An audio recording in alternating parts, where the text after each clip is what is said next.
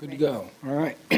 Good morning and welcome to this February 3rd, meeting of the Transportation Planning and Development Committee of the Charlotte City Council.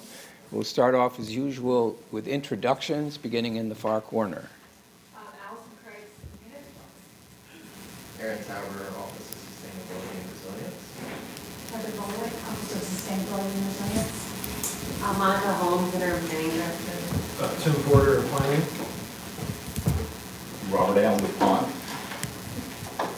Robin Byers with the Office of Sustainability and Resilience. And Sarah Hazel with the Office of Sustainability and Resilience. Malcolm Graham, Committee Member. Ed Driggs, Committee Chair. Liz Babson, City Manager's Office. Yolanda Jones, Planning Staff. Benicia Jones, Charlotte Business Inclusion. And online, who do we have? Victoria Watlington, Committee Member. There goes Mr. Winston. Good morning. I truly enjoy with EY supporting the Office of Sustainability and Resilience today. Thank you. Great. And we have an alumnus. Good morning. So we have two items today, the Strategic Energy Action Plan update and a United Development Ordinance text amendment update. And I think without further ado, I'll hand over to Ms. Hazel. Thank you very much, Chair. Sarah Hazel again, Office of Sustainability and Resilience. So today what we're going to do is cover one of kind of two parts of our Strategic Energy Action Plan update. Before I do that, I just want to acknowledge that the work of updating our Strategic Energy Action Plan is beyond the Office of Sustainability and Resilience, of which we have many people here today. We have a technical advisory committee, we have an ambassadors group, we have a group of city staff that span across departments that have been focusing on this work since we kicked it off late this summer. And so as we go through this work, it's really been a huge team effort. And so today, Dr. Robin Byers, who is the project manager of the Strategic Energy Action Plan, will walk through many pieces of this. Julian Joy, who is from EY and is our consultant, will talk about some of the technical aspects, and I'm going to spend some time on the goals. And so without further ado, what we're going to talk about today is three things. We're going to update you on our climate risk assessment, our updated greenhouse gas emissions inventory, and then our proposed revised goals. So what we're really looking for is any questions that you have, any feedback that you have that we can incorporate into the first draft. And then just to sort of preview next meeting, we're going to want to spend a little bit of time talking a little bit more about our engagement and what we heard. And we're also going to share more about some of what is new, as well as what we're building on from our previous Strategic Energy Action Plan. So basically, what are those actions that get us to the goals that we're going to talk about today? And so that is the plan for today, but I think I'd be remiss if I didn't just note that this is not a new plan. We're building on the success of the last 5 years and the work that City Council and staff have done to really set ourselves apart as a leader in this space. When we jumped into this work in 2020, the American Council for Energy Efficient Economy scored us 68th of some of the largest cities, and then just most recently in 2024, we are in the top 25. So that's just one example of how this work has really set us on a really great trajectory. We have much, much more work to do, and that's why we're here today. But I did want to highlight just a few things. A couple other things here. Our fleet was named 6th greenest fleet, and we also received a local government impact award from the Research Triangle Clean Cluster, specifically on your revision this year to the Sustainable Facilities Policy. So with that said, I am going to hand it over to Dr. Robin Byers. Thank you.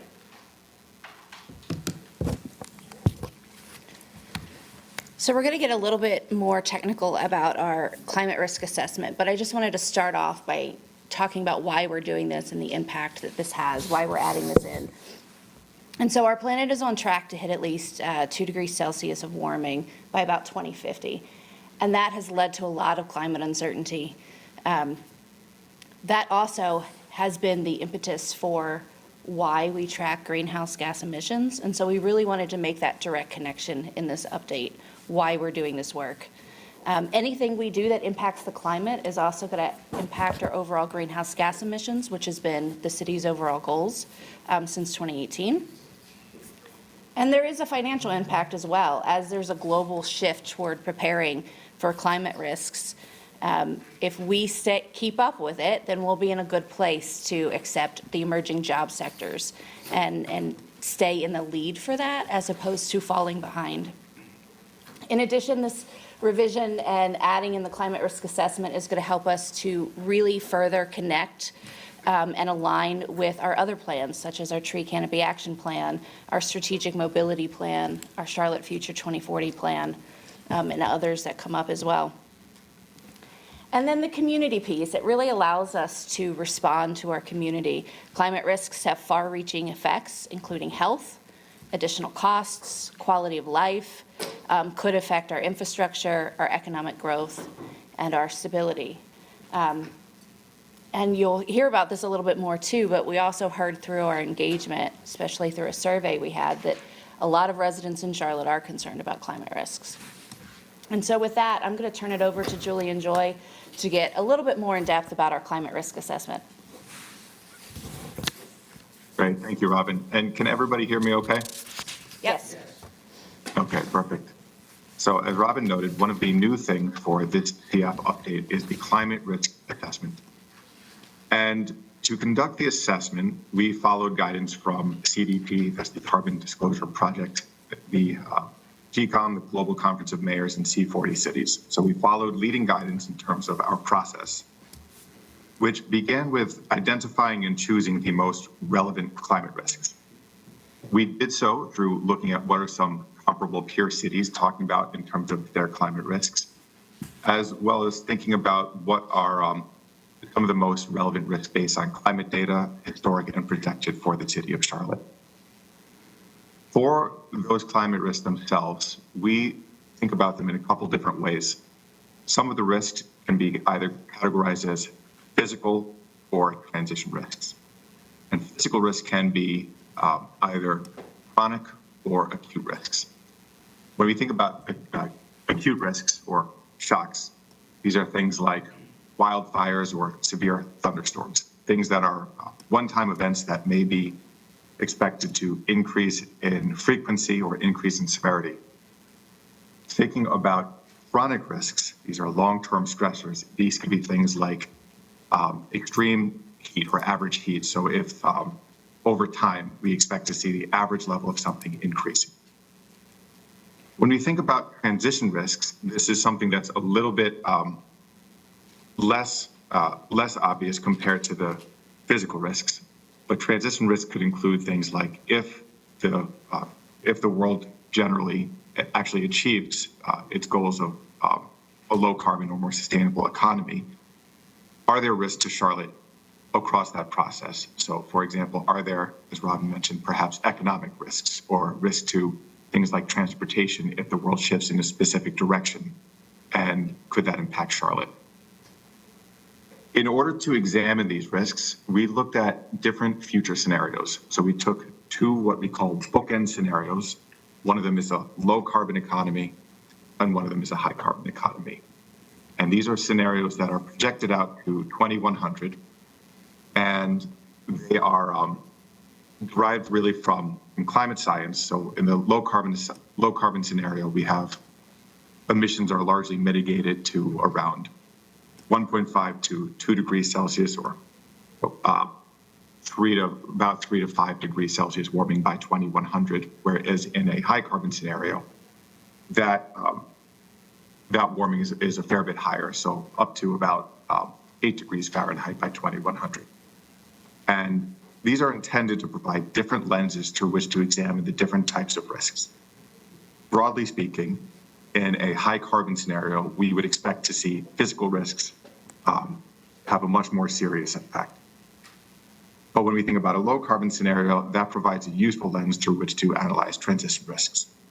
So all of the physical and transition risks, including the acute and chronic risks, were then analyzed through these two bookend scenarios of a low carbon and a high carbon future. And then they were assessed for specific impact on Charlotte. And when we think about impact, there's not just, it's not just will the climate risk get better or worse over time. There's also elements of exposure. So thinking about what are some of the past exposure, the future exposure, vulnerability, what measures have already been put in place, what measures could be put in place, and things like are there different populations or different types of geographical areas that may be impacted differently from the different types of risks that we're discussing. All of that funnels into assessing these climate risks for the city of Charlotte. And then finally, we validated some of this research by including it in the public survey that Dara mentioned previously.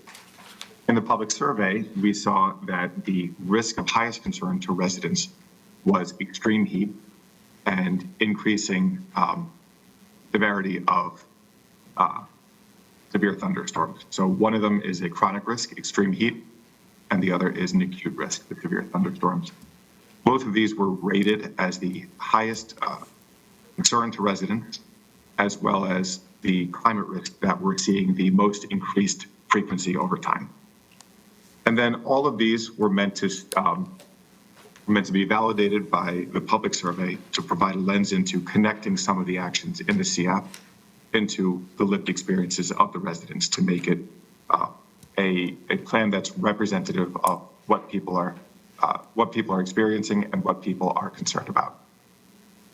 And that's a just quick overview of the climate risk assessment process. What were the inputs into it? What were some of the outputs and the research that we looked at? And I think with that said, I'll pass it back to Robin. Thank you, Julian. So again, we also then now want to set up the greenhouse gas emissions inventory update. So we had our first emissions inventory in 2015. We had an update for 2019, and now we have an update with 2023 data. And so again, the why is we're still on that track to hit that 2 degrees Celsius warming. And so we really want to track our greenhouse gas emissions to see how we're affecting that. The impact, when we measure, as you guys know, I know council talks about metrics all the time. If we don't have metrics and we can't measure something, then we don't know the impact we're actually having. So this allows us to make sure that we're focusing on the strategies and actions that are actually impacting us in a positive way. The financial impact with that, cities with strong sustainability practices, such as tracking greenhouse gas emissions, actually benefit from increased competitiveness in terms of emerging markets, as well as companies that prioritize sustainability will view Charlotte in a more positive lens. Again, connections. We have the same connections with Strategic Mobility Plan, Charlotte Future 2040, because our largest greenhouse gas emitting sectors are still on-road transportation, and then how we power our residential and our commercial buildings. And then lastly, with our community, tracking the greenhouse gas emissions allows to have a broader community context, and we can all identify and prioritize actions across the community, not just for the municipal government, and that will lead to more collaborative and effective solutions in the long run. And with that, I'm going to turn it back to Julian to go through our updated emissions inventory. You're Rob. As with the climate risk assessment, we followed standard leading guidance from the GPC, the Global Protocol for Community Scale Greenhouse Gas Inventories. And for the GPC, we looked at emissions from stationary energy, transportation, and waste.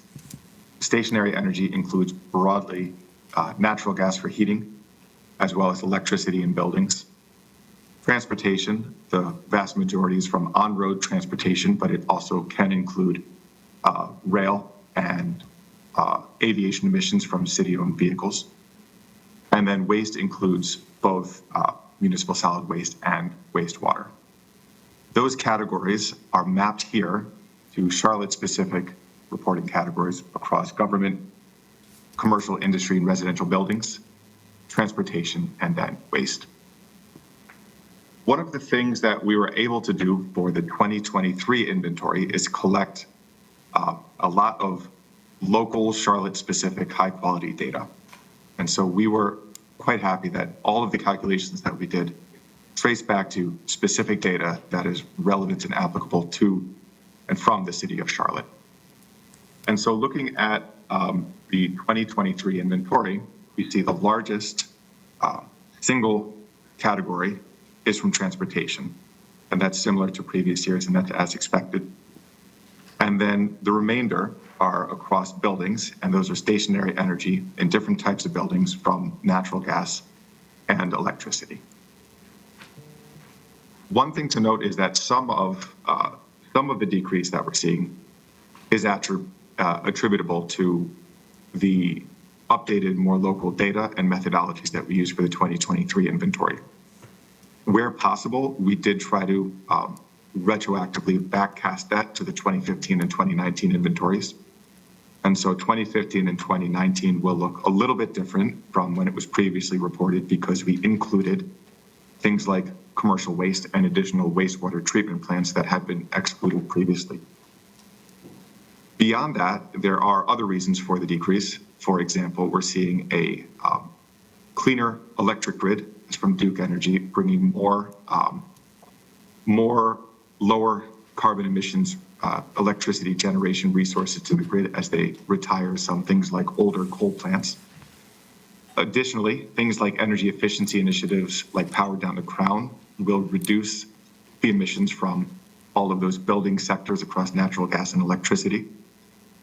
And since 2019, we're starting to see more electric vehicles, more hybrid vehicles, and then among internal combustion engines, more efficient vehicles there as well.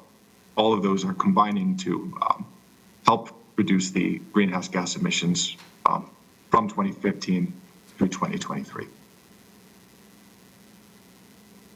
I think with that said, I'll pass it back to Rob. Okay, so now we're going to turn to goals, but let me ask you, Chair, do you want me to keep going so we start going through goals, or did you want me to pause on anything? Because we just got through a good chunk of technical information, and I wanted to make sure you wanted me to keep rolling. I don't see any hands up. Want to note the Vice Chair has joined us. Ms. Molina, good morning. And no, I think you should keep going. All right, let's do it. You're on a roll here, okay? All right, so now we're getting into the even more exciting stuff. So based on what you just saw, now we're going to talk a little bit about our proposed revised Strategic Energy Action Plan goals. So just to level set, if you recall, back in 2018, City Council adopted these two goals. So you had a community-wide goal really meant for the entire community, not just the municipality, to become a low-carbon city by 2050. And then the municipal goal to strive to source 100% of our energy use in buildings and fleet from zero carbon sources by 2030. And so that and those goals, along with the plan, have really built the momentum that we've seen over the past couple of years. But now, what we want to do Can I ask a quick question about that? Sure. We're striving to achieve the goal of 2. Does that compare with 8.7 on the previous slide? Or I'm not sure what that, the slide Yes. with the bar graphs, and you have a decline from 13.6 to 8.7. So is 2 that same metric? It is. So that the goal was by 2050 to get to 2 tons. So you want to get down by 75% or more? Yes. So those are the adopted goals in the current CAP. That's right. So now we're going to look at how we've updated those goals to bring it in alignment with the current science and strengthened and added some pieces to continue to move forward in our community. And again, community-wide goals are certainly something that we have influence over, but they are not ours alone. It will take a whole all of society approach to really achieve these goals, and so that we recognize and also recognize how important it is that we set those goals. So now I'm going to have Julian just talk about some of the methodology and thinking behind the goals, and then I'll walk through the rest of the goals. Thank you, Sarah. And in order to come up with and develop these updated goals, we followed leading guidance. This is from, again, the CDP and the Global Conference of Mayors. Within that, we use what's called the WWF's One Planet City Challenge. This is a methodology that 900 cities in over 70 countries have used to calculate their community-wide science-based target.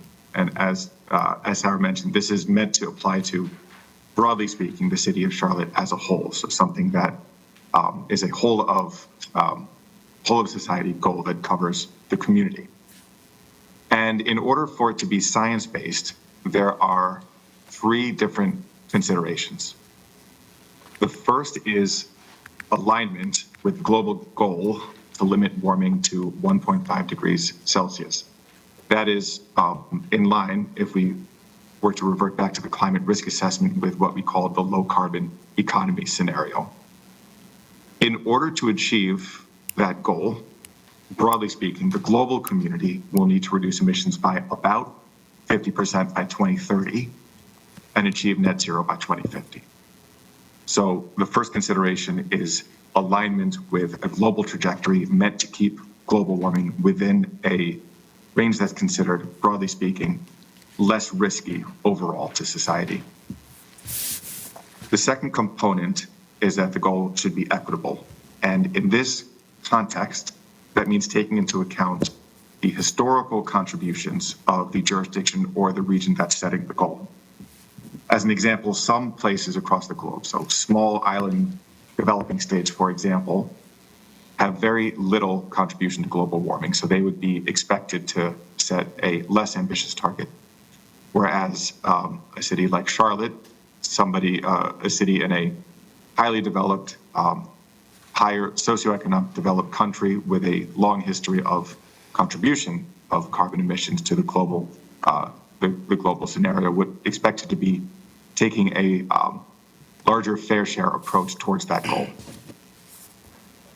And then finally, the goal should be complete, meaning it includes emissions from all key sources. So it can't be just transportation, and it can't be just energy. In this case, it should cover all of those sources that we discussed in the greenhouse gas inventory, which is to say stationary energy, natural gas, electricity, transportation, and waste. Finally, one last consideration was we thought about alignment with a broad variety of other relevant entities. So we looked at peer cities. We looked at Duke Energy's goal, given the outsized role that they play in terms of electricity for the city of Charlotte. We looked at broader regional goals like North Carolina and the US and the broader Charlotte business community. And the goal here was to say that that Charlotte's proposed science-based target would be broadly in line with a wide variety of stakeholders, so that it's not an outlier, either more or less ambitious, but it's in line with a broader group of stakeholders. So these were the key considerations that went into the process of developing the goal itself. I'll pass it back to Sarah to discuss the goal. Let me jump in again. So when I read this slide, it looks like a definition of what is needed. And when I see something like reach net zero by 2050 globally, so are we also looking at what is likely or possible based on our ability to observe the future technologies, based on trends in the world, based on the degree of engagement by certain large economies? Is it practical to suggest that this is an attainable target? So I'll let Julian answer that question, but my first, I'll go to this next slide real quick, just to show you kind of the trajectory that we're on as a city. So this is really meant for us as a city here in North Carolina in the US to be positioned as leaders and to do what is our fair share of effort to making a difference in this global issue. Whether globally we get there is obviously a much more complex question, but what we can do as a city, because we know cities contribute the largest emissions globally, is continue to set these ambitious goals. So I don't know if you have anything to add, Julian, in terms of can we and will we globally get there? We are setting goals that are on a trajectory that there's certainly some unknowns around technology and what will need to happen, but we've seen a lot of progress over the last several years, and so we're setting it on both what needs to happen and what we think we, as a city, can do in order to continue to lead in this space. Julian, would you add anything? Yeah, thanks. And just as a quick note, as a 2050, as a long-term goal, there are elements where there's a clear path forward, and there's elements where there's technology that does exist, but it needs to be scaled, or it needs to be made available to a wide variety of people. So to give you a couple examples, with electricity, which is a major sector for Charlotte's emissions, Duke Energy's goal is also net zero by 2050. So with the electricity sector, there's a path forward. It seems to be achievable, and it's aligned with broader goals. Similarly, with transportation, then you kind of go into a realm of, we have technology, whether it's electrification of light-duty vehicles, or whether it's alternative fuel vehicles like hydrogen or renewable natural gas. There are technologies that can get us to net zero. The question is one among scaling and adoption. Similarly, with other stationary energy like natural gas, the question is we do have electrification technologies. Part of this is a question of adoption and a question of scaling. So in terms of getting to 2050, there's a variety of elements where we have degrees of confidence. Some of them are very clear. Some of them, the technology is there, but needs a boost. And so one of the reasons we're thinking about 2050 as the target is that it can help structure, it can help really provide impetus for achieving the goals where there's a clear path forward, and then it helps spur innovation and think about how to break down barriers for some of the other strategies where the technology might exist, but there are challenges along the way. So that's just a quick overview on, I think, whether or not it's achievable or not. So I'm not questioning what we're doing. I Yeah. appreciate what we're doing, and I do think that we need to set an example, demonstrate our concern, and also be recognized as a city that is at the cutting edge in these initiatives. It's just, to me, it's a little bit like the tree canopy conversation. I want to make sure that we don't look like we're out of touch by pointing to these aspirational goals that a lot of people might think are not attainable. And I'll mention in particular, when you're talking global, doing everything you need to do to get to that goal costs money. And there are economies and societies that aren't prepared to do that. In fact, instead, what they have done is take advantage of the fact that we're making these investments, and they can offer lower cost goods by not doing so. So I'm just thinking in practical terms about what's going on in the world, not to say that we shouldn't do what we're doing, but just to say that we need to be clear-headed when we talk about what's going on. Like aware, for example, a lot of what happens to Charlotte's climate is not going to be affected by us. And what is the extent to which forces that we don't control, whether it's within Charlotte or in the country, are going to define what we can accomplish. So carry on. I'm just pointing out when I see that, I can hear voices saying, oh yeah, zero by 2050, dream on. And, I think we can afford to be clear-headed, recognize the challenges that are outside of our control, and still do what we're doing and benefit from that. Thank you. Thank you. Can I just add one quick comment? When we're looking at our strategies and actions, which we'll talk about next month, a lot of those strategies and actions will help save residents money as we're improving. So we're looking at how we can balance that as we continue. Okay. So our revised goal is that Charlotte will reduce community-wide greenhouse gas emissions 72% by 2035 to 3.56 CO2e per capita, and reach net zero by 2050. So what you'll notice is there's two changes. You pointed out this is a net zero goal now versus 2 tons of CO2e by 2050, which is what we need to do to curb the change of climate. And then we're setting an interim target. And so this interim target, I think, is really exciting because it allows us to really track our progress towards that 2050 goal and gives us another benchmark really to shoot for on that trajectory so that we can make sure that we're constantly reassessing and moving in the direction that we're seeking to move. One other new piece of our community-wide goals is a community renewable energy goal. So this goal really feeds into the goal that we just talked about. If you take a look at the graph here, what you'll see is that there has been a pretty significant uptick in terms of installed solar panel, solar PV capacity, especially over the last several years. And so what we did with the support of EUI and our technical partners is we looked at what would be a kind of business as usual uptick that we could imagine would occur in the city of Charlotte with the local data that we have.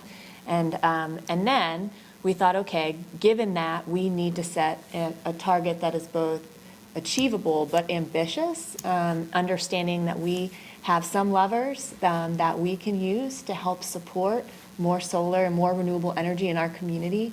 Right now, we have our energy efficiency block grant that we intend to use towards low and moderate income solar program that will launch in the spring. We've done some research on peer cities, and so all of that takes us to a new aspirational goal. So as you can see here, it's a goal for distributed renewable energy that will be installed by 2035, right in alignment with that midterm target.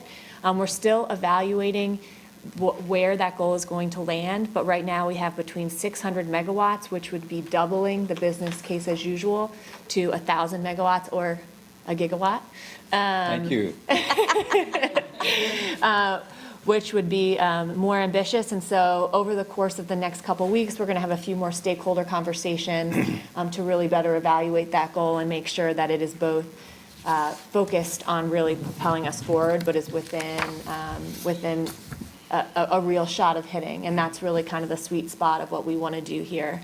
And so this is new. This is also a best practice in order to achieve an A on our carbon disclosure. There really is an expectation that cities are working within their communities to set these types of goals, and so we're excited to bring this forward as a new piece of the Strategic Energy Action Plan this year.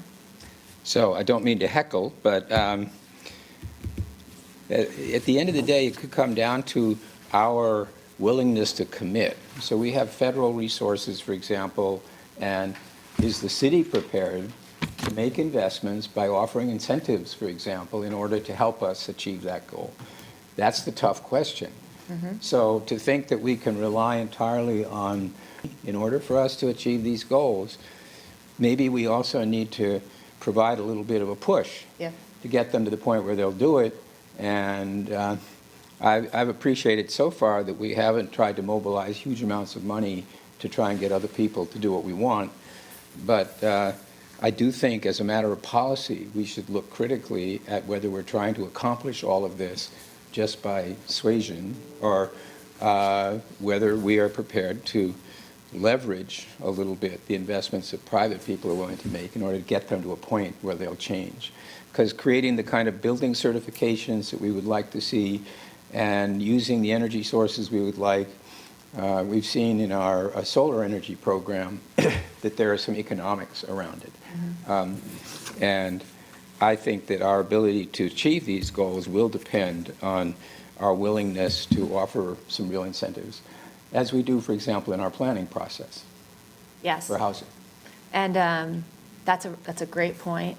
And so I think one of the things that we're enthusiastic about with this updated Strategic Energy Action Plan is also looking at some of the alignments between things like housing and some of these pieces. So where do we have levers, where we're putting funds in, and can we use those levers and look at it as like an integrated process, much like we saw in some of the places globally where you have affordable housing, and it also has solar, has, shared mobility spaces.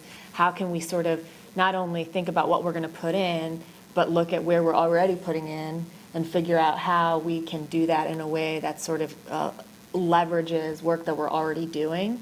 Our solar program that we're going to be standing up this spring, early summer, it also has basically just it brings down the rate of solar market rate by doing economy of scale, right? So it's group purchasing, it brings down the rate of solar. So there's a lot of different tools, and we're really looking to leverage a lot of those tools in this updated CAP. So thank you for that comment. Yeah, thank you. So now we'll move to municipal goals. So this is really what we as a municipality, as positioned as a leader in our organization, are seeking to do. So now we'll start with our municipal facilities goal. So our revised aspirational goal is that the city will source 100% of its electricity use in municipal buildings from zero carbon sources by 2030 and reach net zero emissions in municipal buildings by 2050. So you'll notice a couple things. We are aligning net zero with that 2050 goal. We are continuing to strive towards 2030. There's been a lot of progress in this particular space because of the investment when it comes to partnering with Duke Energy and the Green Source Advantage program. And so we want to stay on this trajectory, which we are not there yet, to get to 2030. We are no longer saying, we're looking at electricity use instead of zero carbon sources for also a couple reasons. The science is more clean to offset electricity with clean electricity. And it's also acknowledging that while we have a sustainable facilities policy, which won a local impact award this year, that sets a path for no new natural gas in any new city buildings, and also puts in place a strategy to evaluate existing buildings, that we will have some need for things like backup generation for resiliency purposes, and there may be some buildings where being able to transition out of natural gas is truly not beneficial or cost prohibitive in the very near term. And so this is a recognition of how far we've come, but also really taking a closer look after working on this for 5 years about what we can do and how we can continue to really be ambitious, but also take into acknowledgement where we are today. When you having thought of your revised goal, could you tell us what the old goal was and what the change is? Sure. So the initial goal was to power our fleet and our buildings, to strive to power our fleet and our buildings by zero carbon sources by 2030.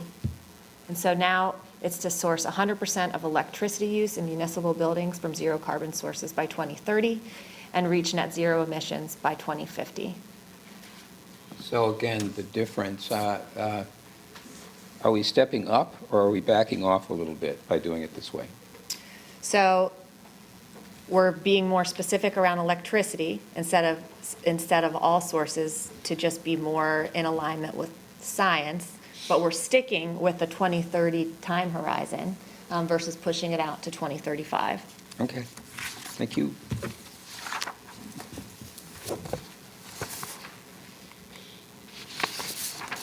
So the second piece, so I'm breaking this up into two, just as a reminder, so it was to power our fleet by zero carbon sources by 2030, is to reach net zero emissions in our light-duty fleet by 2035 and our entire fleet by 2050.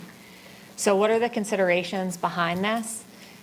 We are continuing to make strides towards electrification of our vehicles. Right now, we have over 200 EVs of all categories and sizes. But what we know right now is that in the light-duty space, this is where we have the biggest opportunity to move ourselves forward.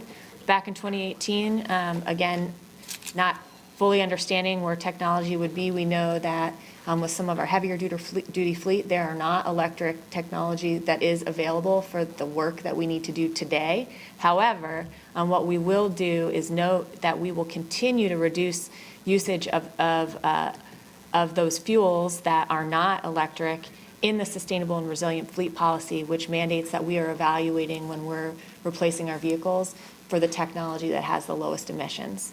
And it also talks here about net zero emissions because it allows for thinking about some of the other types of fuels and fuel diversification that helps with resiliency, like renewable propane, which then makes this a bit more achievable, but also moves us in the direction that we need to go.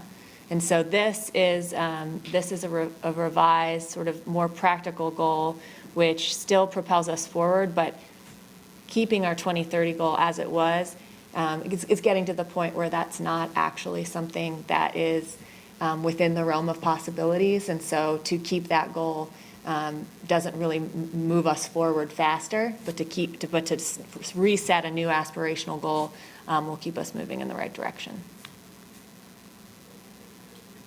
Okay. Actually, Mr. Drake stepped away, but he'll be right back. Actually, we could keep going. Okay. Yep.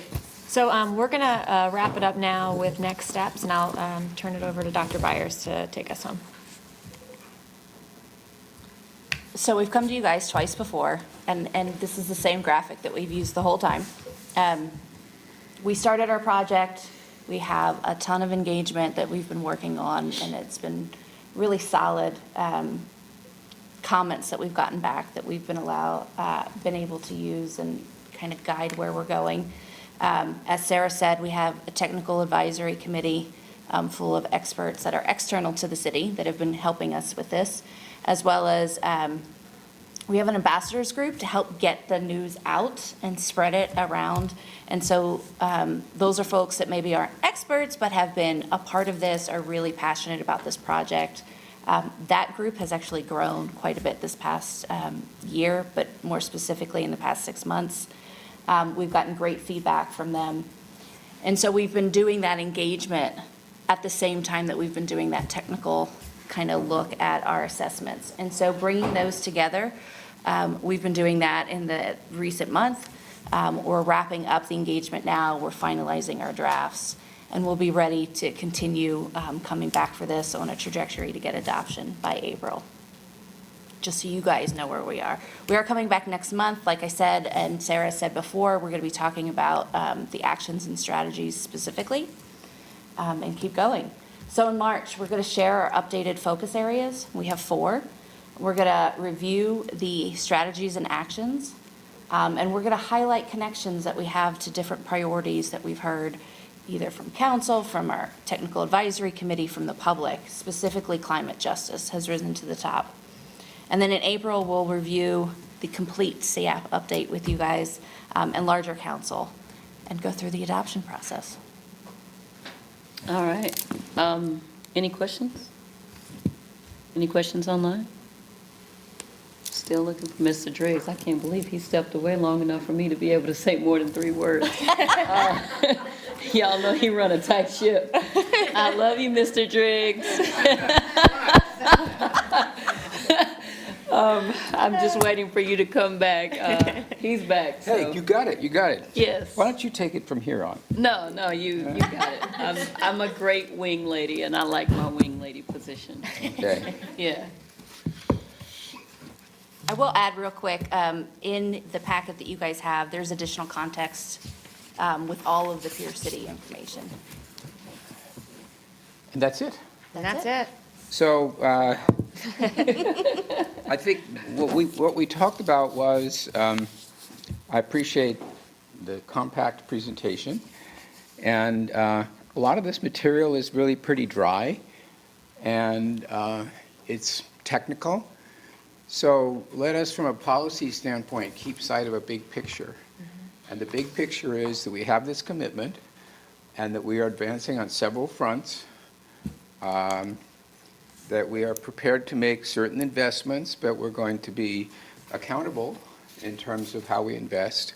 And we have been, I think, what we've done so far. And we've established those targets. We're going to be accountable also in terms of our progress towards those targets and answer to the comparisons that we make between where we are and where we go in the future. So I think this is a big strength for Charlotte. I appreciate the work that you're doing. I mentioned when we talked before, the bus fleet is something that we have worked on, in particular, being a pretty major contributor. And do you have a handle, or should we talk to CATS about how we're doing with that? So right now, CATS has, I believe, is on the trajectory in the next couple months to have something like 30, 35 in their fleet. And similarly, our airport is on a pretty strong trajectory to electrify their entire bus fleet. And so that has been, I think, a strength for sure, because again, that's not light duty. And we've seen some significant progress there. And I think the fate of our the sales tax referendum this year could affect CATS's ability to move ahead. It's interesting, looking back over the time that I've been in office, the conversation about these hybrid buses and then the electric buses, and the technology has been evolving. Mm-hmm. So for a while, the electric buses didn't have battery capacity for some of our routes, and we couldn't rush ahead and order electric buses. And then CATS had to spend time testing them. Everybody thought, buy the buses, put them in service. And in fact, there's an infrastructure there, and there was research they needed to do on the dependability on heat generation and things like that. So that's just one thing. But I think we are in a good place, and we have good people, and appreciate that. Thank you very much. Thank you. We look forward to coming back with a less dry presentation next time we It join you. wasn't dry. Okay. Mr. Driggs was like, yeah. Yeah. Mr. Winston, any contributions you care to make? You have questions? You can ask them later. Yeah. All right. So item 2 on our agenda is the UDO text amendment update. And I will just say in general, we are in an ongoing process to fine-tune the UDO, as we said we were going to. And Mr. Graham likes to refer to living document. It is a living document. And so this will talk about some of those text amendments, and I believe also refer to things we're doing as a result of Senate Bill 382. Is that right? Correct. Okay, so why don't you guys go ahead. Who am I handing off to initially? Ms. Holmes? Yep. Good morning. Hope you guys are doing well. So Dave will lead a presentation this morning, just as you mentioned, kind of giving the overview of where we are with SB 382 and also our text amendment schedule for the spring and some of the highlights of that. I just want to say in parallel, we're really ramping up for an exciting spring of area planning work, and I know you've seen a lot of that. And so while they are busy in drafting mode and getting engagement and kind of putting the final touches on those drafts that'll be released in March, we want to go ahead and showcase some of the other work that's happening in parallel around the UDO and SB 382. So we'll be happy to take questions as soon as Dave gets through these slides.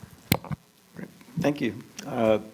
Yeah, just a quick overview of what we'll talk about here in this presentation. Just a refresher on Senate Bill 382, some updates on our text amendment approach and schedules, next steps, and then some of the things that are becoming in future text amendments. So again, back in December on the 11th, we had the SB 382 adopted, and that referred to downzoning and really limited the city's and counties' abilities to initiate zoning changes, including text amendments that resulted in a downzoning, and also added a new category, which includes the non-conforming language that's there in item number 3. This, again, is just something we talked about a little bit earlier in January. Just a quick overview of it. Again, no local government can initiate a downzoning without consent of property owner. And that includes decreasing density, reducing permitted uses, and also creating that nonconformity, which is a new component of that legislation. Just some minor delays to make sure we've got everything we need in order and is aligned with anything that came out of that 382 bill. Neighborhood character and residential infill overlays, those have been put on hold We're still trying to wade through the different challenges that may result in enacting some of those overlays. So those are on hold for now while we continue to seek some guidance. Adding some allowed uses in certain UDO districts, delayed just for additional evaluation, refining triplexes such as where we would allow them throughout the N1 and N2 districts. That's on hold because, again, that could result in decreasing density or creating nonconformities. So we have to decreasing density or creating nonconformities. So we have to put that on hold for now until we learn a little bit more. Alignment rezoning is delayed just for some additional evaluation. We do have to rethink the approach a little bit on how we might tackle some of those property consent situations, but we do feel like there is a path. It's just something we need to continue to work through and find some solutions to. And as we mentioned back in January, general rezoning petitions not impacted at all by this legislation because those are consented by the property owners involved. So the updated text amendment schedule, again, we've got some text amendments that are pending. 2024-121 will come back to council in February. We should have everything in order for that to be adopted in February at the zoning meeting on the 17th. Continue to review those text amendments from January 11th on to make sure that we don't have any significant conflicts with SB 382, and where we do potentially see some of that, ensure that we've got our reviewers and everybody that's working on those projects to understand how to be compliant with current state law. And that would impact the third cleanup we did, as well as a compact residential development that we passed back, again, between that June 11th and December 11th retroactive date. So is that it in terms of SB 382? For that, yeah, that particular topic, we'll get into some of the updated potential text amendments going forward from here. Before you move on from then, I just wanted to say, I think it's hard for members of the public and people who aren't deep into this subject to really kind of get a handle on what this does. When it says downzoning, you can't go to a lower density. As you noted, in rezoning, it's not usually a problem because the requirement that the owner consent is presumed to be met. But from this table, you can tell that the implications actually extend much further, and they have to do with making rules that effectively downzone by taking whatever policy you had before and changing it in such a way that less density is possible under your new policies. And it's retroactive for 6 months. So we needed to look at things we already did and find out whether they have to be fixed. The question in my mind is whether, I heard that a bill had been filed that would actually modify this. I don't know what the status of that is. I don't know if you know what the status of that is. Don't know the full status. There were a couple bills filed last week, several that had to do directly with counties, primarily on the eastern part of the state, some that had to do with some counties locally. I think Albemarle and Stanley County were a couple that were mentioned, but then there was also just a general House bill filed, HB 24, and that just looked to reinstate cities and counties' ability to initiate downzoning, and it seems like that would apply statewide. Don't know when they might be taken up for conversation or consideration, but there were a flurry of those filed last week. Because we could end up with a bumpy ride here where we're conforming and then they rescind it and we have to conform back again. Yeah, I think if they rescinded and we had to conform back, that's probably the easier route because that would just allow things to open back up. Yeah, so that's also something we'll monitor because we don't want to make changes and then have to, undo those or make additional changes. So we'll see what the status of those as they progress forward. If it looks like they're not going to be taken up or considered in any, efficient amount of time, then we'll continue to move forward thinking that this is going to be in place for a bit. But we'll just have to work with our legislative folks and understand what the timing of it may be. Yeah, and to clarify, the cleanup too, as Dave was saying, does not have, basically things came out per se that were considered downzoning. So if the bill were to be different, then we haven't actually changed the rules per se. We've just not put everything in that was in prior. Does that make sense? So we could still bring it forward. We could put it back. Yes, yeah, Right. yeah. I get that. Yeah, so it's. I heard that this language was added in a rather hasty fashion. It was a surprise to everybody in response to, I think, a local issue, from what I understand. So Have we considered writing some sort of amicus brief, or, I mean, we have the resources that no one else in the state has, frankly, from the urban planning standpoint. Are we participating in engagement with the legislature? I mean, we have been working through our attorney's office and kind of the perspective around that, and then just talking within our network. I think we have had we've been interested to see what happens and what is going to happen quickly in the legislative session. So we've made ourselves very available to provide information and feedback and further input as necessary, and really also trying to walk a line of staying a little bit out of the realm of politics to see, obviously it impacts everyone across the state. So Dave's attended almost every lunch and learn virtual kind of information session. We really spent the month of December, January trying to understand exactly what all it meant. Now that they're back in session and we're starting to see things happen, I mean, we're happy to kind of pull that together in a memo. You should have received something as well. Yeah. So we have access to a lot of people up there, especially lately with our transportation initiative. And a suggestion only is if we actually had, a memo that spelled out, why this has unintended consequences, or maybe made a recommendation as to how to address the issue they were trying to address and not do so much damage in the process. There are a couple of different ways we could deliver that message to leadership and to others in the legislature. We don't want to in any way impair our progress on the transportation front, but I don't think they would object to a thoughtful analysis and advice that we might be able to provide. So I just put that out there as a possibility. Yeah. We can work to get that for you. And if you have something, can I see it before we deliver it? Certainly. Okay, thanks. Yep. No problem. Okay, next. All right, so as we get into spring, we do anticipate filing some upcoming text amendments. Just some of the items that you'll see in these, we've recognized that, again, as we work through projects and hear from different folks putting projects together under the UDO, that some challenges do come up that, when you put documents like this together, you don't think through every scenario, but multiple frontages is a scenario where we've encountered some challenges and issues with folks doing projects where you've got a site that has, 2 or 3 or even 4 frontages at times on different roads and different road classifications. It really hinders an ability for a project to determine where their back of house operations are going to be, where their loading areas may be, dumpster areas, even design guidelines that apply to sides of buildings versus front of buildings. All of those come into some question or challenge when you're dealing with a site that's got 2 and 3 frontages for development. So we do anticipate bringing some changes forward to clarify how to deal with those situations and get some input, or have gotten some input from folks that have worked on those projects and understand those challenges in good detail.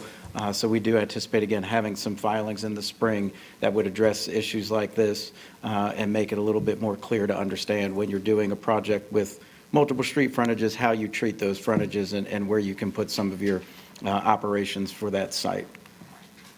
Next item that we'll have in the spring as well is increasing some of the additional research uses in our campus districts.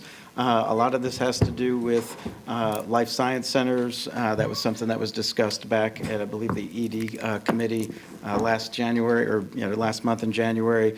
Life science projects have a range of different uses that go from light manufacturing to office to retail to live-work components. And one of the challenges of our UDO is we're equipped to accommodate all those in some different ways, but not in a comprehensive, holistic way. So we're trying to come up with some scenarios and solutions that could better facilitate life science outcomes. It is a great tool for our economic development folks to have at the ready to attract these types of uses. So we hope to have some solutions to that to share with y'all in the spring as well. We'll also continue to work with our faith-based housing initiatives to try to get some of those allowances for projects that involve perhaps building residential on a property that has some faith-based initiatives on it to move forward. We are working again with our partners in Housing and Neighborhood Services and some key stakeholders that are really familiar with these types of projects to understand what we can put in place to, again, have some tools to allow those to happen, hopefully in a by-right type scenario that wouldn't require the time and cost of rezoning, within some parameters, of course. So that's something we're going to work through. And then office conversions to residential, again, that would allow existing offices to hopefully transform if they're able to through building codes and building permits to transform some of those vacant spaces perhaps into residential space, and then continue to refine our ADU or accessory dwelling unit ordinances to allow those to be a little bit more clear and hopefully facilitate more of those types of projects moving forward. So we had our UDO Advisory Committee meeting just a few days after TPD last month. We did talk about some of these initiatives and some of these potential changes considering the faith-based housing option. General consensus from folks on UAC was that this was a good idea. We should continue to seek input and collaboration from folks that have done those projects in the past. We did discuss opening this up to both places of worship and potentially educational facilities like CMS, who own property and are looking to develop some housing potentially as well. They did talk about maybe after learning some lessons through those types of outcomes, maybe expand it to larger nonprofits throughout the city. So, again, I think we have a good starting point, but as we learn more, could we expand that potentially in the future? And also just have some specific church-based developers available just to provide insights and get some of that expert on-the-ground information. And again, we've been working well with our Housing and Neighborhood Services partners, and we do have some folks identified that we can talk to as we put some things together for that. Same with the office conversions. UAC felt that was a great idea to kind of help through the current market cycles and a bit of the down cycle for offices and the vacancy rates we're seeing. Location would be key, so could be easier for urban towers to do this type of conversion, less so maybe for suburban office parks, but also consider allowing residential as just a standalone use in our office districts. That could also help facilitate some development in some stagnant office parks that have vacant land that maybe aren't going to see new construction of office, so something that we'll consider as well. And then the affordable housing incentives, we did discuss the tree mitigation bank option. They felt that 15% of the site back does really move the needle and could provide some good outcomes for providing affordable housing. Tree mitigation bank would be a great start, but can we bundle that with other initiatives?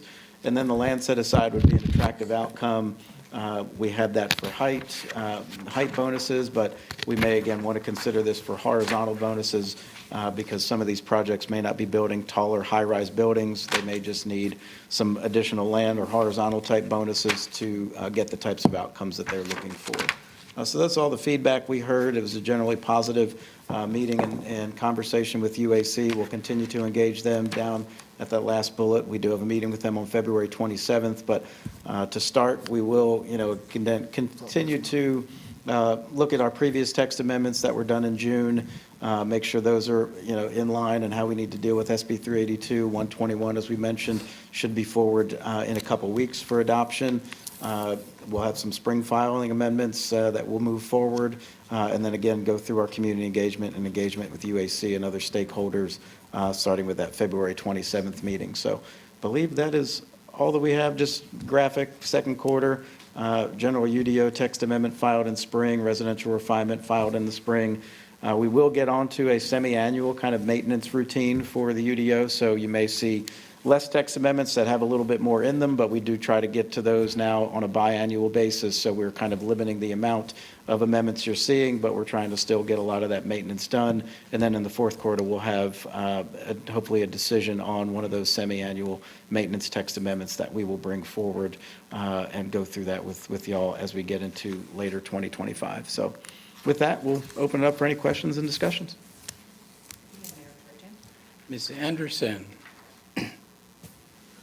Thank you, Mr. Chair, and thank you, Mr. Pettin, for the presentation. Just a small point around the tree mitigation give back. I understand that that argument, and I've heard it, we've heard it various times, but I just want to make sure, as we are being mindful about standing up, new housing stock in the city, that we're not creating discrepancies and inequity in that stock. So, pulling back trees could potentially create further heat islands in the city and other sustainable problems or challenges in areas that are already needing affordable housing. So I just want to make sure we stay on top of that. I understand the argument, but I think there needs to be a balance as we move forward. Thank you, Mr. Chair. Thank you, Mayor Pro Tem. Hearing no outcry from the committee, I have one or two brief comments. For one, I think the process of conforming is really up to staff and our lawyers. I mean, if you could just, let us know as it becomes clearer what you're doing. On some of these other changes, the descriptions so far are pretty general, and some of them are in important areas. So it would be good for reference if we could then see what the actual edits look like. And know, do you know, for example, based on what you've discussed, how many language edits are we talking about? Is it 10 or 50 or? For the one that's going to come forward in a couple weeks for decision? Yes. Yeah. As far as what we've pulled out, I'd have to go back and look to see. We'll have to treat all of those as a change after zoning committee, so we're going to run through them all at the podium at that point, just Okay. to highlight the different articles that were impacted and had to be pulled out of that text amendment. And what we can also do is, when we send out some information Friday before the meeting, we can give you all a summary of those changes, both what was kind of left in and what came out. I think we talked about that last Friday when we prepped for today's meeting. So we can try to pull that summary together for y'all and get that to you before the meeting, so that way you can take a look at it and understand, and then come, with questions or other information you might need at that time of decision. So. Right. I just don't want my colleagues to go, holy cow, what's this? Right. Because they won't have heard even what we just discussed. So I don't have anything else. Anything from committee? If not, I'll entertain an early motion to adjourn. So moved. Let's get out of here. Great, thank you. Thank you, everybody.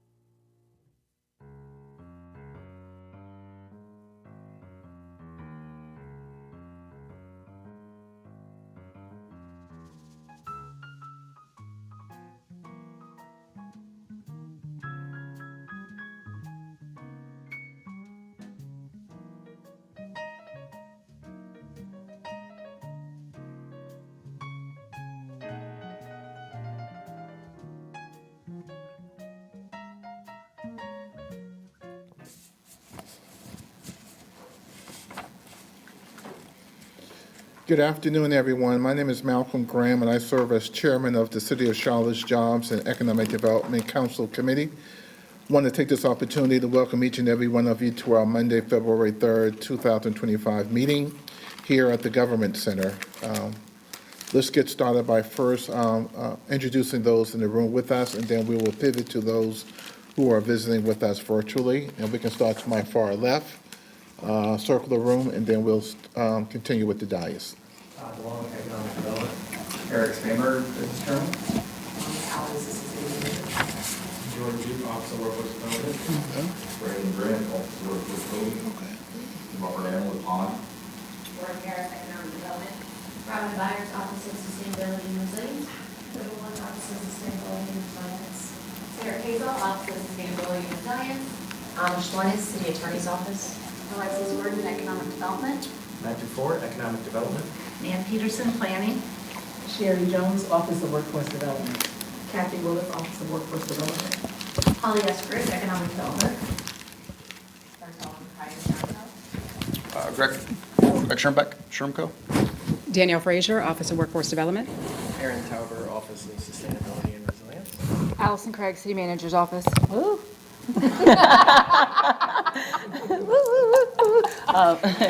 Marjorie Molina, committee member. James Mitchell, committee member, vice chair. Tara Picard, committee member. Yolanda Jones, Planning Staff. Venetia John, the Office of Charlotte Business Inclusion. Tawanda Brown, Economic Development. And those who may be visiting with us virtually. Good afternoon, Dante Anderson, Mayor Pro Tem District 1. Okay, and Councilmember Driggs should be joining us shortly. I think he's in the building, and we will introduce him upon arrival. We have two agenda items today, a workforce development update and introduction to the commercial property assets capital expenditure. But before we get started, I would be remiss if I don't welcome, and I think you've already got at least one cheer already, our new Assistant City Manager, the Interim Economic Development Director, Allison Craig, to the meeting. I want to welcome her. And I'm going to turn the floor over to her for any comments that she wants to make, and then we'll get right into the agenda. Great, thank you. I'm really happy to be here. I'm happy to be a part of the committee and leading a portfolio with economic development planning, the Charlotte Development Center, and Charlotte Water. So thank you for having me here, and we'll turn it over to Danielle. Well, thank you, Allison, and we look forward to your active participation with the committee. We had a conversation last night, so we're dedicated to doing the work we have to do when we get a chance to do it. And so I think on behalf of the committee, we look forward to working with you on projects big and small. And now we'll turn it over to Ms. Frazier for the first agenda item, which is workforce development update. Thank you, Chair Graham, Council Committee, and congratulations, Allison. I hope, Committee, that you are still on a high from last week's workforce development discussion at the annual strategy meeting. And so I just want to continue to thank you all for all of your insight, your engagement, and your feedback on this plan, as it's very important to us. You can head to the next slide. So I've invited our SHRMCO friends again to help tag team this presentation with me. As you all know, we've been working with SHRMCO to develop this plan and asked them to just do a quick review. We were with you back in October of last year, which feels like an eternity ago, but to share a little bit of that context process and all the work that they've been doing behind the scenes. They have been working on primary research, secondary research, doing a lot of interviews and conducting a lot of research. And I know that I've been probably burdensome to them at times, but they've been working tirelessly for us. And so I'm grateful for this partnership. And so with that, Greg, I'm going to hand it over to you, and then I will come back and dive into the plan. Well, good afternoon, committee members and guests. Good to see everybody. Thanks again for allowing us to be here. As Danielle just mentioned, objective today, provide an update of just some of the work and the feedback we took from the October meeting, the work we've done since then, some updates, and then plans for the future as this specific plan moves forward. In conjunction, obviously, with the launch of the new Office of Workforce Development, our team's original objective was to build a comprehensive, clear, and specific plan for the future of the office, the objectives of what the office will accomplish, and then some really clear goals over the next 3 to 5 years about how we define success as a city and how this plan can define success for the new Office of Workforce Development. So as a friendly reminder, those are the objectives we carry through with us during our research, during our work, and during our time together. Part of those objectives and part of that research were stakeholder conversations, and so our work allowed us to connect with approximately 90 different stakeholders and organizations, both locally and across the country. You can see a quick graphic of the breakdown of who we spoke with, both locally and outside of Charlotte as well, to get a really good sense around best practices in workforce development from a municipality level and also from a grassroots level at the same time.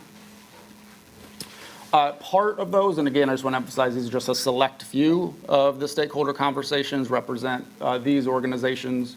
And really the objective of this slide is to show you that we did our best to speak with organizations at the grassroots level, speak with for-profit organizations, organizations of education, both K-12 and higher ed, and then other kind of key partners like Charlotte Works and others in the workforce development ecosystem.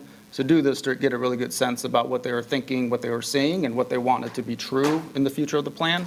And so I wanted to do our best to be as comprehensive as possible to glean insight from these key stakeholders. Again, most of this was presented in October, but just as friendly reminder, some key interview insights from our research. Just a few that I'd call out.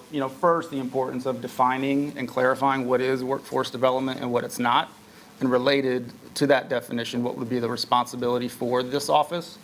And so we know it's a big word, we know it's a broad word, we know it's defined a little bit differently in Columbia, in Charleston, and Raleigh than in Charlotte. And so in the plan, you'll see some suggestions that we'll go over today around how we define it.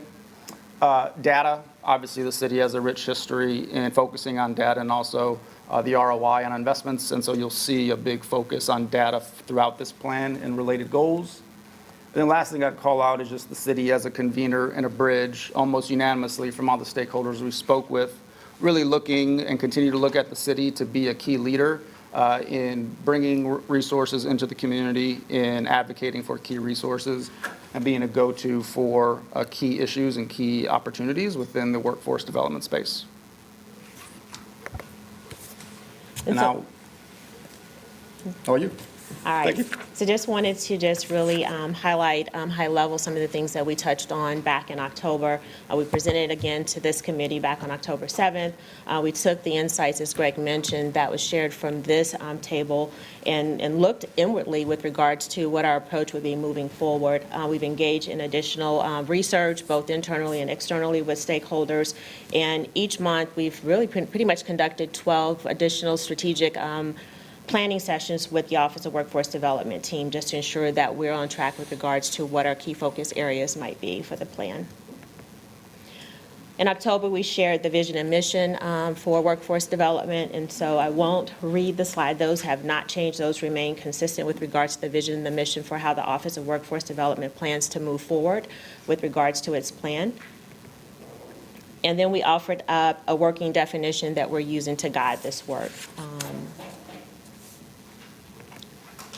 So I think this slide is where I'd like to spend a little bit of time. As we know, the city of Charlotte, plays a critical role in really shaping the future of work and education in our community. We understand that economic growth depends solely on strong connections between both employers, educators, training providers, and job seekers. And so the 5 key roles that we offer with regards to the roles that the city might play in this work, one as connector, convener, investor, influencer, and leader, ensuring that our workforce is prepared, businesses are supported, but then more importantly, that residents in our community have access to quality jobs. When you think about connector, that's that linking people, resources, and opportunities. From a convener standpoint, bringing stakeholders together for collective action.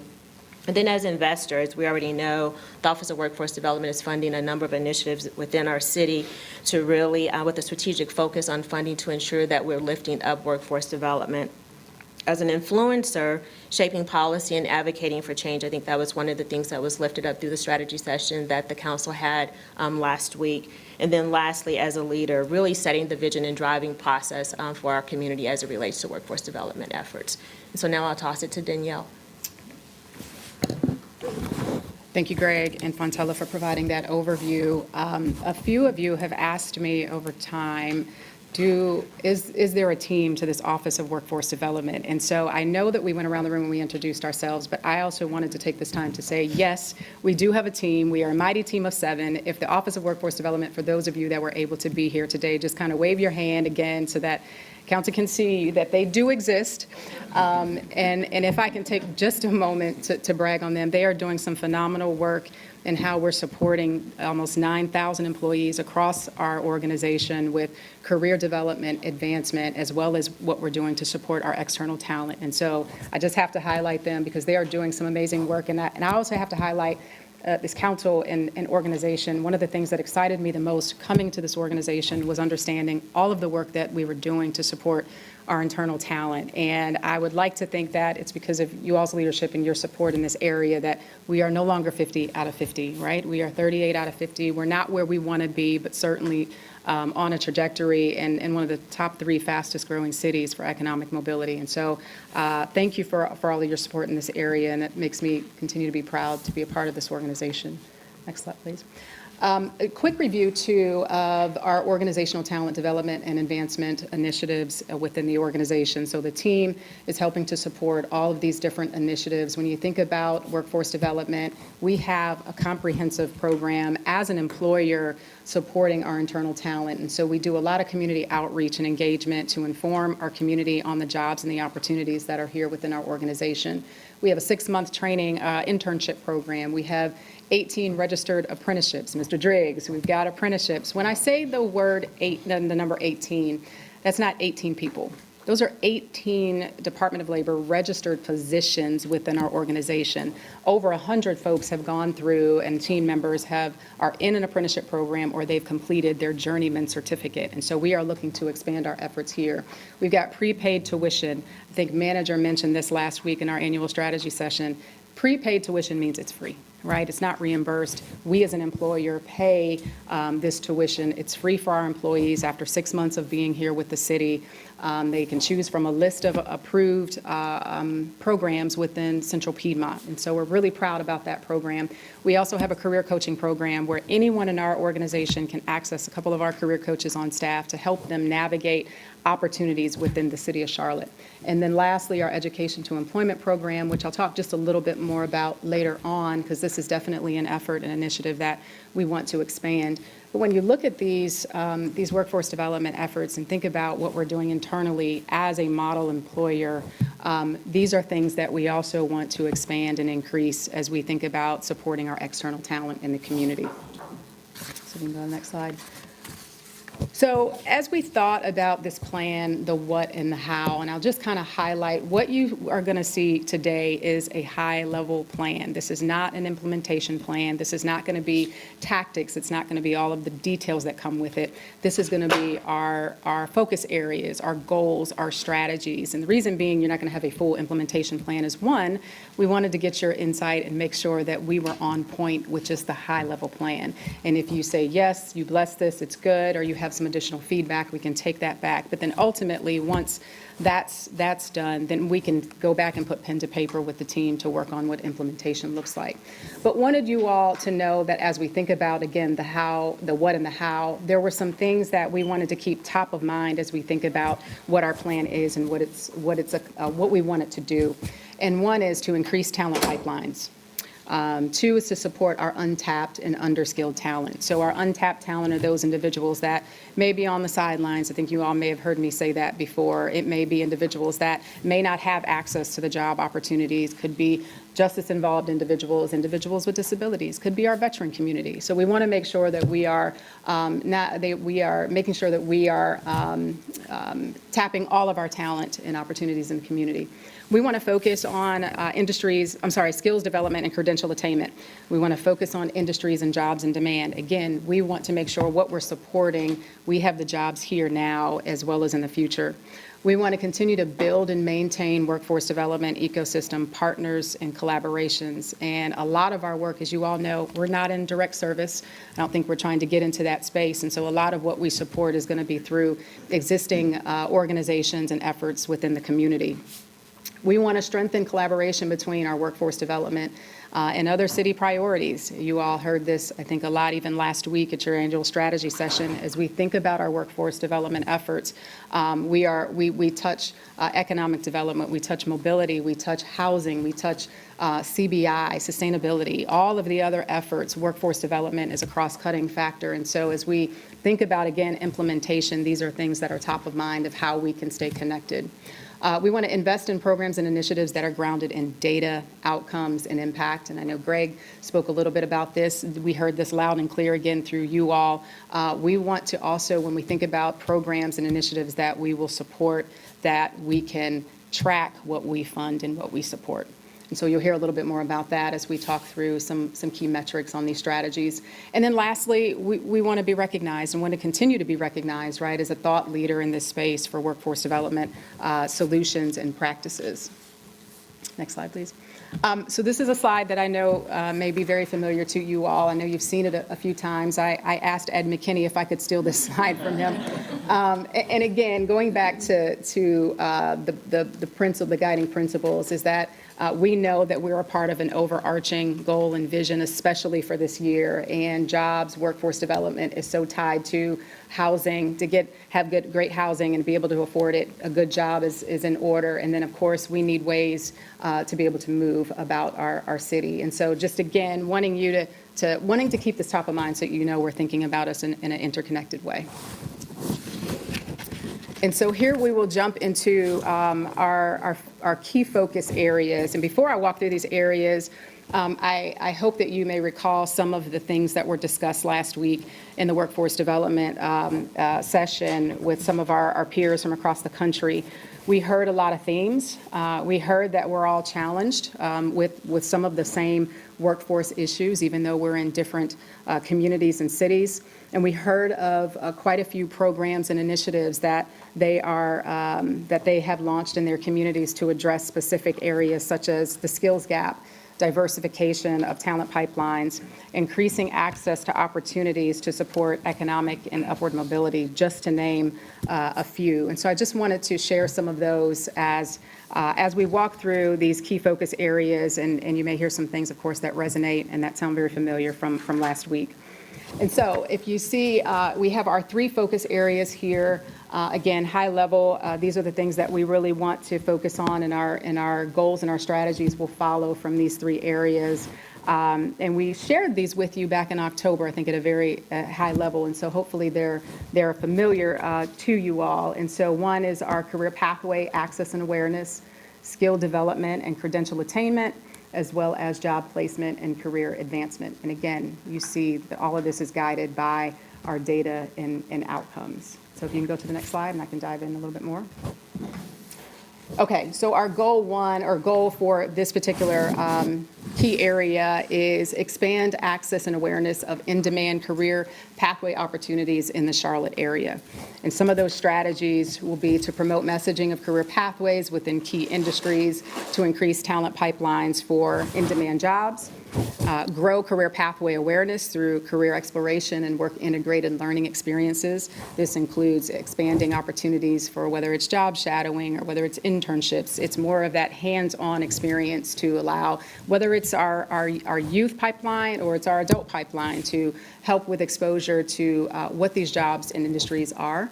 And 1.3 is to expand access to workforce development services by increasing community navigation and support. So we've talked about this in a couple of our sessions over the last year of how do we make sure that there is expanded access to resources and to workforce development services throughout our community. And we talked about our opportunity hubs as well as corridors and other organizations within the community.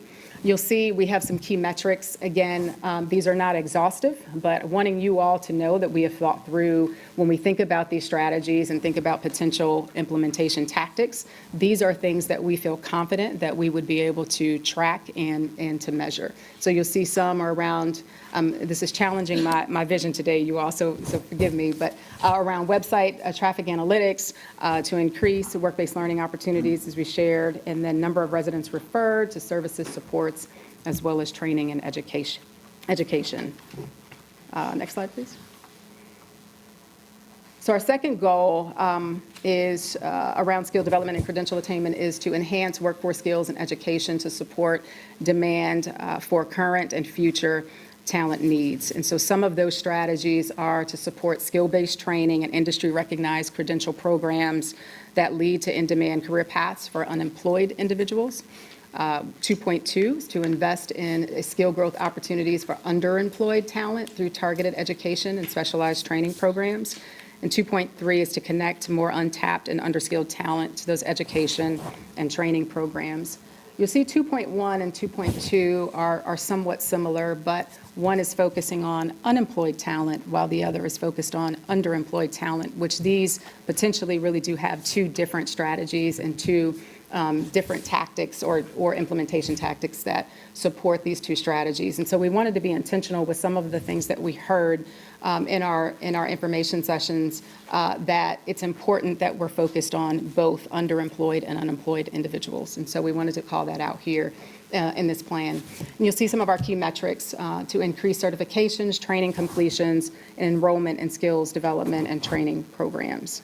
And you all know we've done some of this over the years with Project Peace, with Project Renew, and some of the other training programs that we have supported, but we definitely want to be able to expand those opportunities. Next slide. And last, we have goal 3 under job placement and career advancement. So this would be to connect more talent to sustainable employment opportunities. And so those strategies are to expand earn and learn experiences and opportunities such as on-the-job training and our registered apprenticeships, to increase skills development and job placement. And so again, as an employer, we do apprenticeships and we plan to expand those, but we also want to support other businesses within our community and potentially support from a financial standpoint, maybe some aspects of some apprenticeship and on-the-job training programs. 3.2, expand education to employment program to high school and college graduates within the city of Charlotte and other employers. I think you all know we launched this program last year in partnership with CMS, and this was to support CMS's, they have a What's Your E, and they have 3 pathways that they want their young people to be on when they graduate, and that's enlisting in the military, enrolling in post-secondary, or getting employment. And so because we are not military and we are not education, we said, well, we can do this through employment. And so it was our commitment to employ a number of CMS students last summer who graduated in 2024, and we're happy to say that we have retained 14 of the 16 individuals that we employed last year. So, and they are doing well in their roles. So we want to expand that, right? We want to expand that to other employers. We did not want to be the only game in town. We just wanted to kickstart this commitment of this organization and really looking at our talent pipeline, starting with our secondary graduates. And so wanting to bring on more employers, we also want to expand this to our higher ed partners and to ensure that we're pulling folks that are graduating from our Central Piedmont, from our Queens, our UNC Charlotte, our Johnson C. Smiths, et cetera. So last, you see 3.3, work with education and community partners to connect job-ready talent to employment opportunities. And so with this one, first of all, anyone that we're supporting through employment and training and education programs, we want to ensure that there's a clear connection that they are going to have employment at the end of their training. I think that's one of the things that we have an opportunity to be intentional about, especially when it comes to metrics and outcomes, is that, I think I mentioned this last week too, successful programs are partnering with businesses at the very beginning. So they have the job in hand, not in mind, meaning cohorts of individuals are going through training programs and that there is at least a guaranteed interview right at the end. They still have to sell themselves, but very engaged business partners is what we really want to do through these efforts. As well as when we think about economic development, when we think about CBI, when we think about our small businesses, we want to make sure that we are a conduit to support our businesses to connect to our employment ecosystem. And so we see this as an opportunity, I think, to grow and to expand our connectivity and our relationship in that regard to ensure that our businesses have access and know how to access the talent. You'll see some key metrics here. We have increase in employment within targeted industries, jobs filled and retained through workforce programs, wage progression, career advancement, data, and business growth. And one of the things, again, I'll continue to just reiterate here is that a lot of our support will come through external partners. And so you saw some logos on slide 6 that organizations that are doing some great things in our community that we may continue to support or invest in, such as your do-graders, your road to hires, or some others that were there and not even there. So just, again, wanting you all to know that implementation has been on the mind from the very beginning, but wanted to walk you through this high-level plan, one, to get some more engagement and feedback on how this resonates and lands for you, and would love, as we begin to talk through thinking of these strategies, and you have a one-pager in front of you that has everything together, so you don't have to keep flipping back to the slides. But as we are thinking about implementation, are there things in these strategies that come to mind for you that help bring these strategies, I think, to life? So we would love to hear any of that feedback. But our next steps are to incorporate any feedback that you all may have today. And SHRMCO is still concluding some final research and gathering some more information. 3, I think, depending on today goes, and you all tell me if we need to come back in March, maybe based on what thoughts and feedback are shared today, we certainly can come back and provide a final draft. And then 4, we hope that full council will be able to support, endorse, or approve this in the March timeframe. And so with that, I will pause. Thank you. Thank you, Ms. Frazier, on that very well-done presentation. I want to thank the SHRMCO team as well for the work that you've done in engaging with us. I think we've got a lot of good work in front of us going back to last October for sure. And so I will just open it up for questions from the committee, and Mayor Pro Tem, who is joining us virtually, if she has any question, we'll entertain that as well. And I recognize Councilmember Drakes. Thank you, Mr. Chair. So if we go back to slide 10, I can find it here.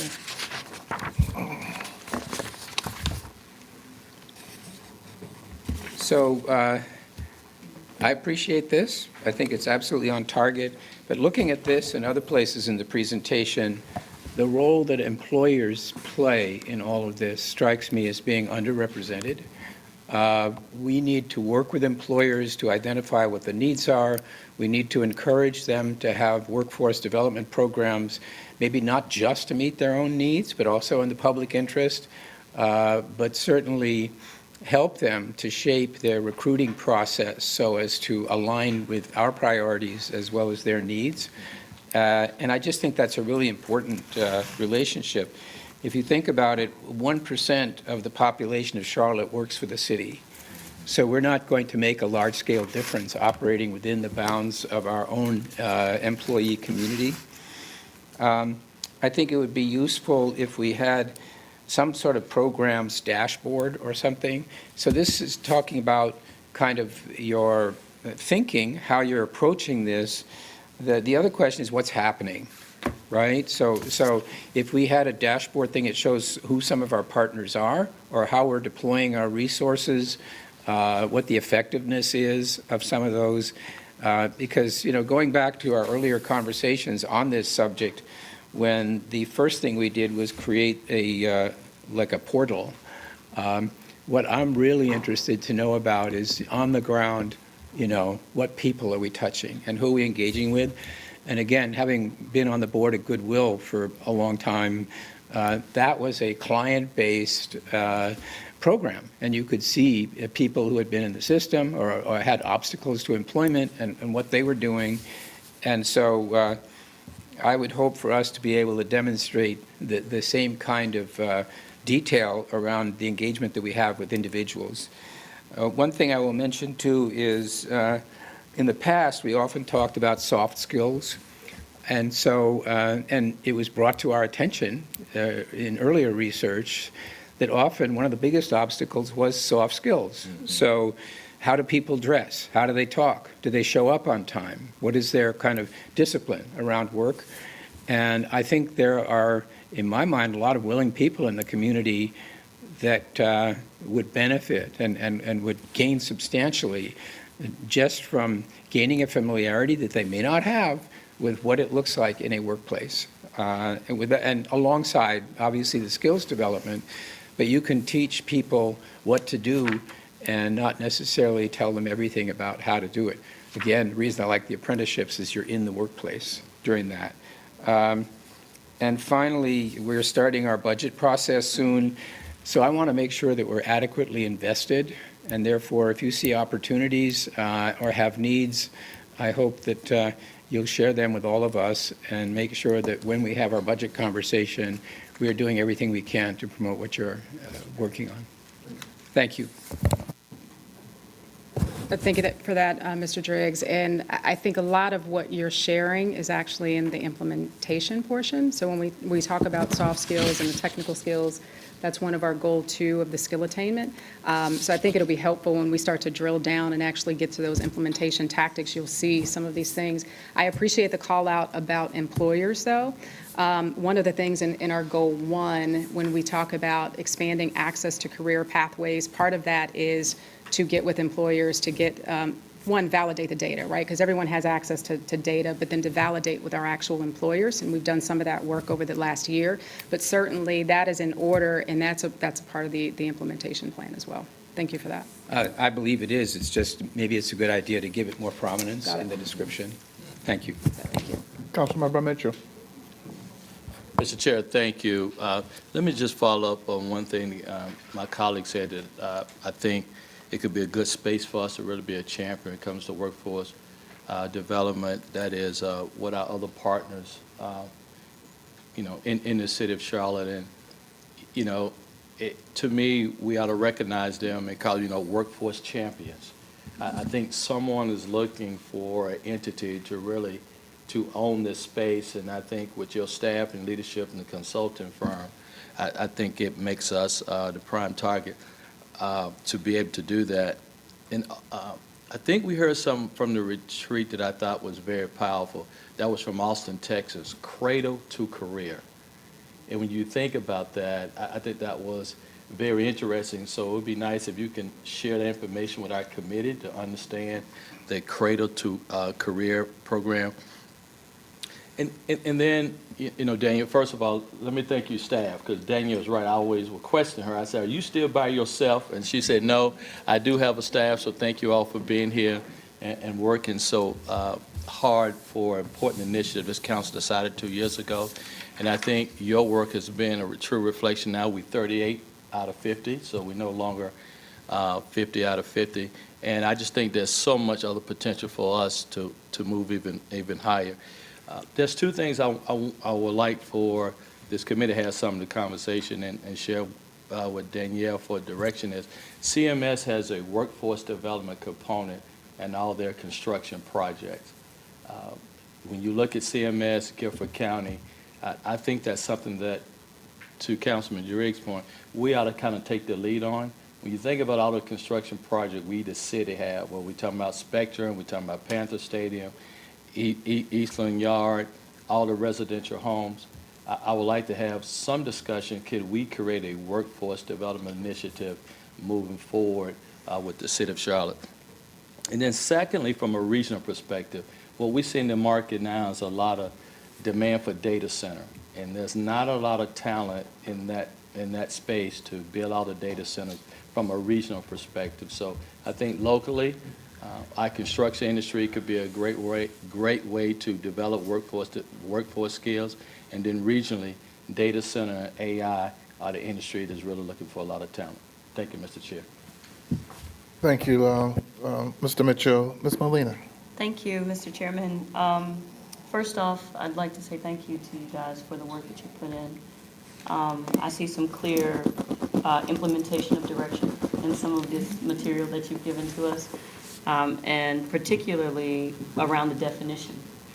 It's comprehensive, right? It actually speaks to some of what we discussed, and it's akin to the cradle to grave ideology, right? In that, I'm like the chairman would say, cautiously optimistic, right? In that, the expectations of humans are that I start now, I have results right away, right? And people have real needs right now, right? And that's internally and externally. And so if I take a class, for an example, that may just be a step towards where I would like to go, essentially, right? And so in alignment with what Councilmember Mitchell said, you know, in kind of that cradle to job or cradle to placement mentality is, I think we have to adopt, and we're careful, right? I'm, you know, comprehensively, I had what I wanted to say, but as I've listened to my colleagues, it's evolved in that, you know, we, the city of Charlotte, I think I am very encouraged to hear that we are leading by example, right? With the 1% of employees that we have access to, they have access to free education. They have access to tools that will help them to evolve their career and status, right? So that's saying we're leading by example, we're implementing these things internally, and we would like to now look beyond ourselves to partner with community, you know, leaders and organizations that can help us to, you know, expand this citywide. And so I think the success of this program, in my personal opinion, considering what we have access to, is kind of like, and this is unrelated, the CAP goals that we have. We can talk about what we do within the city and how we've made those changes and how we're being intentional within the city of Charlotte. And then we can ask our counterparts within the city that have, you know, a common stakeholder position to say, will you join us in this mission, right? And so I think the success of what we endeavor to do is really inextricably tied to the partnerships that we create as a result of what we would like to see happen in our city. So who can we partner with? What organizations? And I mean, whoever's watching, I'm calling out to you all, like, how can we partner to make sure that these goals are in alignment with making sure that we have a strong and vibrant workforce in our city? And I think that is a very, very, very important piece to this puzzle. I'd also add that, I think of myself personally, right? I think of when I first came to our city, and I was very young and wet behind the ears, and the level of experience that I had, and the evolved woman that I am now, and all the iterations and education and things that I've added to myself. And if I wanted who I am now, I wouldn't have been able to achieve it then, right? And so the expectation that, you know, it's kind of one place to the next. I'm so thankful for all of the experiences that I've had along the way, because it makes me a very well-rounded leader as a result, right? And that's not something that you can tell to a constituent who needs a job right now, but for those real-life community members that we have that need a job right now, I love the idea of apprenticeships, right? Because it's unrealistic to say to, I'm a single mother with 2 children, to say that I can go and train and get a job. I mean, I need to make some money right now. I got bills right now, right? Like, so I love that we are looking at this comprehensively. I'm encouraged by some of what I see. I know that as we delve into the details, I think that, you know, we'll align. We have so much talent and information at the table. But my personal opinion of this is that what we can do internally is one thing, and I'm encouraged by the steps that we're taking. And in order to achieve this for the humans that we represent across this city, it will require businesses and partnerships at the table that are going to help us be successful. So I'm looking forward to this. This is something that's personal to me. I think about data that I just consume with regards to the evolution of jobs and where we're going. And I read on LinkedIn recently that 44% of jobs within the last 5 years were titles that did not exist 5 years ago, right? So we have this, in real time, we have this evolution of what it means to have a job and the position and how it's being created in real time as a result of information and technologies and the advancements that we're making in that arena. And we have a talent workforce that needs work right now. So, you know, we're stronger together. I'm encouraged by this work. I'm so proud to be in a city with colleagues that puts this first, because if you can put a human to work, you can put them in charge of their own destinies. And so this is destiny setting material to put the honors back into the hands of someone else. And so I'll digress there, and thank you very much, Mr. Chair, for allowing me that time. Thank you very much. Mayor Pro Tem. Thank you, Mr. Chair. And Danielle, thank you for the presentation. I really think you have, most of the ingredients in the ragu here. I mean, I really do. Is if we can activate on what you've just walked through, having some metrics in place and targets, I think we're absolutely headed in the right direction.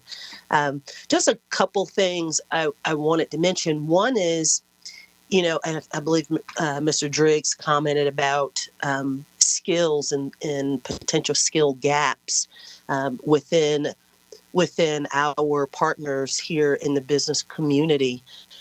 Most companies have a repository of skills that they have within their own company, and they can identify the gaps that they need. It would be great if you're not already doing that to have a conversation with some of our key employers about the gaps, as well as a forward-looking view around future skills that are needed. And I'm sure perhaps the CRVA might have that information as well, but I think that skills gap and a forward-looking view of what kind of skills will our employers need in the next 2 to 4 or 5 years, plugging that into this plan would be great.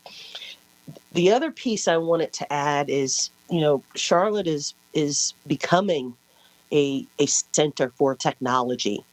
As we look at the Pearl coming online with our new medical school, there's going to be a variety of different companies that come right along with the Pearl that will be on that campus that focus on health tech, right? And so it would be really interesting to understand what we need, what skills we need to have in place here with our population to ensure that we can attract tech opportunities and more tech jobs.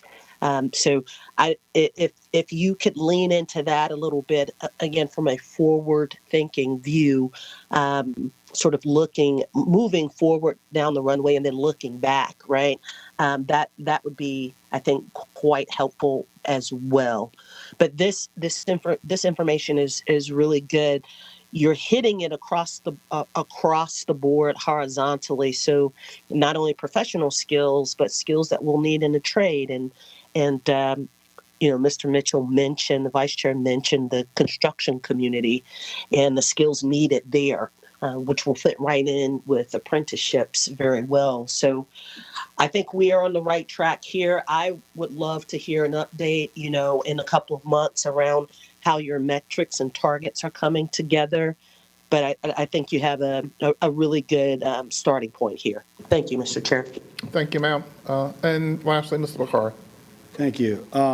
So I think we're on the verge of a major transition in this topic, from your team kind of working for a long time now on building the plan of attack, and now this kind of marks, okay, we're going to start seeing deeper views of what that plan, like where the rubber meets the road is, and execution, and that's where this is a very daunting but important topic. So I just give a couple pieces of what I'd be hoping for and what I think will lead to success in the next phase.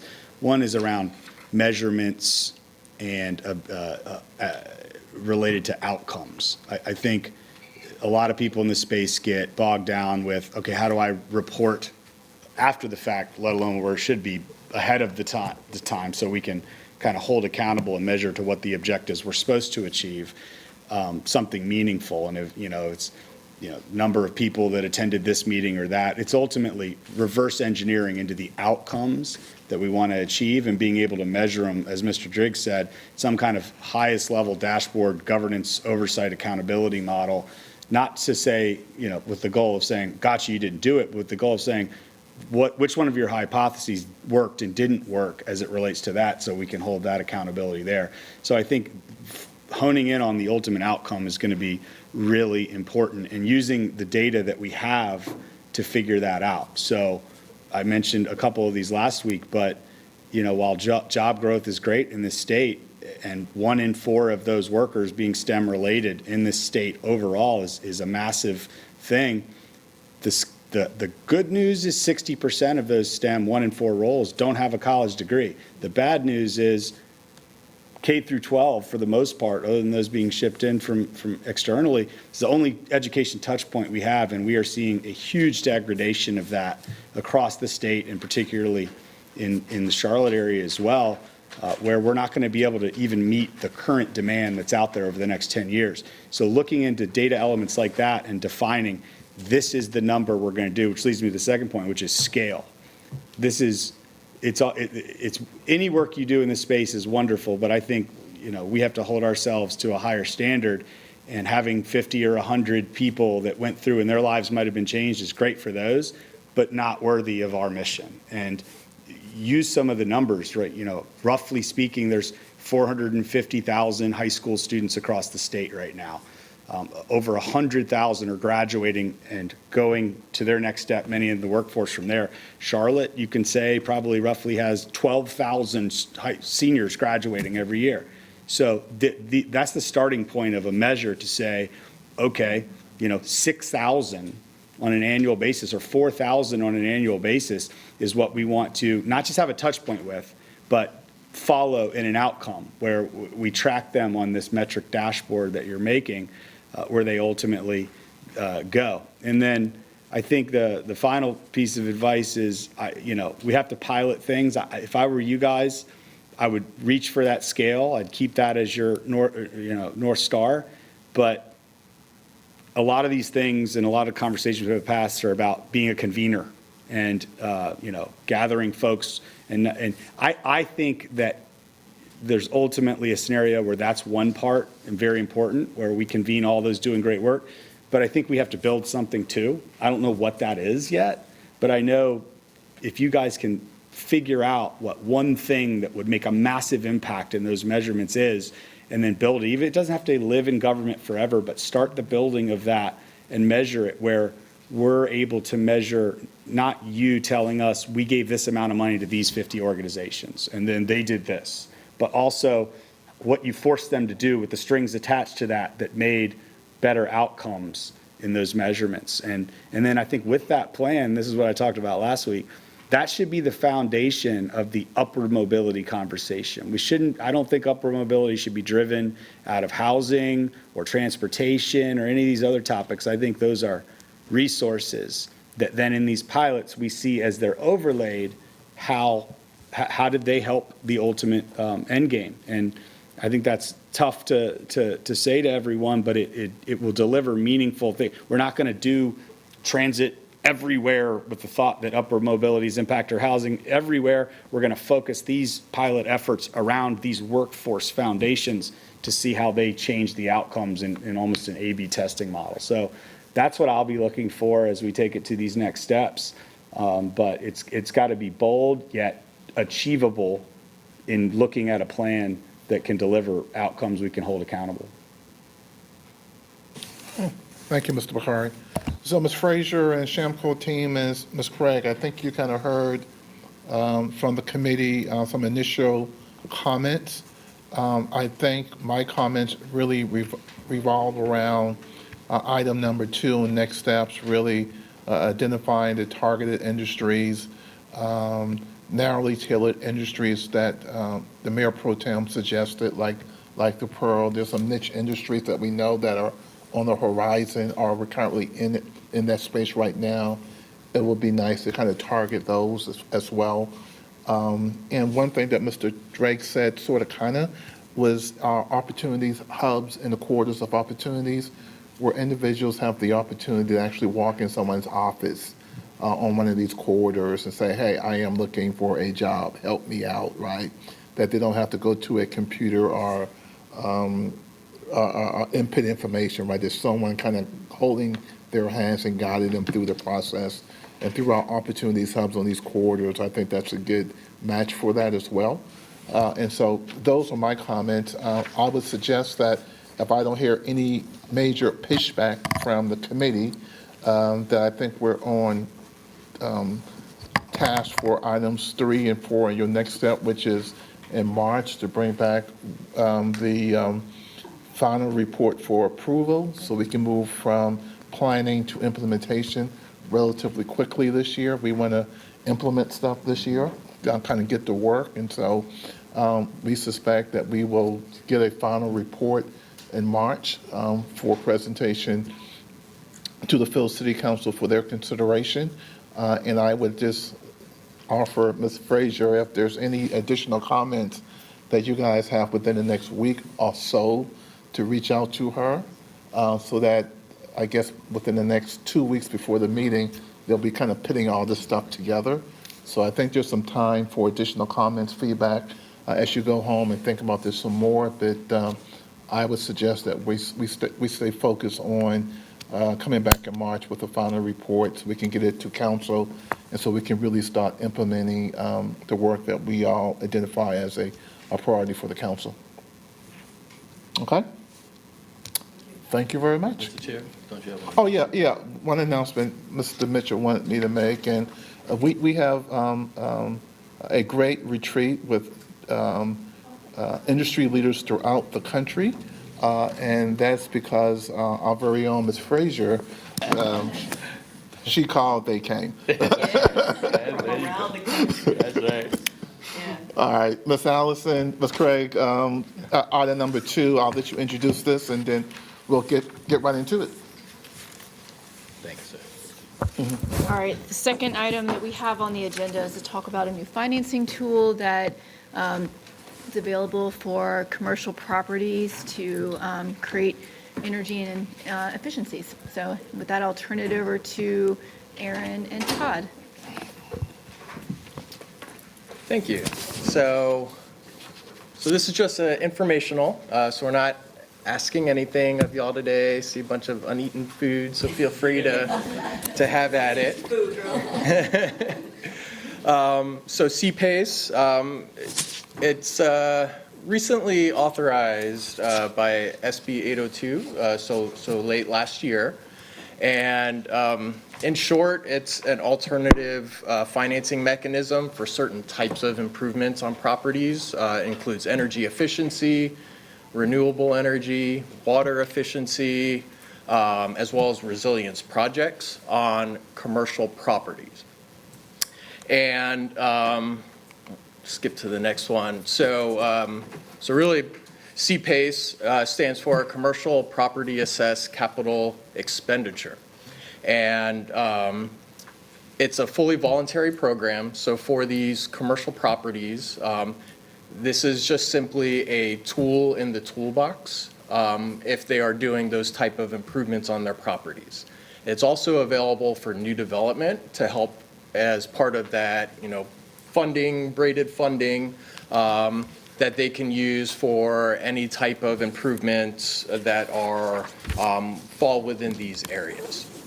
What makes it unique, however, is that the financed amount is placed on the property as a lien. And what this does is this unlocks the ability for the financing to be lower cost because there's more of a guarantee of repayment of that financed amount.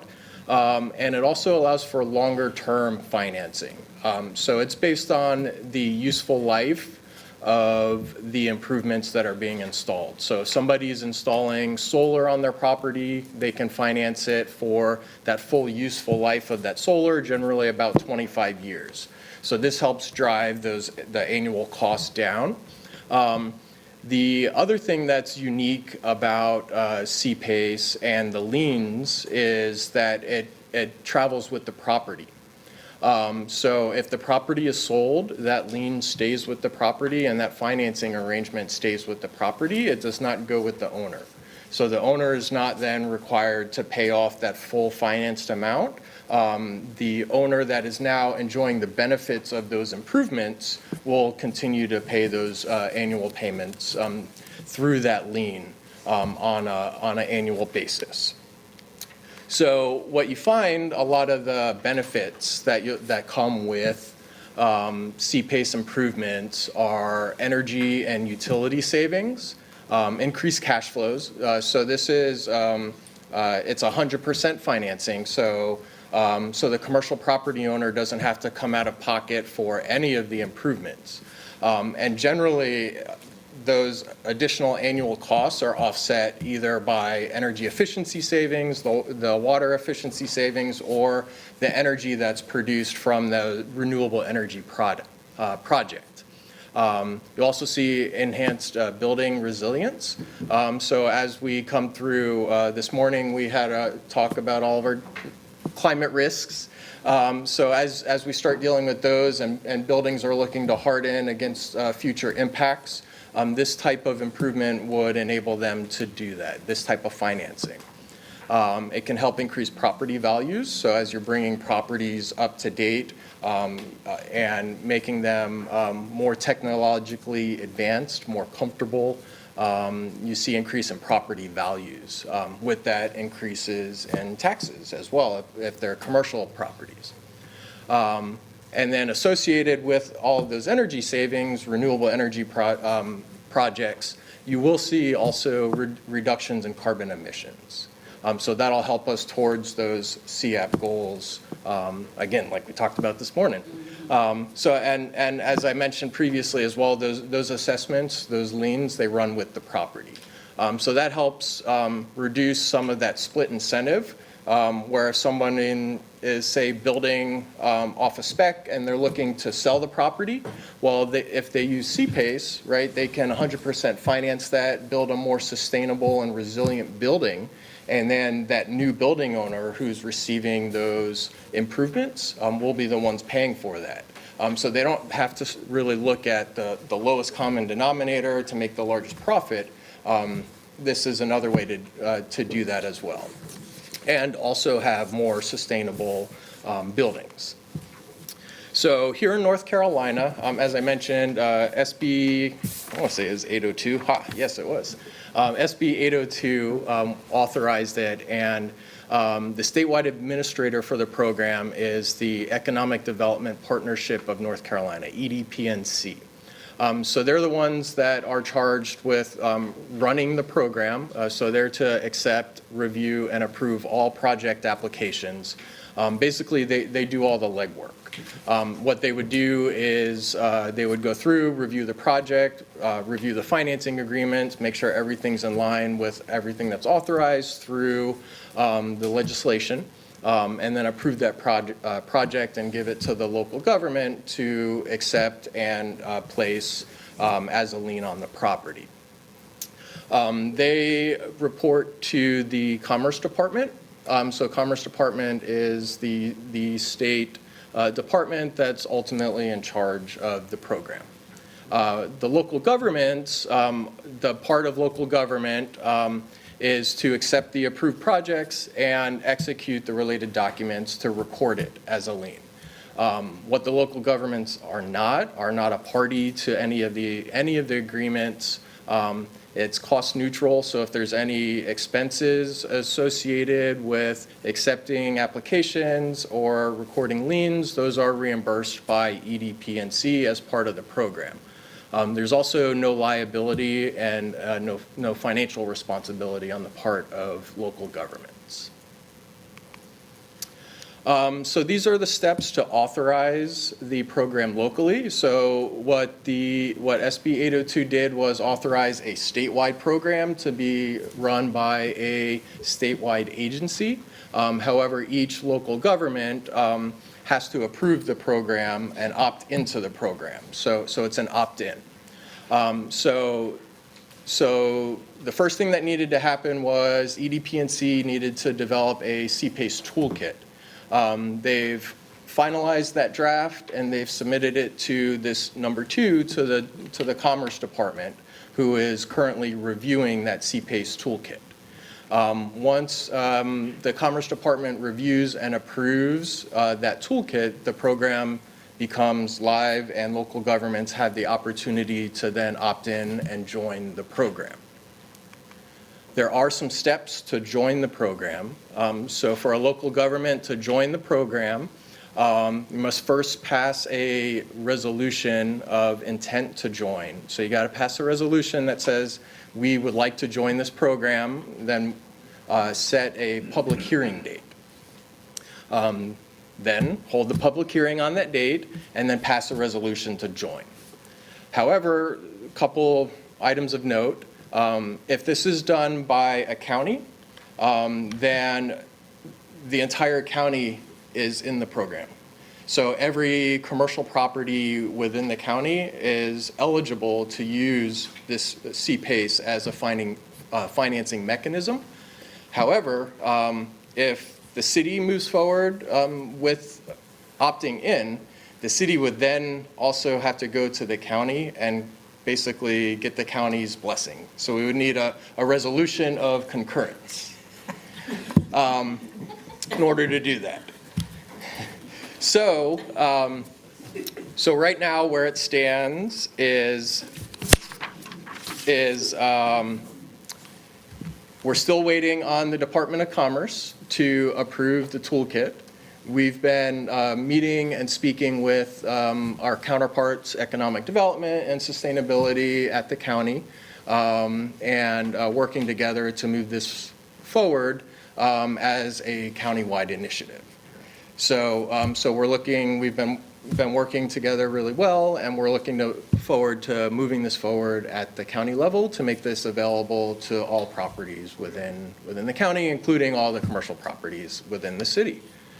So with that, if anybody has any questions? Mr. Driggs. Wow. Yeah. So I have a lot of questions. I think what I'm going to do is just mention what they are and not try to exhaust the topic. But this is a good description. There's a lot of interesting stuff missing still. It's private capital, so banks are making these loans? Correct. And therefore, I'm interested to know what the terms are.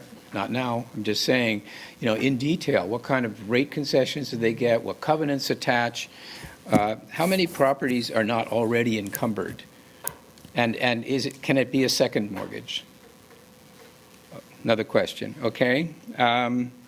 Is it necessary that you demonstrate savings sufficient to repay, to service the debt in order to qualify for the loan? How does this compare with private financing? So anybody can go to a bank and offer a lien on their property and borrow money for an improvement, and therefore, what specifically is the benefit of this program? And I assume that unless the local government enrolls, signs up, people can't access it, right? The only way in which this is administered is by our processing the applications.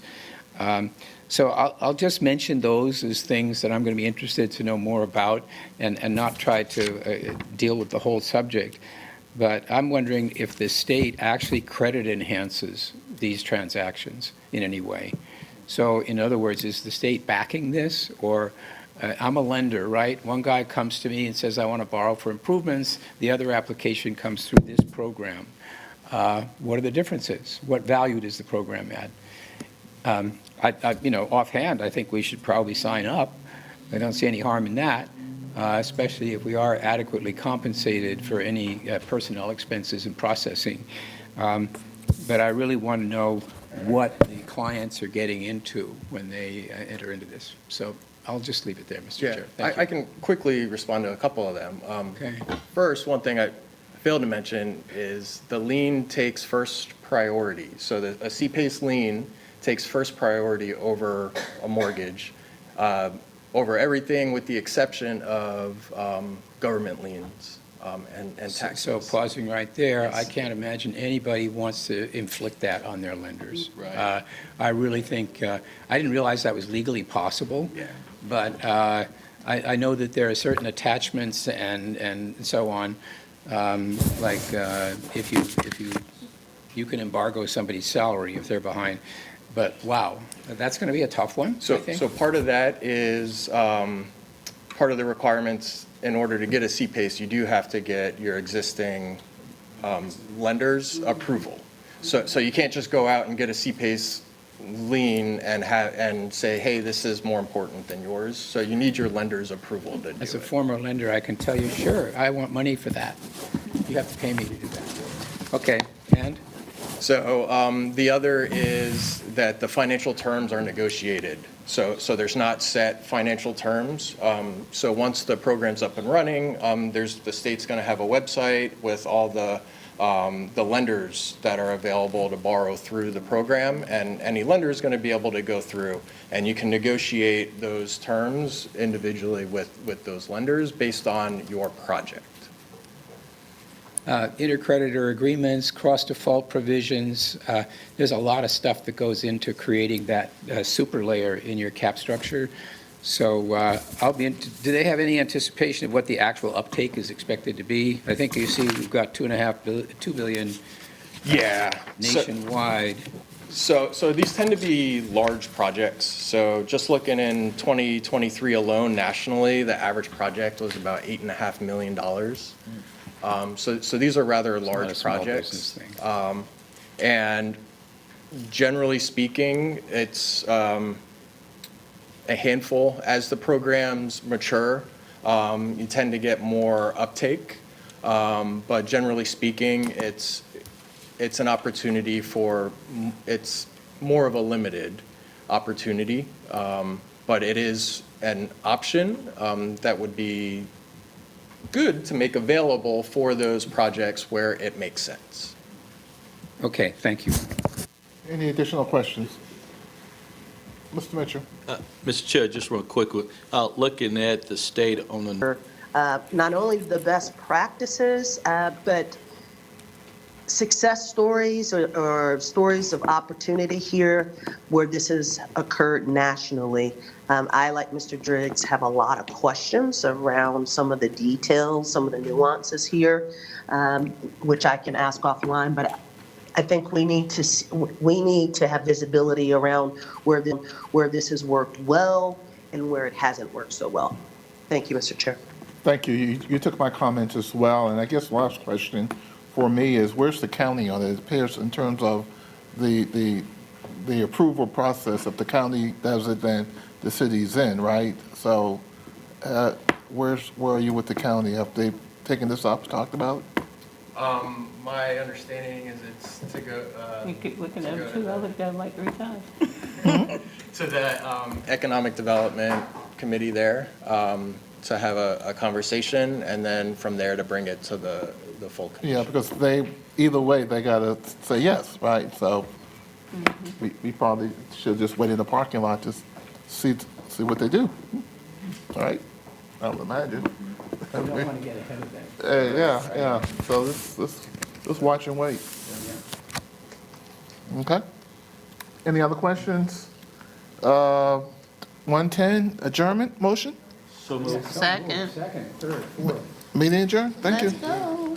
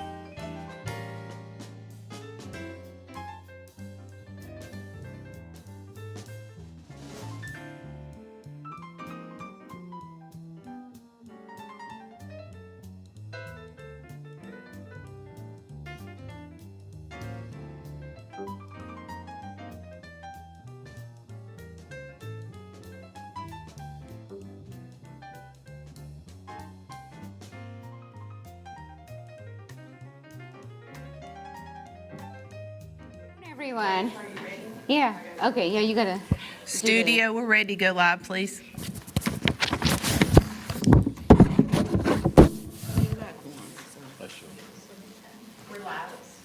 Okay, thank you, Marie. Well, good afternoon, everyone. I'd like to start by welcoming everyone in the room and those joining us online to the February 3rd Budget Governance and Intergovernmental Relations Committee meeting. Thank you for joining us today. I'm Councilmember Dimple Ajmera. I serve as the chair of the committee, and I'd like to pause here for introductions, starting with committee members and then of staff.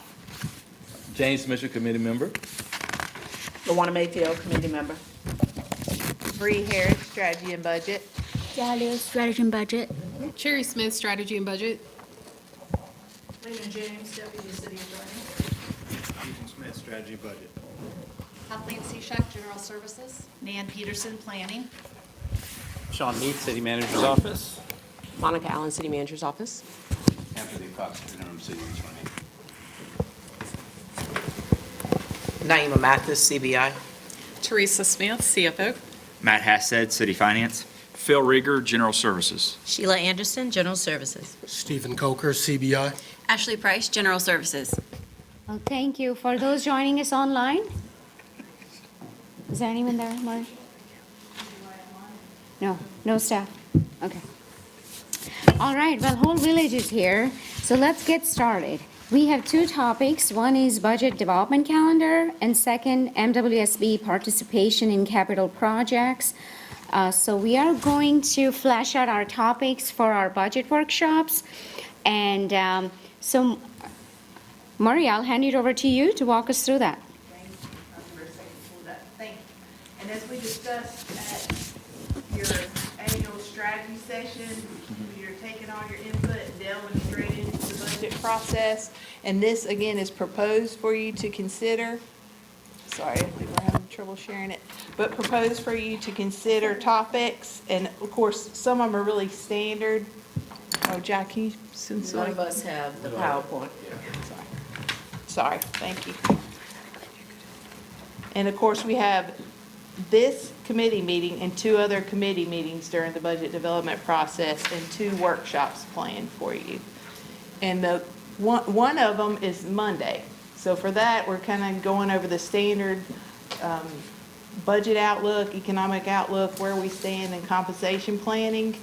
And then from there, and it's at your leisure from there, but at your pleasure, sorry, but we have proposed some topics for you to include the March 24th workshop to give a capital projects update, even though it's not a bond year, to go over the current capital projects and an update for that, solid waste services fees, and financial partners for that one.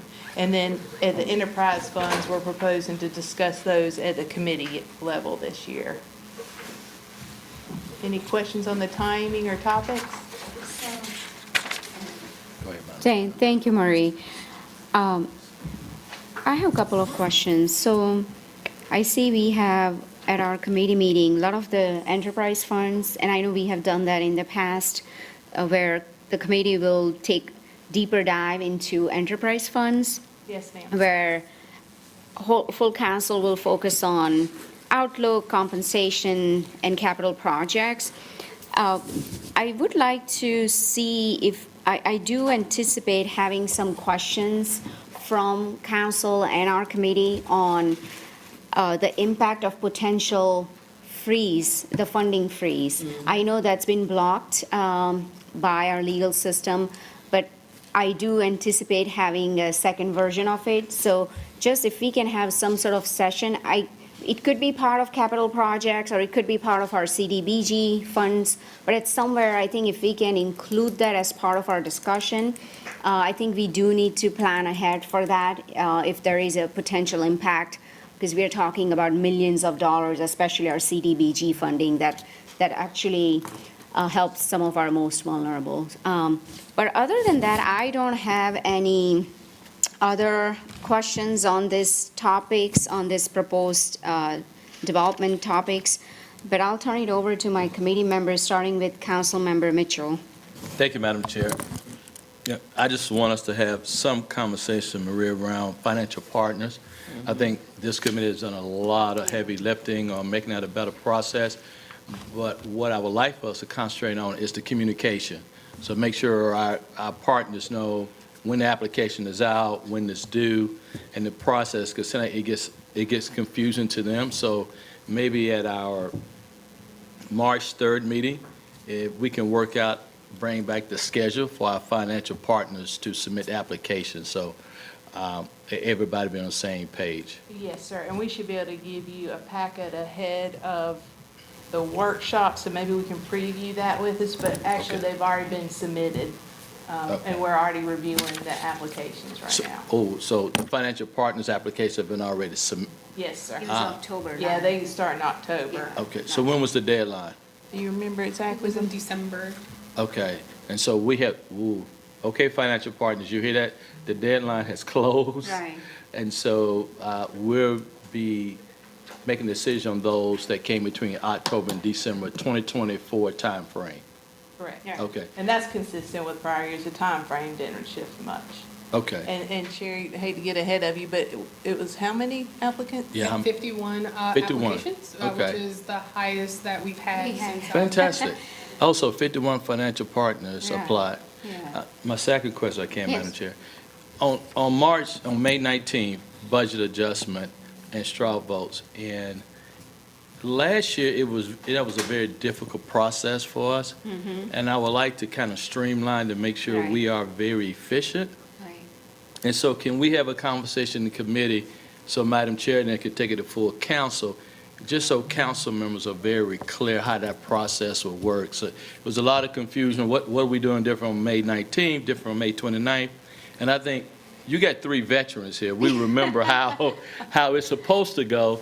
So I would like if we can have some conversation and some language, and so council is better prepared, so that'd be a more efficient. In advance. Yes. Thank you, yes. So to follow up on that, Mr. Mitchell, we are 3 veterans here. Right. However, I do anticipate, just like every budget adjustment meeting, a lot of new partners get introduced. So I think it's up to the council to make a determination or a decision whether we want new partners to potentially get a pool of funding.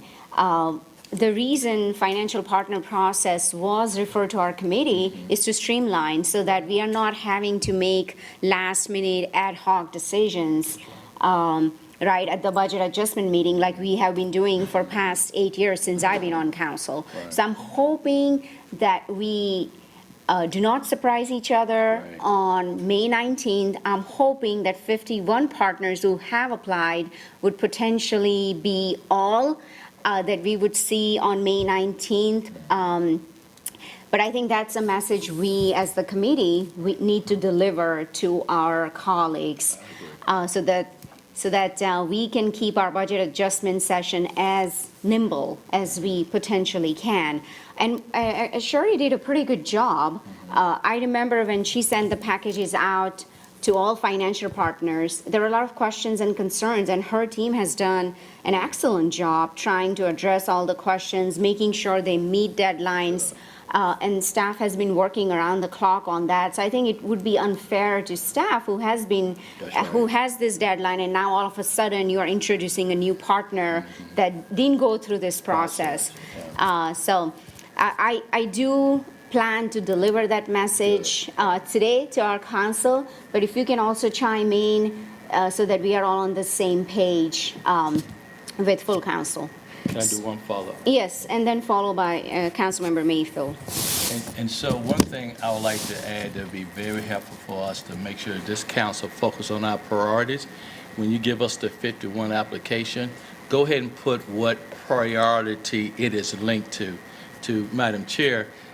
That way, hopefully we'll stay true to our priorities and don't do a lot of one-offs. Right. So if you can put a priority beside each application, I think that would help us stay focused.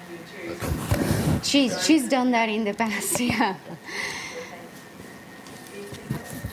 Thank you, Councilmember Madam May. Chair. I would also like to add, it would be helpful for us to know the timeline on payment to our financial partners, because I've talked to a couple of financial partners that we identified last year that still hadn't received funding. Some of them were brand new and didn't know all of the process. So I was under the impression that staff actually goes through and walks you through, hey, here's the contracts, here's the timeline, here's the payment schedule, but that isn't necessarily the case. So having the outline, I think, would be helpful for us to know Right. what that looks like, because I definitely agree with my colleagues. We historically have, on May 19th, how much money we have? Okay, well, I'm gonna need 500,000 of that, I'm gonna need $1 million of that. Also getting an idea of what is our budget for our financial partners, so that when we align our priorities with what they're presenting, because a number I can imagine are going to be those who were one-time Right. funders through our ARPA, and that's what it was. But some of them are doing great work that we might want to continue, but I also want to make sure that we are as transparent as possible with our partners, whether they're current or new, to let them know what the process is so that they can budget accordingly. Because again, what was brought to my attention was an example where both county and city approved funding. County funding was released in a relative short period of time. City funding was not. So I want to make sure that there's a clear process, and if there is additional help that is needed, because it's not always simple to work with government, that we have the mechanism in place to ensure that they have the assistance that they need. Now, I don't see that necessarily being an issue moving forward if we don't add new partners, but we want to make sure that we have consistency and do a check of partners that were approved, that council signed off on. Where are they on receiving their funding? And if there has been a delay, then we need to close that gap, because they're depending on us, especially with the funding shortfalls that we're potentially going to see thanks to language coming from the federal government. Yes, ma'am, thank you. Thank you. That's a good point, Councilmember Mayfield.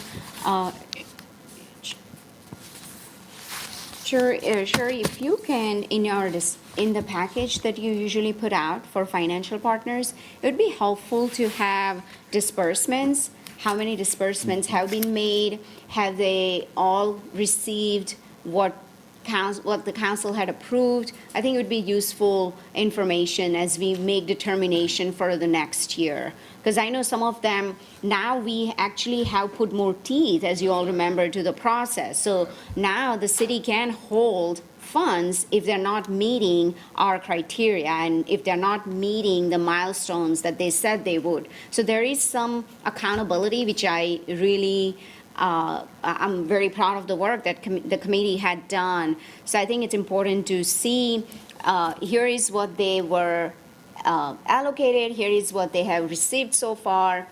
If there are any funds that were left because they didn't use it or they didn't apply or not apply, but if they didn't submit the receipts or so on, I think it would be useful. And also the timeline, to Councilmember Mayfield's point, what is their first withdrawal, right? Oh, I'm not using the right term, but what is the first disbursement date? I think if we can get that information, that would be helpful. Thank you. Okay, anything else on budget? Yes, ma'am. Yes, sir. Madam Chair, so Maria just came up, I just got a text. So I presented the budget to a town hall meeting on Thursday, and I was applauding us for not having a lot of property tax increases. Yeah. The one thing the citizen pushed back on, though, they say between stormwater, water, and solid waste, we have had increases over the years. Consistent. So it'd be nice on March 3rd and March 24th, just to show the increases we have voted on in stormwater, water, and solid waste. So they were applauding us, say, yeah, you're right. But they said, you're nickel and diming us on solid waste, and I could not recall how many increases we have had over the year. Every year, Oh, every year? because I actually brought that up in Yes, the because the budget conversation. contracts increase every year. So yes, that was in part of the slides, I believe you showed your town hall. Yes. But we can pull that back in and Can make you? it a speaking point for the workshop. Okay. Thank you, Madam Chair. Yeah, and I think it's important to note that both water and stormwater are enterprise funds. So, all the expenses have to come from the revenue that we collect. But, I looked at the overall city services slide that still shows we are one of the lowest compared to other Asheville. cities in the state. So I get it. I do get those complaints too. But I show that slide all the time. I have it handy in as one of my favorites. That look at this. People say, "Oh, we are moving to another town." I said, "We'll still be lowest in the state." So I think that's something we all got to educate our citizens on. That overall, you're still paying less taxes versus what you would be paying in Concord or other large cities. But, okay. That's all on budget. Second topic I have is MWSBE participation. I know this is something that our committee has been working on for a while. And I know that Mr. Cocker, Monica, and others have been working on this. I know there is a pilot in the pipeline.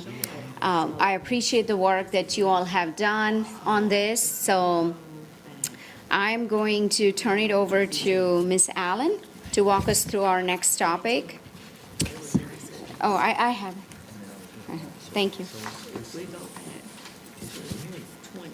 Okay. All right. Well, good afternoon, Chair Ashmira and members of the committee. So today, the CBI and procurement team is here to present the draft of the MWSBE Master Utilization Plan. A little bit of background with regards to this topic and the deliverable that you'll see today is a result of a policy referral that was made in May of last year.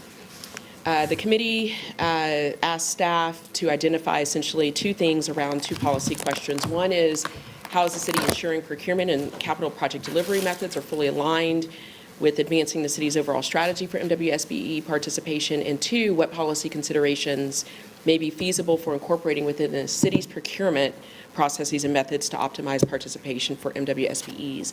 So Stephen Coker is going to be presenting today, and at the end of the presentation, if there are any questions, staff in CBI and procurement will be happy to answer those questions. Additionally, we are seeking feedback of what we're presenting today so that if there is a need, we can update the plan, bring it back to this committee next month with the goal of hopefully approving sometime in April. So at this time, I'm going to turn it over to Stephen Coker to kick us off. Thank you, Monica. First of all, let me say good afternoon, Madam Chair, Good afternoon. committee members, staff. I'm going to walk through this presentation rather fast on the front end, and then I'm going to slow it down right about the time we get to intro to MWSBE CIP Master Utilization Plan. So that's what our agenda looks like. Next slide. In deference to what we discussed last week, or I should say what you discussed in your committee member meeting, or I should say the strategic strategy meeting, I wanted to share this information right here. And this is linking the city's council strategy priorities to CIP MWSBE Master Utilization Plan. Of course, you set forth a strategic priority that stated workforce and business development. And baking small business and minority and women business development, we wanted to make sure that that is a priority, but it will be baked in workforce and business development. In terms of aligning this, the CIP Master Utilization Plan directly supports priorities by leveraging the work on capital investment projects to drive inclusive procurement practices and create economic opportunities for our diverse businesses. Next slide. Now, as it relates to this master utilization plan, there's a strategic focus where we streamlined the procurement, expanded our outreach, and provided targeted support to enhance the MWSBE participation. Of course, there is a major commitment by the city to inclusion where we prioritize equitable contracting, economic growth, and creating opportunities for our diverse businesses to thrive. Major collaborative effort that involved both us, CBI, and General Services. We also talked to several other departments in our workshops. Of course, there were community groups that we engaged with, and members of the committee, city council members. We also engaged with you to make sure that we had what your thoughts were integrated into this plan. We started out, as you know, with a pilot project where we targeted solicitations for our MWSBEs. We transitioned our subcontractors, or that was a focus point, into primes with our target marketing. And we promoted in all this work equity and compliance and procurement. There will be ongoing goals with this. The work that we've worked on so far, what we've presented to you, it doesn't just stop here after today or 6 months from now. There'll be ongoing goals relative to our monitoring the progress, adjusting the strategies, and empowering our MWSBEs to foster growth and inclusivity in Charlotte's economy. Next slide. This slide right here you've seen before. Probably the only thing that was not there the last time was naturally what we have as the January committee meeting. We presented to you the first round of questions and answers. I hope you were able to read through those, and if you have any questions following those, please ask. But also between that time and now, we finalized what this utilization plan would look like. Next slide. Okay, here's where I slow it down and kind of bring all of this together. As it relates to this master utilization plan, it's a guiding document that will identify the strategies and the pathway to achieve council's priority to utilize and grow our MWSBEs in our capital investment projects.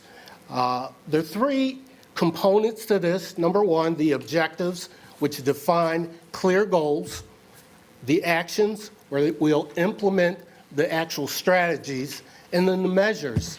We'll track our success. You know, as that old saying goes, what gets measured, gets done, right? And so we are going to measure this, tweak it where necessary, and make sure that we always stay on top of this. Next slide. I spoke of community collaboration. There were 5 groups that we met with. We got their input, and a lot of their ideals are integrated into what we put together here. We met with the MMCA, which is the African American Contractors Association, HCAC, that's our Hispanic contractors, the Women's Business Center, the Wonder Group, who is working on a number of Charlotte initiatives, and our advisory committee, CBIAC. Next slide. So objectives along with the actions. The first of 4 objectives is early engagement. Extremely important. You saw that. And the ideal behind that is to integrate CBI in the project planning phase. Project development, we'll look to administer the pilot project framework, focus on increasing project opportunities, targeted outreach. That area has come up a lot, and outreach is going to be a major focus of our work, where we'll implement tailored outreach efforts through the contractor development program. And then barriers. Let's talk about what we're doing to remove them. We'll improve procurement process, offering bid preparation when necessary, provide bonding support, which you are aware of, and encourage licensing and certifications. And a lot of this will be done through the consultant we've hired, Merriweather and Williams. Next slide. So if we can get a little granular with these ribbons, early engagement, again, integrate CBI early in the project planning process and to maximize our MWSBE inclusion along with goal alignment. Access and identify opportunities for scalable scopes across diverse delivery methods for the city projects. Be proactive and regularly engage the contractor community through our targeted training programs and resources to equip our MWSBEs with the necessary tools to navigate procurement process. improve goal setting by developing realistic, data-driven participation goals tailored for each project, create transparency and foster trust with the contractor community, and collaborate and share our diversity objectives, and incorporate CBI in the budget planning process by updating annual procurement forecasts, the forum to include our business inclusion efforts for each project. Next slide. As far as project development, here we are looking to expand opportunities for MWSBEs by unbundling large contracts or projects into smaller components. I think Councilmember Mayfield, I've heard you ask about that several times. Identify and establish projects on a smaller scale to enable the subcontractors to grow into prime contractors on projects they can actually support. And these initiatives will provide essential experience and facilitate the development of our subcontractors, thereby enhancing their qualifications and competitiveness for future prime contracting opportunities. Also, build contractor and supplier capacity by, again, partnering with our contractor development program to deliver training programs that improve their readiness as it relates to bonding, licensing, bidding, et cetera. Also, deploy the project delivery method that most benefits the projects and maximize the MWSBE opportunity. Councilmember Mitchell, I think that was one that you talked about when we talk about using construction manager at risk, for example. And then, of course, develop tools to monitor and evaluate MWSB participation data to support development of future initiatives. Next slide. Again, targeted outreach. Our goal and actions behind that are to expand our outreach efforts to identify, certify additional MWBE vendors eligible for city contracts, thereby increasing diversity and inclusivity of our vendor pool for city work. Develop and implement an informal solicitation process that actively prioritize soliciting MWSBEs, fostering competitive bidding among peers, and promoting equity. Facilitate opportunities for growth and experience by directly notifying city certified prime contractors and potential subcontractors of projects within their specific trade specialties. Implement targeted outreach programs to educate and prepare our MWSBEs. Partner with local organizations to expand outreach and attract diverse contractors and suppliers. Host engagement events such as our networking socials, pre-bid meetings, and some of the bigger ones that we do, all for the purpose of being centered around the goal of connecting MWSBEs to the project, and where applicable, our prime contracting community, and increase training offerings for interpreting solicitation documents, making it easier to understand to assist the contractors on complex requirements that may discourage participation, which we've seen at times. Next slide. And as far as removing barriers, our goal here is to partner with the Contractor Development Program, again, specializing in supporting the MWSBEs to facilitate access to essential resources such as business coaching, which we are doing more and more, networking opportunities, financial assistance, and industry-specific tools. Additionally, coordinate with the program to conduct targeted outreach to ensure MWSBEs are informed of and encouraged to participate in the opportunities. Increase contractor and supplier awareness, and make sure the communication channels support MWSBEs with getting the vital and critical information. When applicable, offer bid preparation, training, bonding, support, and assistance with licensing. Consider partnerships with financial institutions and provide access to low cost access to capital and bonding, and administer a quick pay program, which we're doing on a pilot basis at this point, thanks to Teresa Smith and Brett Cagle. And then, of course, when applicable, provide one-on-one technical assistance and support through our business partnership and relationships to help our MWSBEs meet project requirements. So, again, back to measures. You've heard all of that. How are we going to keep our eye on the ball? These are the things that we feel are important that we track and be able to collect the data so that we can not only understand if it's working or not working, but also make improvements along the way. Of course, percent of contract goals met. We want to track the percentage of contracts that successfully meet or exceed their assigned goals. The total amount of MWSBE contractual spend, where we'll track the total amount of contracts awarded to MWSBEs across all city contracts. Number of MWSBEs awarded prime contracts. We haven't done that before, but that's a good measure for you to periodically understand how we're growing in that area.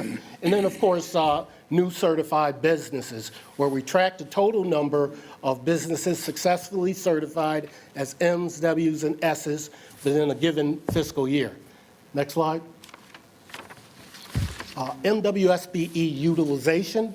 Here we'll track the percentage of MWSBE participation on CIP projects, measuring the proportion of the total project spending directed to certified MWSBEs, the number of outreach events. We haven't necessarily tracked that before. Well, we're going to do that now, where we'll provide you numbers related to the events that we've done, the numbers the attendance, and all components of our outreach, and then the numbers of MWSBEs receiving technical assistance. A major component part of our work involves technical assistant capacity building, and I think we've done a wonderful job through our work with Meriwether and Williams, and to even an extent ED's AMP Up program, and then CBI University, which is future state, and moving right along to implementation. So we'll make sure that we track all of that to support your understanding how this program is progressing. Next slide. Okay, I didn't see that curtain before in the slide. I like that. Questions. I'm here to answer them. I know I got a group of folks here who are full of knowledge, ready and willing to answer any questions. Thank you, Mr. Cocker. I appreciate that you had sent us a homework package to study. That was certainly very comprehensive. Thank you for putting that together. I think it was sent by Ms. Allen ahead of our retreat, so that was very helpful for getting up to speed. Also, you have one slide where it talks about 5 community organizations. I would like to see AAPI community being included. I know you have been in contact with IT Serve, Asian American Chamber, as well as CABA, Carolina Asian American Business Association. Okay. If you could also have conversations with them, because some of those businesses also have similar challenges and maybe different challenges, especially around language barriers or in terms of helping them navigate through this process, more one-on-one. I know you have done that in the past, and I'll continue to send businesses your way to get MWSBE certification process. But I think it would be important to have more broader outreach where it's diverse and truly reflects the makeup of our community. Well, consider that done. We'll never run out of work. I will make sure that we reach out to all those organizations on a regular basis. Yes, I appreciate where you highlighted a slide where it talks about removing barriers.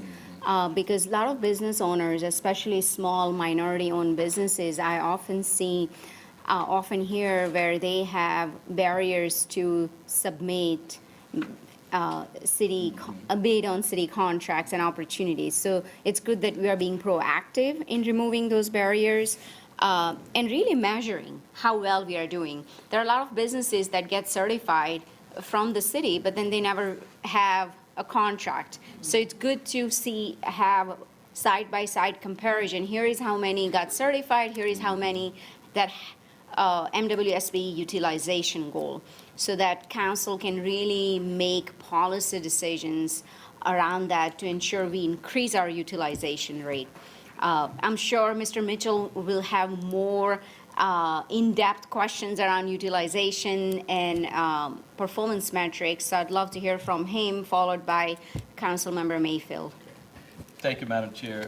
Stephen, great presentation. I'm going to talk about just a couple of things, some from the strategy session that was brought up, part of our panel. And one takeaway, if you can just share with us down the road that expand outreach strategy, just send that to us. Okay. I'm not going to ask a question. I'd be interested in seeing the strategy. So let me give a kudos, and you mentioned it, but I got to reiterate this because this is a true removing the barrier when you're talking about pay schedule. And so I got to thank Teresa Brent Cagle for really coming up with a pilot program that will allow our small businesses to get paid toward that 15th and 20 day as opposed to 45 and 60 day. I mean, we all still live in an environment that cash is king, and a lot of the small businesses rely on getting those payments. So, Teresa, thank you. And Brent, if you're listening, take a bow, because Brent first approached me that he wanted to use a small business to get more contracting cats. When he talked to the small business owners, he said, I don't have the cash flow to carry payroll. And so that's when we had a great meeting, and the minds came up with a great pilot. And Teresa, I ain't gonna say no more. She told me to stop bringing that up, so I'm gonna stop. So from the strategy session, though, I think there was three things I heard loud and clear that I think we should talk about. One, they said we should establish a goal-setting committee. I think Franklin made that kind of loud and clear when he looked at best practices. The second one, he said establish a waiver committee, so everybody's clear to understand what is considered to be waived. And the third, I thought Monica did a great job on the dashboard, but I remember there was a conversation saying maybe each committee should look at the dashboard tracker and include information that is missing. So I would like for some of that to be referred to our committee. These council committees? Yes, yes. The mayor thought that, because I think Ed brought something about transportation. And so the mayor comment was, how about we send it to each committee, allow them to get input on what data should be on the tracker. So I would like, we can get that kind of referred to our committee, particularly CBI. Monica sent a very detailed, Monica, I want to thank you. I think some of those questions have been out there since quite some time. But you compiled all 23 and gave it to us, and I agree with Madam Chair, it's great pre-reading. There's one that I'm kind of passionate about, and Madam Chair and the committee, I just sent it to you all. That is having council members sit on the interview selection committee. Mecklenburg County, I spoke to the Christie in Mecklenburg County, and so she sent me the policy they have right now, so it's in your in-basket. And so I saw the response that there was a recommendation not to include council members, but if we have one governing body that's already doing it and they're having some success, I think we need to have a further discussion. How does that look if the city council could do that? When you look at the Mecklenburg County, I'm looking at the language real quick, they allow them to sit, make a selection on the architect and the general contractor. And I think for us, that is some of our passion about it. We can get it right early in the interview process. I think it's less questions at the city council meeting. So that's all I have. Great job, Stephen. Monica, thank you for jumping in. CBI, I got to thank Phil and I usually bump heads 6 times a week. We've been bumping heads 0 in 2025. So Stephen, thank you for general services, for working close with the committee to make sure we get more participation. Thank you, Madam Chair. Thank you, Mr. Mitchell. So just to follow, so the 3 committees you talked about, the goal setting, waiver committee, and interview selection committee. Right. So the goal setting and waiver committee, would that be made up of council members? I think he was saying staff should, I think frankly, he said staff should set a goal-setting committee and a waiver committee. So I think that was more staff-led.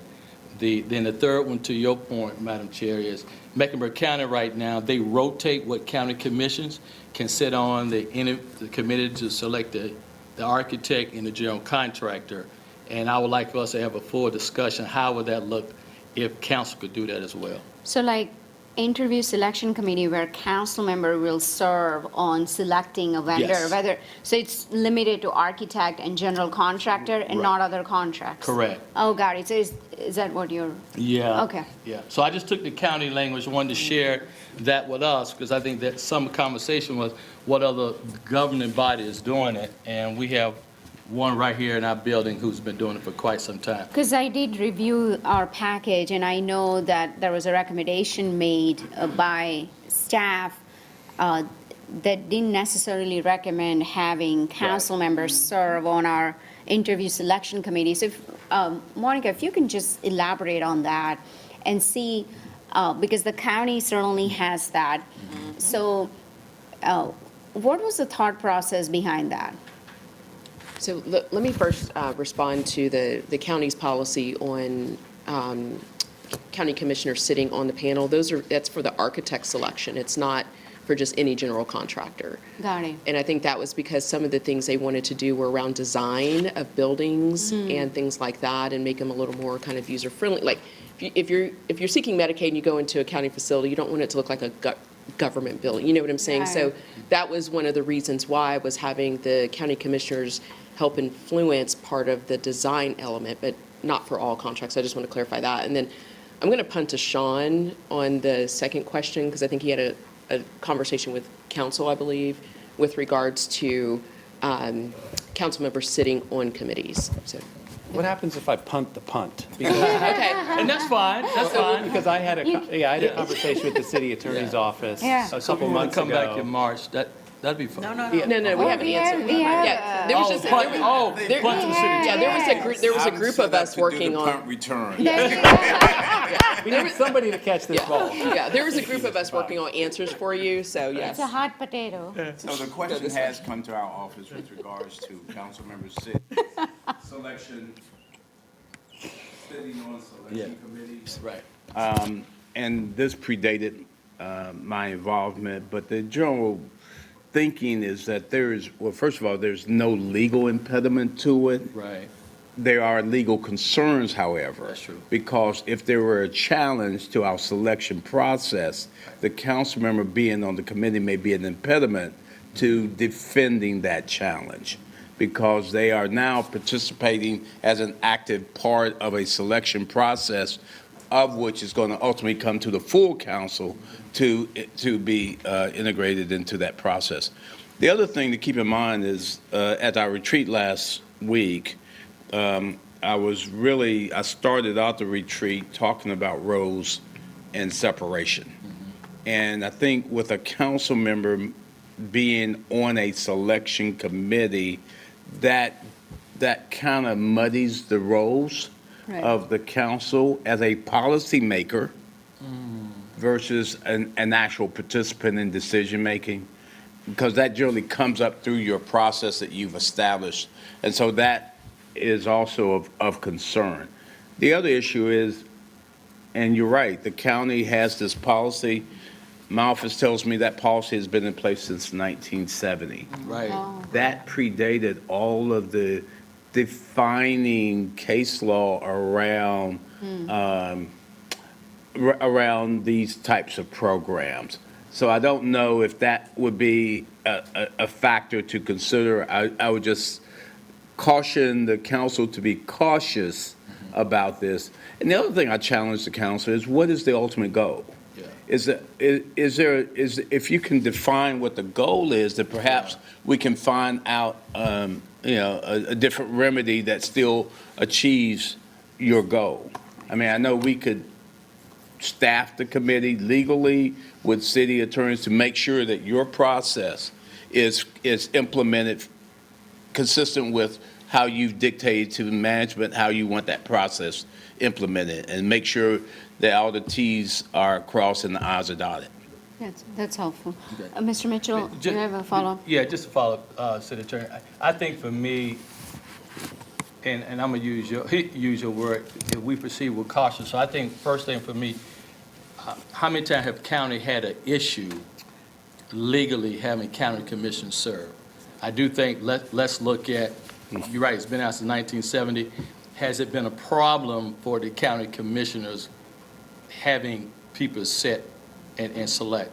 For me, it is number one, engaging council members early in the process, just like CBI, and making sure, even in the interview, that the goals are stated very clearly and articulated very well on what this body would like to see in participation. And so I do think that has been missing in the past. So as we try to strengthen it in the future, and I'm saying future, by July 1, have a new program, that we are giving it as much strength and action behind to improve it.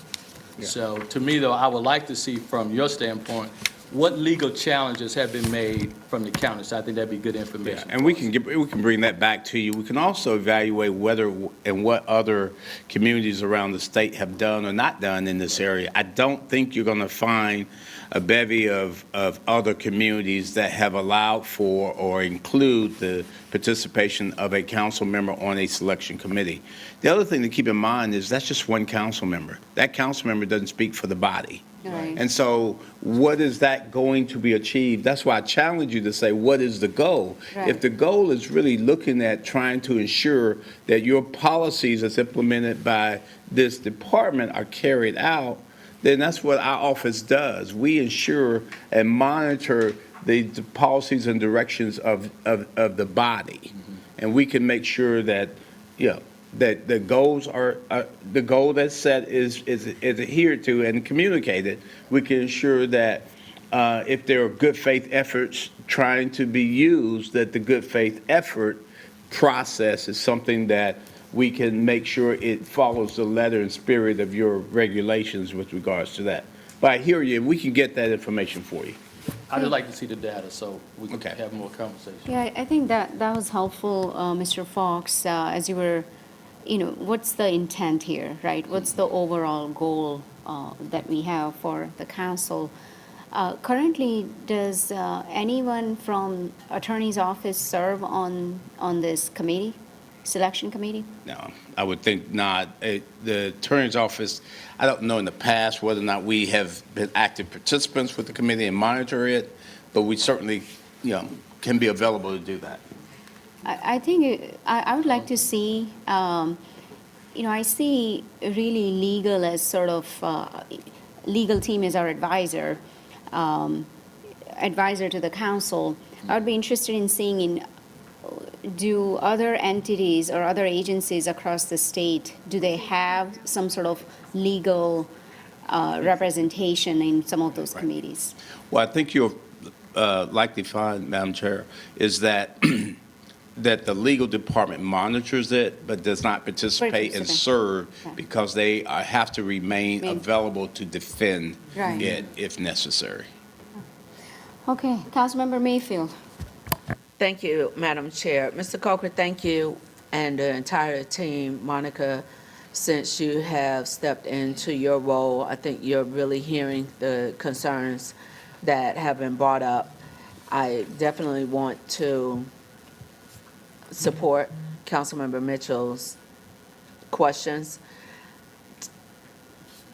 I am not necessarily interested in what other cities are doing. I'm interested in Charlotte-Mecklenburg.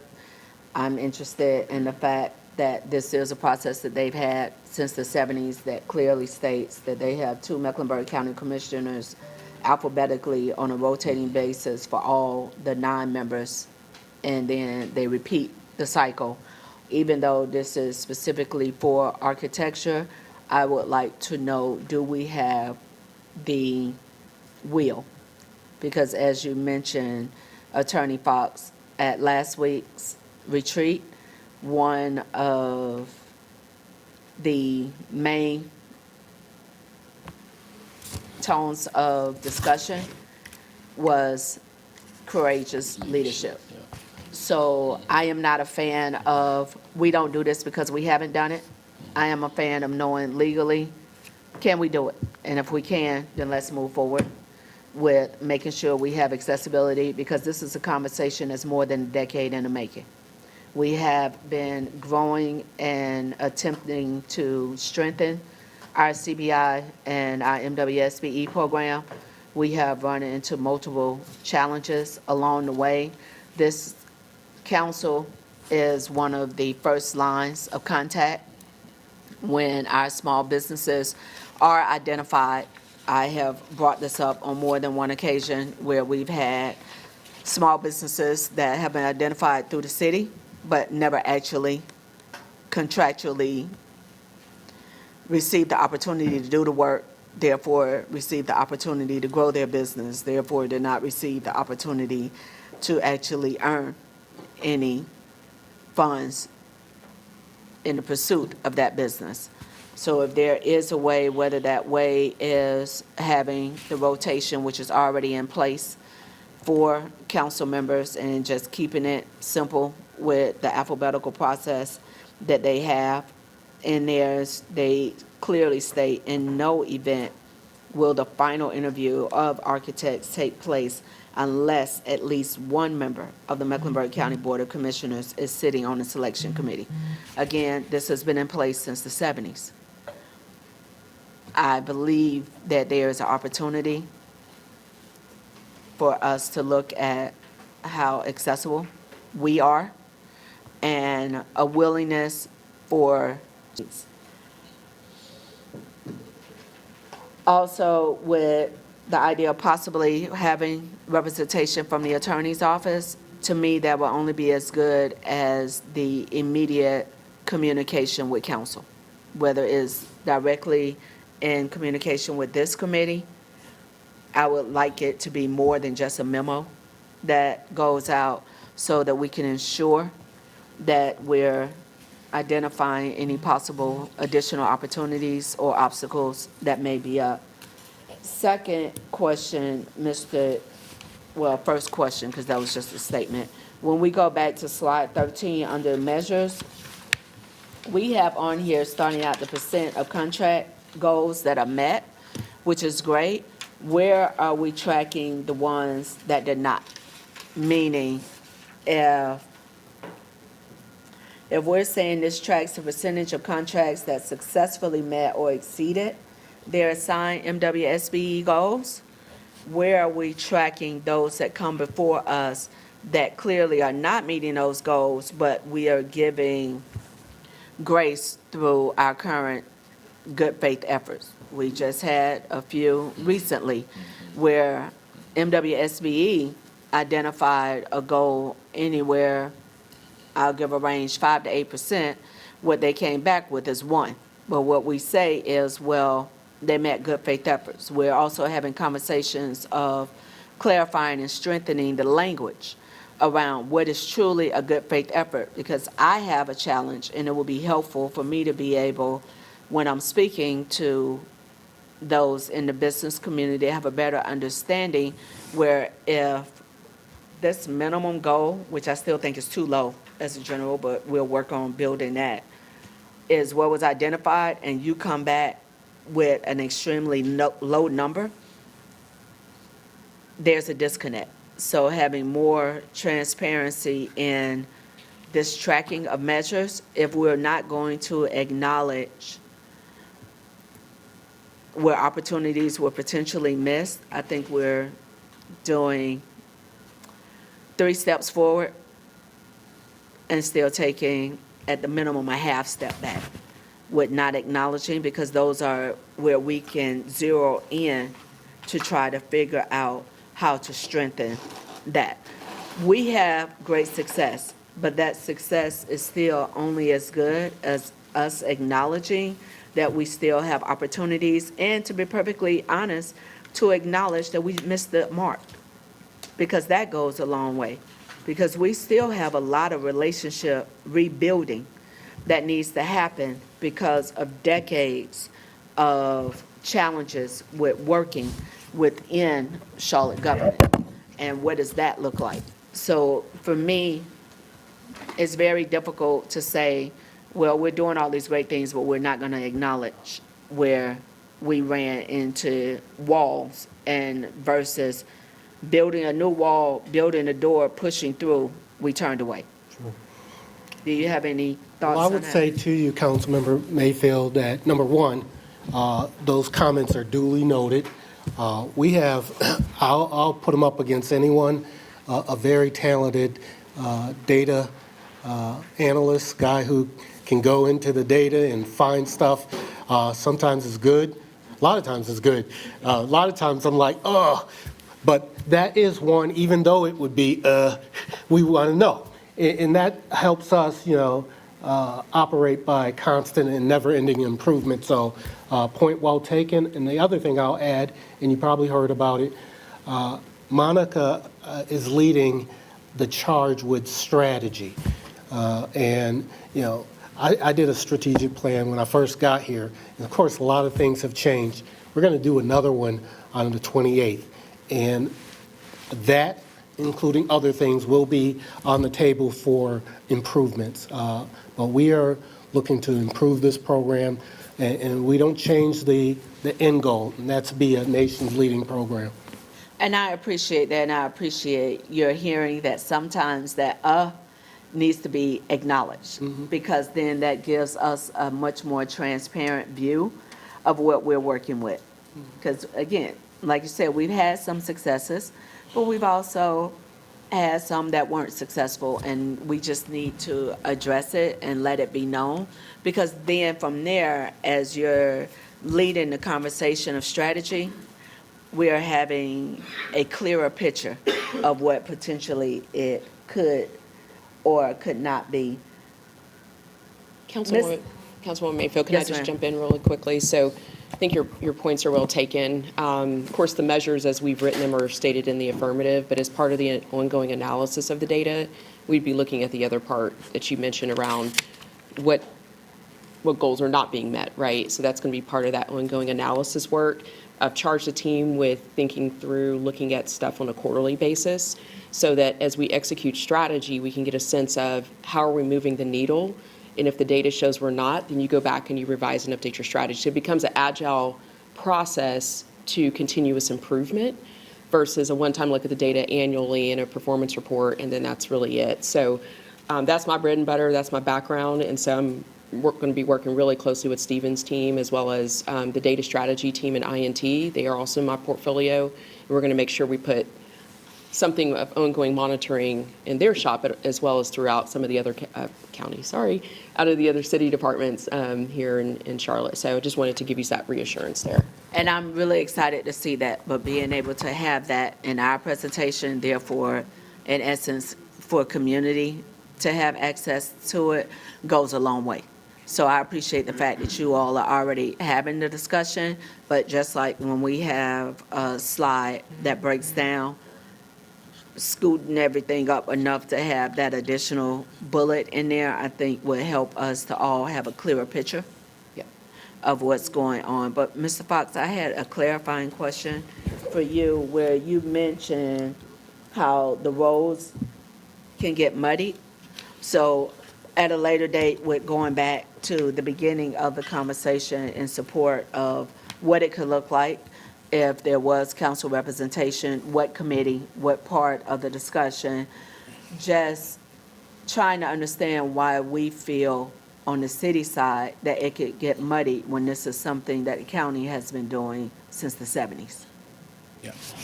I can't speak to how the county has dealt with this. I just know that is what they're doing. I don't know, and this is a question for this group as well, if there were membership of a council member on a committee, is that member going to be a voting member or an ex officio member? That can weigh in as well. I was going to point that same thing out, but yeah. also, excuse me, also the fact, hi, I'm Sheila Anderson. I'm yes, I'm Sheila Anderson, the Procurement Division Manager. And I would just like to note that we spoke to the fact that that commissioners were serving on the selection for architects. The AE process of selection is a QBS process, which means it's a qualification-based selection. It does not take into consideration pricing or anything, and that's why I believe that particular selection of AE was chosen for commissioners to sit on. It's strictly qualification-based.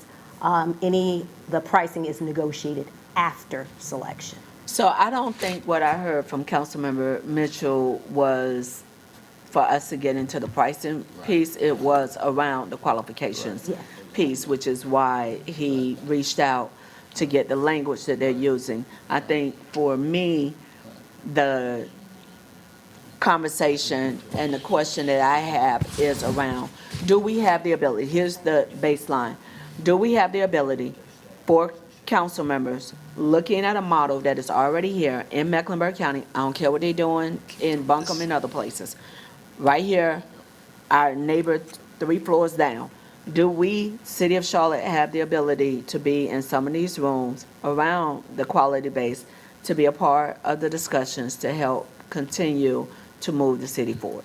That is the ultimate, because again, when it was mentioned that it could be muddied, which we don't have to have an answer right now, it's just when you're bringing information back, trying to understand why it would be considered.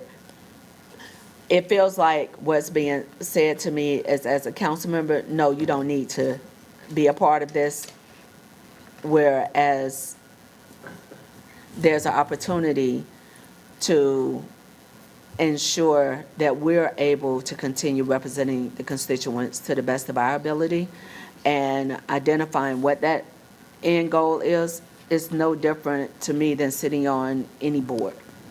I sit on a NASCAR board. While I'm in that room, what I'm learning, what I'm sharing is also, if we had a process where we would come back and report on the different committees and boards that we sit on, then it's not very different from that. But I just want to make sure that we're not using language that pretty much sets up a barrier from the very beginning to say, yeah, county's been doing this for 70 years in this particular area, but we don't think city should even have a discussion about it. Yep. Thank you. I see she's taking notes. I think your point is well taken, Councilmember Mayfield, and so is our city attorney. So I appreciate the passion on this topic and all of your input. So with that, if there are no other questions or concerns, do I have a motion to adjourn? So moved. Okay, second. All right. Good job. You get 30 minutes back. You also need to figure out, are they talking about?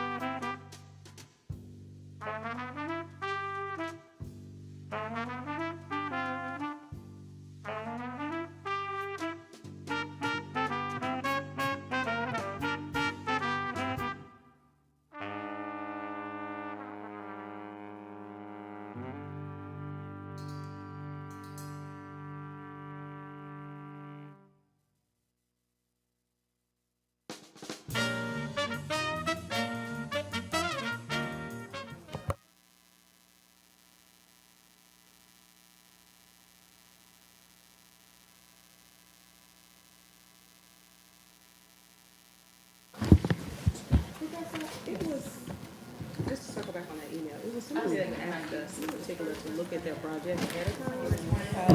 And we said, we'll wait until the thing, and so I just want to make sure that they wouldn't have qualified for the rolling NOAA. But That's neither what one of us can microphone remember. was. Yes. Doctor, you got your microphone on, and they're ready. Okay. But how long I think I told Amanda?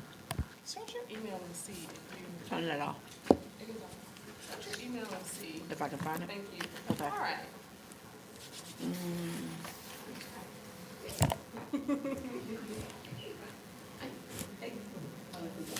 Good afternoon. Welcome to the Housing, Safety, and Community Committee meeting. I am your host, Victoria Watlington.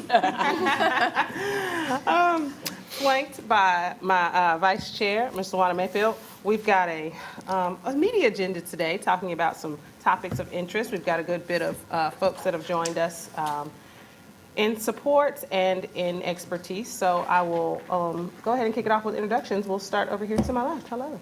I'm Anna Schloinis, City Attorney's Office. Jerry Green, Code Enforcement.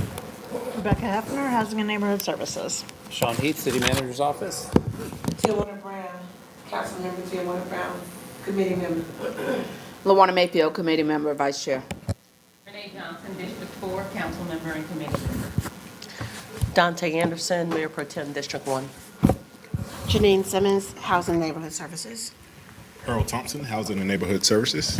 Gail Whitcomb, Housing and Neighborhood Services. Fantastic. Thank you so much, and thank you to everyone who's joining us as well. We look forward to hearing from you as the agenda goes along. I'll turn it over to ACM Heath. Thanks, Councilmember Watlington. So we're going to pick up where we left off last month, and Rebecca and team are bringing forward the very items that they promised they would bring back to the February committee meeting. So without further ado, I'll turn it over to the team. Excellent, thank you. Let's jump right in. Next slide, please. So today's discussion, again, we'll just touch on the policy referral summary as a reminder about where we started and where we're going. Are we on the right PowerPoint? Yeah, referral summary? Looks like that might be the January meeting. So while we correct the PowerPoint, I'll run you through, we're going to talk about early insights from our conversations with stakeholders. We're going to look at other NC cities, talking about benchmark and best practices. We'll talk a little bit about the code enforcement case studies. We did send those out as a pre-read, looking at Lamplighter and Tanglewood, and then next steps. So as a reminder, we are working through the referral that came out from the mayor in late October. The essential policy question here is what policy considerations may be needed to strengthen the city's ability to ensure safe housing for residents of lodging establishments and multifamily dwellings. So this is a continuation of the discussion in January. And I'm going to pause just for a moment so that we can get it pulled up so our audience can see what you see as we get into the meat of the presentation.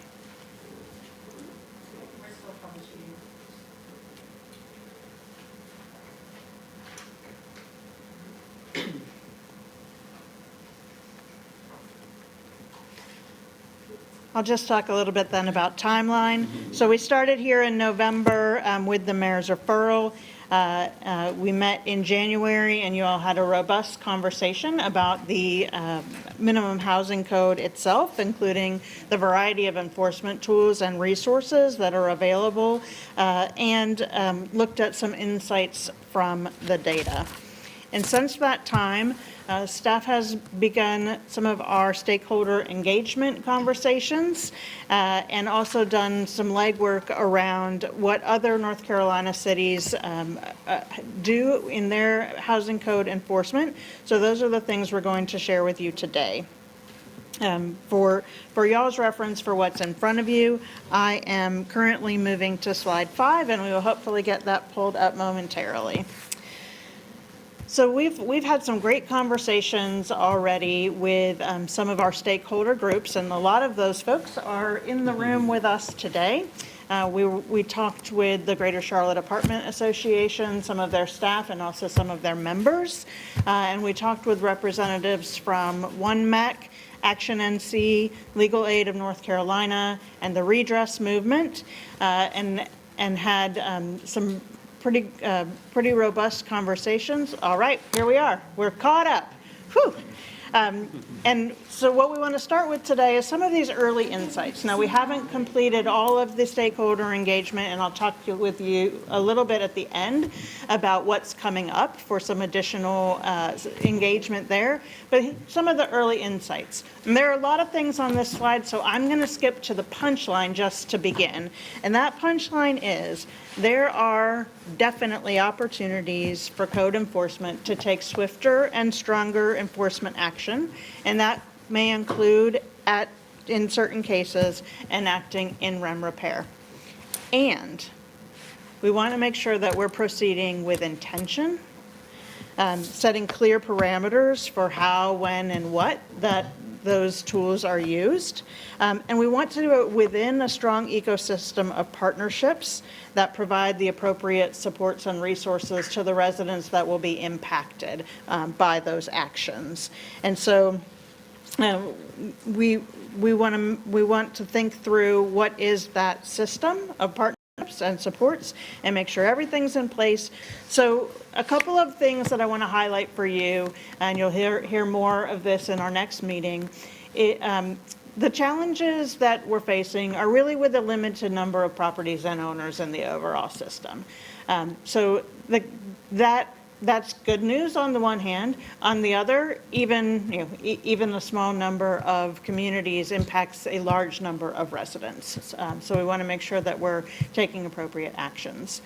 We recognize that there's a mechanism needed to act more quickly to remedy imminently dangerous violations. Those are the dirty dozen, as Jerry referenced last time, which are actually 13 violations, but dirty baker's dozen, I suppose.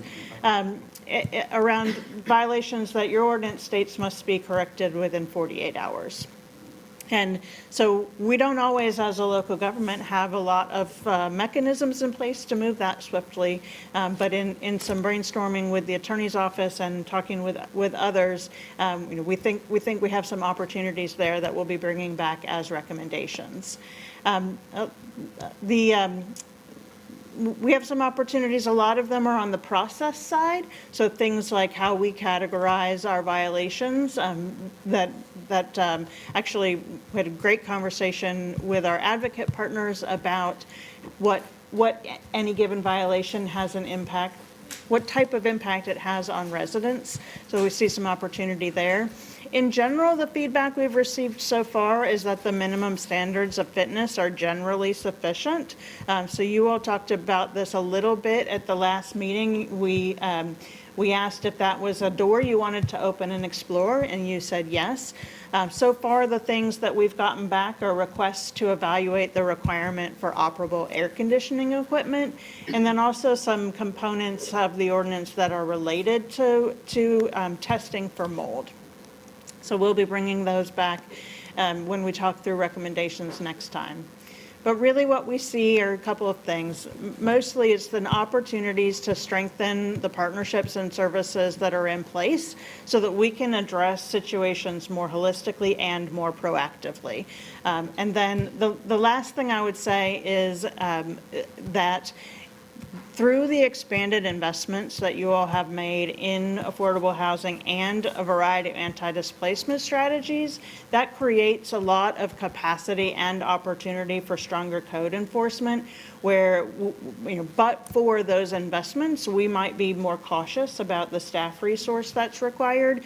But because of the investments you've made, we believe there's capacity to make some adjustments without new resources needed.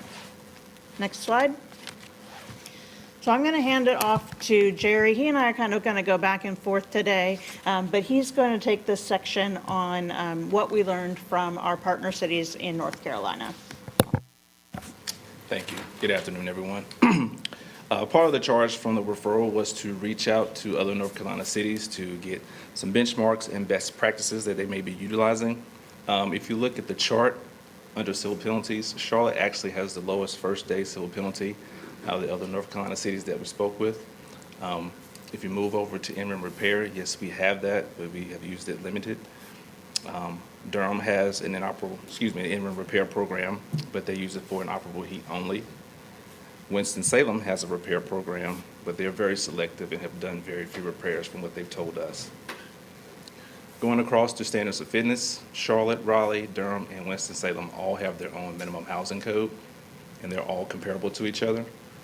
Greensboro is the only outlier. They utilize the International Property Maintenance Code as their minimum housing code. Some of the other tools and best practices that we could glean from those cities, Raleigh and Durham both have administrative fees that are issued prior to an order going out. They have 15-day hearings. Charlotte has 30-day hearings. Greensboro has a reduction of civil penalties pursuant to repair costs. Next slide. Charlotte has significant supports and resources in place for the residents. Now, in our conversations with other North Carolina cities, they're facing some of the same challenges that we are here, with non-compliance and owners that are not willing to make repairs. In those conversations with folks on the ground and also with our legal team, there's potential for legislative action to strengthen housing code enforcement, not just here in Charlotte, but throughout the state. There's also a variety of leverage points to accelerate the process. Maybe acting earlier can create better conditions for compliance, and affordable housing matchmaking is a common practice, but it's difficult to make work. Next slide. Then when we spoke with you all last month, we promised that we would do case studies on both Lamplighter and Tanglewood. Those case studies have been completed, and those were sent out prior to this meeting today. We're going to give a brief synopsis of those case studies as we continue through the PowerPoint. So Lamplighter Inn, back in 2021, code enforcement received a referral from CMPD to inspect the then vacant hotel at Lamplighter Inn in regards to drug activity, prostitution, and unsanitary conditions. Code went out along with CMPD, and they completed that inspection, which resulted in 52 cases being opened, which included all the rooms, the storage, and the utility closet. From 21 to 23, the then owner worked to make repairs and eventually brought the property into compliance in July of 2023 for minimum standards and passing Mecklenburg County permits. Excuse me. In October of 24, the owner completely walked away from the property and abandoned it. So at that point, we had to activate our displacement protocol to assist residents on the ground to find housing. Since then, the building has been secured, closed, and currently we have 21 open cases and 6 are currently accruing civil penalties. So there's the in-depth version of that summary was sent out in the pre-read. But what we wanted to focus on for the discussion today is really what are some of the key learnings, opportunities, and constraints that we recognize as we go back and do this deep dive or kind of an after action. So a couple of things when it comes to the Lamplighter Inn. one challenge is really that the average motel or hotel room is not designed or built to withstand the rigors of daily life. When hotel rooms are used on an extended stay basis, the rooms often sustain more wear and tear and require more regular maintenance. In this situation, the property in 2021 actually failed their inspection with Mecklenburg County Environmental Health to have their permit as a lodging establishment. And so one of the things that we've noted is that that is a risk factor for deteriorating conditions and a risk factor for displacement events. So we've incorporated that into our risk index going forward. And then one of the primary challenges is that you think about the internal structure of a commercial building, a lodging establishment versus an apartment community or even a single-family home. It's very complex. It doesn't necessarily fit with an in-rem repair strategy, especially in situations like the lamplighter where systems integrity has been compromised. And so one example of that at the lamplighter is the boiler system.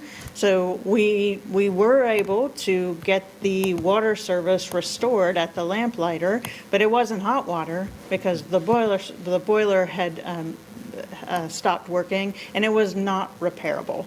It was a systems replacement need. And so when the system's integrity has been compromised, it's harder to go in on a room-by-room basis and conduct in-rem repair. And of course, there were some extremely, what I hope are unique and difficult circumstances at the lamplighter with the nonprofit organization that had moved people into the building, but then the services that had been promised never came to fruition. And then when the owner abandoned the building, additionally creating that lack of accountability for an absent property owner and what may have been fraudulent activity. It really constrains the effectiveness of code enforcement, in part because code enforcement and even law enforcement activities, they're processes that take time. And when you look at the situation at the lamplighter, particularly once the owner abandoned the building, the conditions deteriorated so rapidly that the building quickly became unsafe, and the best action, even in retrospect, I would say, was to relocate residents and close the building. So in a situation this complex, code enforcement tools, I mean, even if we had in place holistic partnerships and better tenant referral and the ability to quickly enact repairs, our code enforcement tools, they wouldn't be sufficient to address the complexity of this type of situation. So as I look back, and we had a lot of conversation about this, on this particular situation, this is not a situation where I think additional code enforcement action would have been warranted. I think that the proceeding with the displacement was the right action at the right time. One of the challenges, though, in a situation like this is that even though our mass displacement services are really critical, they were also insufficient, partly because there is limited capacity in our community for shelter and supportive housing. And so the effectiveness of our displacement protocol, which is really a relocation support, is constrained by whether or not we have places that we can help relocate people to. So those are some of the things we learned on the lamplighter. I'm going to talk about Tanglewood next. So in early 2023, code staff started to receive an increase of complaints from residents regarding the conditions at Tanglewood Apartments. Staff met with the owner several times throughout 2023 to discuss the urgency to complete the repairs, but also what plan did they have in place to make the place up to code. Very few repairs were made in 2023. As a result, civil penalties start to accrue. Out of those meetings with the property owner, they advised that they were having financial hardship based on unpaid rent, low occupancy levels, and 3 events that took place on the property. They had a vehicle run into one of the buildings, they had a fire in another building, and then they had a water main leak. So at that point, they advised that due to financial reasons, they were looking to sell the property. The property was eventually sold in August of 2024, and at that point, Code met immediately with the new property owner to talk about a timeline for repairs. They advised that they had a budget set aside and a timeline to bring the property into compliance, and that they were going to possibly release to tenants who were current on their rent. Fast forward to October of 24, we had an additional meeting with the new property owner along with Community Relations Committee. And at that point, the owner advised that he wanted to vacate the entire complex and that they were going to issue 40 non-renewals to tenants that day. So at that point, obviously, the displacement protocol team was activated again on the ground to help folks with housing.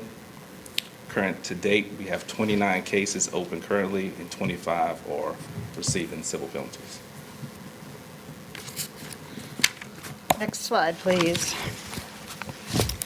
So one of the things that I would say, and this applies to Tanglewood and Lamplighter, is that a situation is never a displacement event until it's a displacement event. It happens quickly. We recognize that there's risk for it very early on in the process. We notify our partners that there's risk for it. We get partners on the ground working with residents even before displacement event occurs. And we're in consistent communication with property owners about their plans, both their plans for repair and code compliance and their plans for residents. And in situations like Tanglewood, we had a lot of conversations with the owner about their intentions, and intentions and actions are 2 very different things. So again, the displacement event seemed like the switch flipped and there's a displacement event, but we know far in advance that there's risk and we take some actions there. One of the things that we really noticed about Tanglewood is that there's a mixture there of some large unforeseen events, right? They had a fire, they had a vehicle crash into one of the buildings, right? So those units were not occupied. But there's also a mixture there of a significant amount of deferred maintenance over time. So this accumulates. And what happens is then you get this rolling timeline of code violations and enforcement procedures.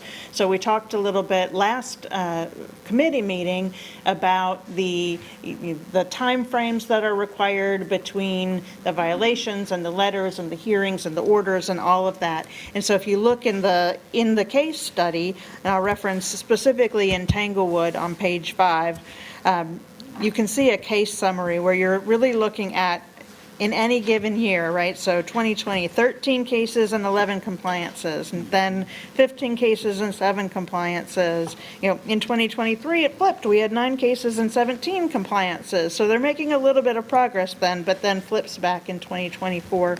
So there does become this rolling timeline, and some of that is based on when the cases are started, and some of it is based on when cases remain open for a really long time.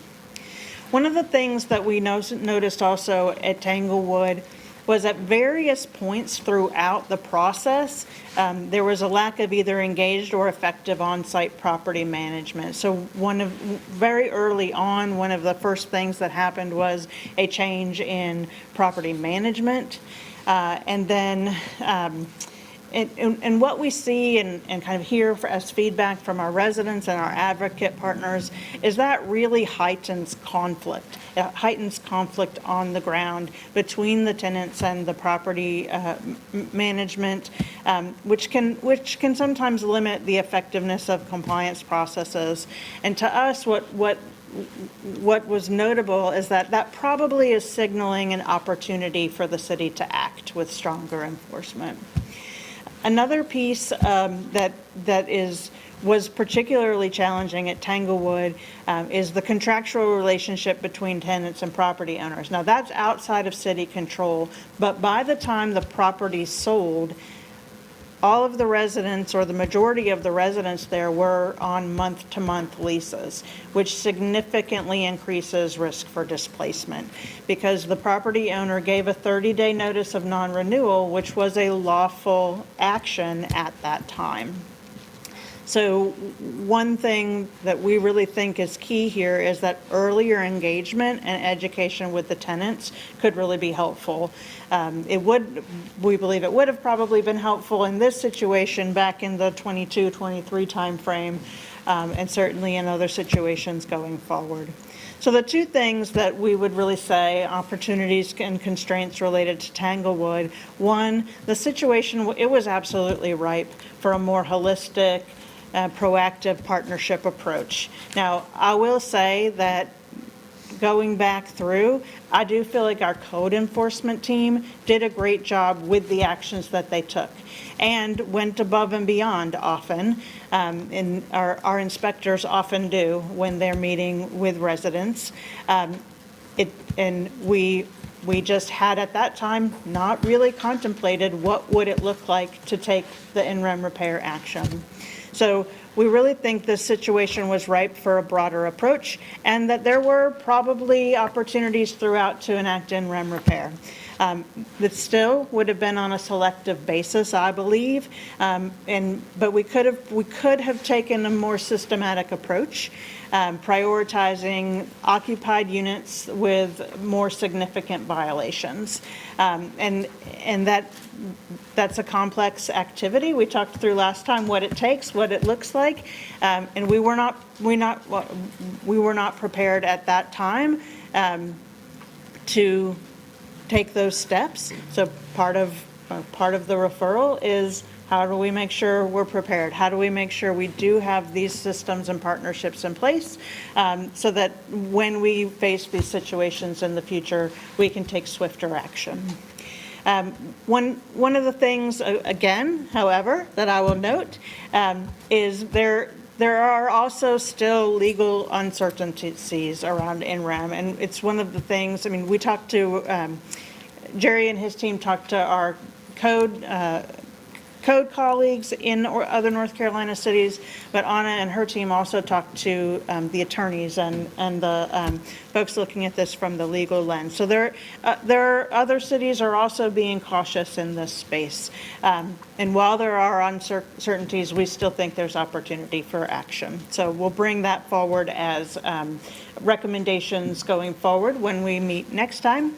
But the last 2 points I would say is, we can't control the contractual relationship between owners and tenants.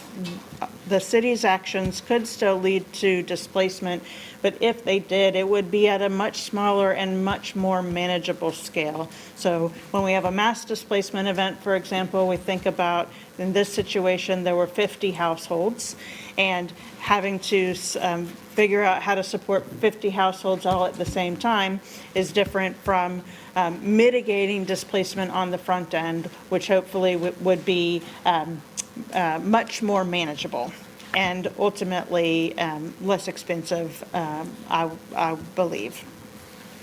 Although, last point, again, we talked about this last time, not all associated costs can be recouped. Only the specific in-rem repair actions can be leaned in addition to some of the nuisance abatement that was contracted at the various properties. All right, next slide. Okay, so, and we'll open up and let you all ask all the down and dirty questions about those deep dives, but I want to just talk a little bit about what's coming up next. So there is currently public input opportunities that are ongoing. Code enforcement has scheduled a community meeting for Thursday, February the 13th. You all should have received an invite, and that invitation has gone out to our partners. We've also asked our partners, especially those in the room, to help us disseminate that invitation.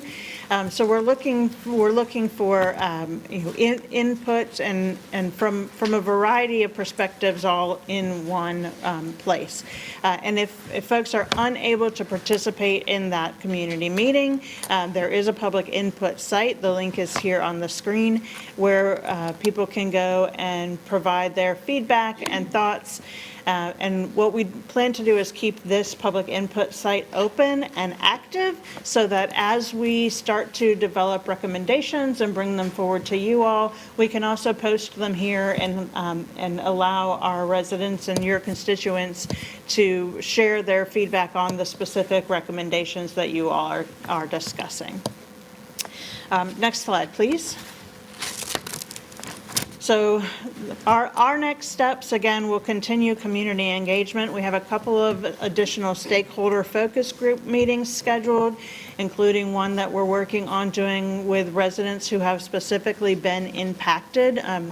Robert Dawkins at Action NC is helping us to coordinate that and get some folks in the room who we can hear from about their experience. You know, what is their experience both of the challenges but also of the code enforcement process. Again, we'll have the community roundtable meeting February 13th and continuing these opportunities through the public input page. And after that, our next step, because we're going like this with your referral, is to bring preliminary recommendations back to committee in March. And then you'll have an opportunity for committee action either then or at a future meeting, and if there are items that need to move forward for council consideration. So that is what we have planned, and that's the extent of today's presentation, but we want to pass it back to you, Chair, for questions and discussion. Thank you. What I'd like to do is start on the end here, Councilmember Brown, and then we'll just walk our way through for comments. Okay, Councilmember Rajmira? Thank you, Madam Chairwoman. So Rebecca and Sean, thank you so much for providing this homework over the weekend. No worries. I did get an opportunity to read in depth, and that really, it gives us sort of a comprehensive picture of what transpired and how in-RAM repair is not a solution for everything, right? I understood the complexity here, especially around hotel and motel, and how it's being, how if there is a systemic failure, it's very difficult to go one by one and address some of this. I'm trying, as I was reading through this report or this study, I wasn't clear, I wasn't following where, so when this motel was purchased in 2020,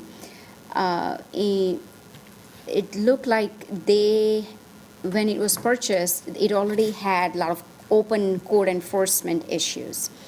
So unsanitary conditions, and it was referred to us by CMPD.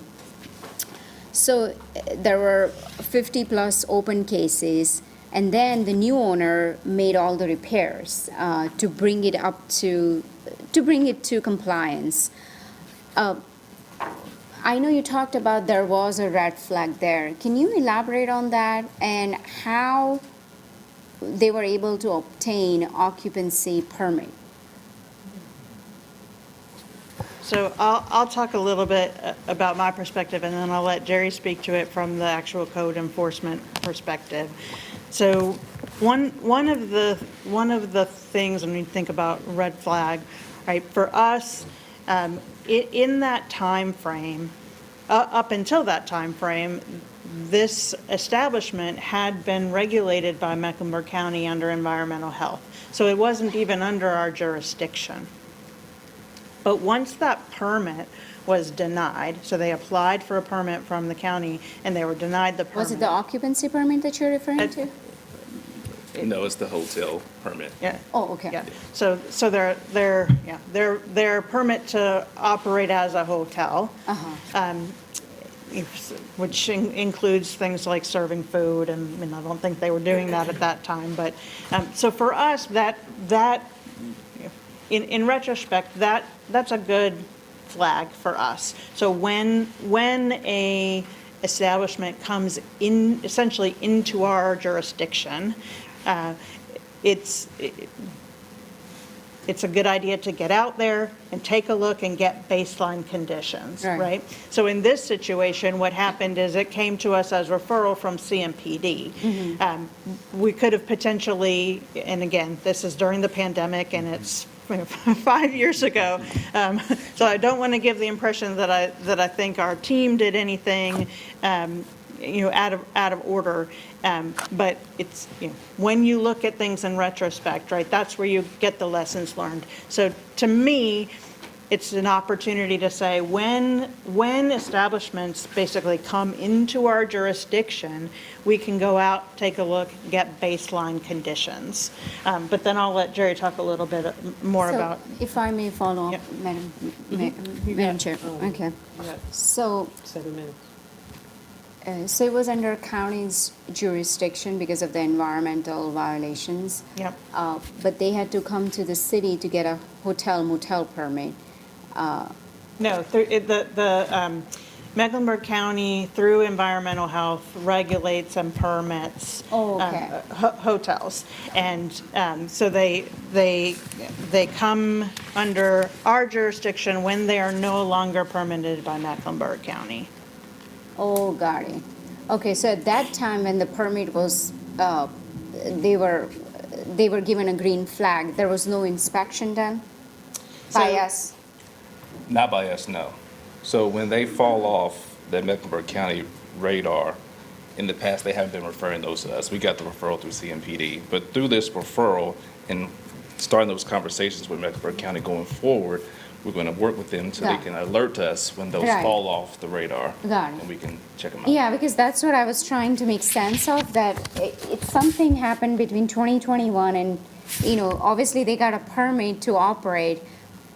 So it seemed to me, as I was reading this timeline, that they made all the necessary repairs to bring the property into compliance. But then in 2024, the nonprofit was there, and somewhere there was a disconnect between the ownership and the nonprofit, and then condition of the property started deteriorating. Yeah, and we don't really know. Yeah, we don't know the situation with that nonprofit, so I do want to be cautious about that. I mean, we're also operating off of a couple of news reports, just like anyone else.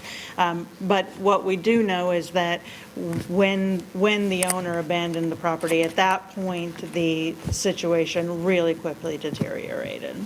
Got it. So I think as part of our overall process and policy recommendations, right? I would like to see us working with the county, right? And I think it's already, you already identified that, so that both the city and the county is working in collaboration to identify some of these red flags ahead of time. And even those items that are more process improvement, we're going to bring those back to you as part of the package of recommendations. Because again, we know this isn't just about what actions we take within code enforcement, but it's really the whole system. So thank you for kind of, as Mayor Pro Tem would say, double clicking on that one, and we'll make sure that it's included in the recommendations. Yeah, and the last question, Madam Chairwoman. So there was also, as I was reading through this, I saw that where it seemed, where in the report, it says there were smoke detectors in rooms that were removed by residents. So is that, I guess, how do you address that? And who ultimately is the property owner still responsible even if it was removed? Like, I guess, how do you bring that into compliance? So the removal of smoke and carbon monoxide detectors is a 48-hour violation. So we give the property owners 48 hours to correct those. Our internal policy now is if they fail to do so, the city gives those out to the residents to install.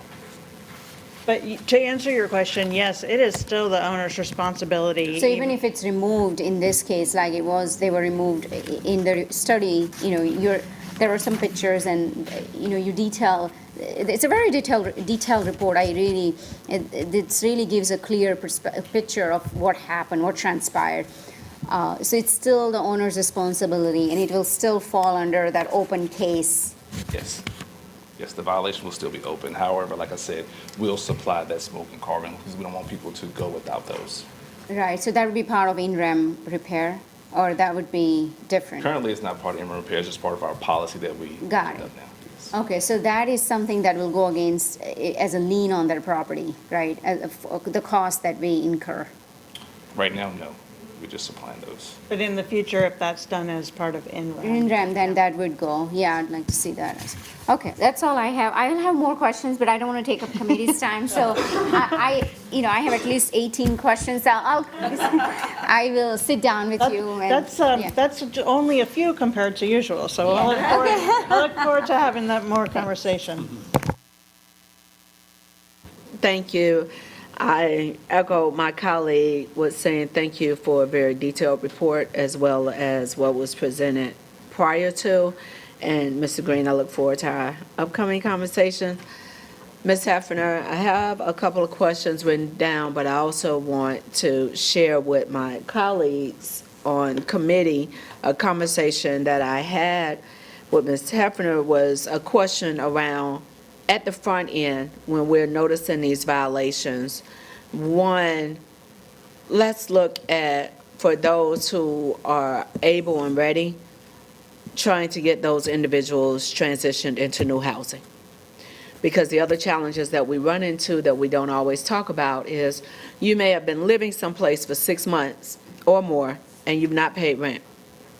But also during that same time, you haven't necessarily saved that monthly rent that you would have been paying. So then when it comes time for relocation and we're trying to identify partners, you still have to have funds to move. You still need to have funds to pay this new rent and everything that goes along with that. So we're thinking about some of the limitations that code has as we continue to have conversations around how to make code more supported through language, looking at those opportunities from when the conversations first start, seeing if we can, through our partners. So one of the questions that I have from this is who actually tracks our service provider referrals? So it was mentioned where we've had service providers, those providers refer individuals to some of these complexes and supposed to provide additional services. Who is actually tracking that on the front end to make sure it's happening? So it happens in two ways. The answer to who is the city's housing services, but it happens in two ways. One is through asset management, and the other is through our contract monitoring. So if it is a contract that the city has with a vendor, one of our partners, then those activities are monitored routinely by the person who manages that contract. Now, can we do a better job of going further in depth? Yes. So I think when we had that initial conversation, you really got straight to the heart of some of the places where we can do a better job ensuring that accountability. But we do have mechanisms in place for it, and it happens mostly through contract monitoring and through asset management. And one of the things that we have in place is a partnership to support relocation of residents who are impacted by code enforcement activities. And through this process, we really have identified that the partnership isn't working. It's on both sides. And so, we've started taking a look at what does that contract need to look like and what changes need to be made. And so this really has been a lot of learning for us on the process side. But to your specific question, if we have those contracts in place, then we as the city are responsible for monitoring. What we don't do is track when referrals are made to other partners that we're not actually supporting that work. One of the ideas that we've been talking about, and so this is a little preview of your recommendations, but we really think there's an opportunity on the very front end for the first inspection, when our housing inspectors go and meet with residents, to do a little bit more of a structured, quick couple of questions that we can then do resource and referral, just like we do with our community health workers for rehab or any of our other city services. And so if we then had that contractual service in place, we could do the follow-up and be able to report back on what the outcomes of those referrals and services are.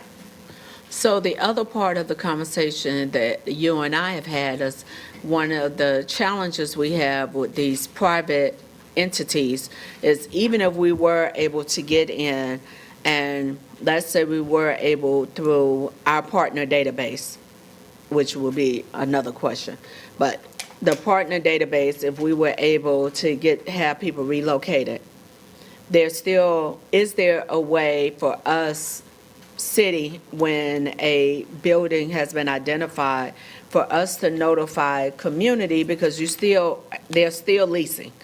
Others are still stepping in the situation because the unit that they may be shown doesn't reflect everything that's going on. And if you're new here, you're transitioning, you don't necessarily know that all of this is happening. Do we have any ability or any role in that conversation?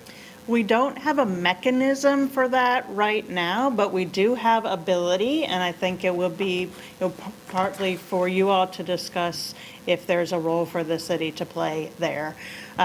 This Lamplighter, of course, was very extreme, but one of the challenges we had with Lamplighter is that it was still posted on all of the rental sites.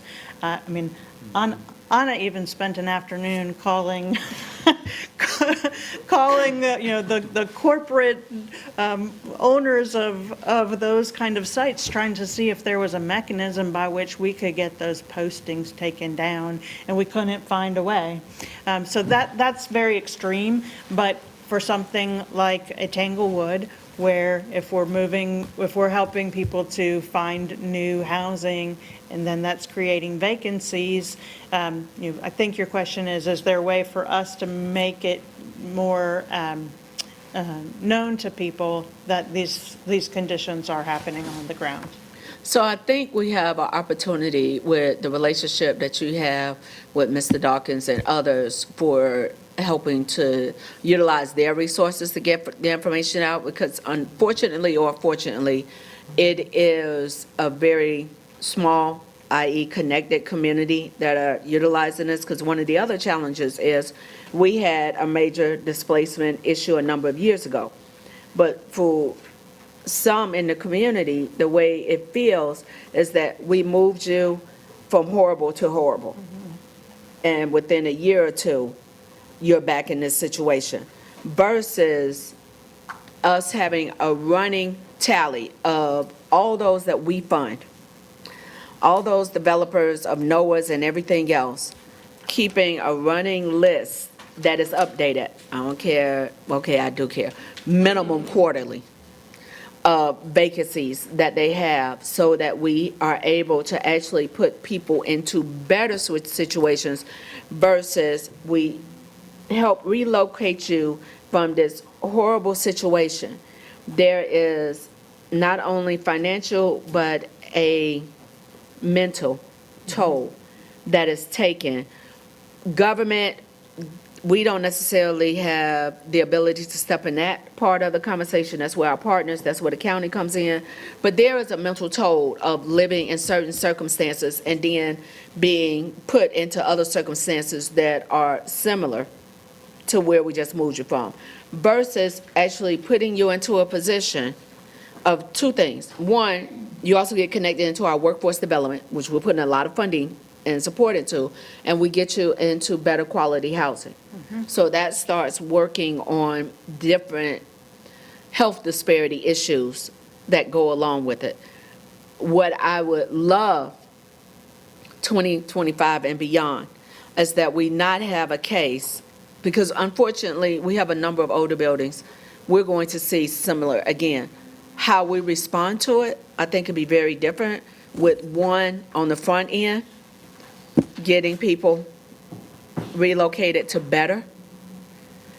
Because we send, whether we recognize it or not, we're sending a subliminal messaging of this is what you deserve. That is not our role. That is not our intentionality in no shape, form, or fashion. I do not believe that that's anyone's intentionality. But we also say our reality is what we see and what we feel. So while we're having these discussions and looking at potential opportunities, I think that would be a great space for us to look at for these partners, 20 years more. What is your vacancy? You need to keep us updated so that we can be better prepared on the front end to help with this. But thank you for also letting me know about, we can't do it not to lease, but we can utilize our partners to help us with that. Thank you, Madam Chair. And what I would just add here is this is where the work that you all have done to increase affordable housing funding and your funding policy come into play. So when we talk about you have created capacity and opportunity for this, in part because of things in your funding policy that talk about set-aside units and prioritization for vulnerable populations. And so we have the opportunity moving forward from that policy, meaning anything that you approve going forward, where we'll be working with our developers to ensure that we do have a mechanism to help people that have been impacted, who either are vulnerable populations or have been impacted by displacement in Charlotte. Those are the two things that are in your policy, a mechanism to then move them into housing that's coming online. So you have that opportunity. I'm just going to say we're not going to move fast enough to your liking. Not for lack of trying, but there's some complexity to how we get that set up. So you may be hearing me say for a while we're working on it, but we understand the urgency, and we really will work on that with urgency. Thank you. Thank you, Vice Chair. Councilwoman Johnson? Thank you, Madam Chair. I have a lot to say and a lot of questions, so we'll probably need to meet offline also. But this group, I want to thank you both, Chair, Madam Chair and Vice Chair, because we're really digging down deep into the issue. We're not just checking the box to say we talked about it. This has been 2 meetings. And you all, the speed in which you're getting things done is so impressive. It's an honor to be on this committee. I remember before I was on council, watching the displacement of, Lake Arbor, right? So this is an issue that's needed to be addressed for a long time. I sent the link to Dr. Penn. I hope she's watching. I hope you're watching, Dr. Penn. But I just have some questions. You said that the owner walked away or he abandoned the property. What does that mean, Rebecca?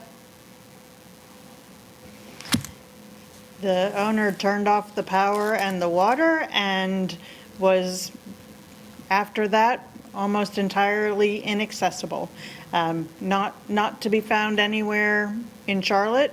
And we were at that point primarily communicating with another entity that had a purchase sale agreement. What is it called?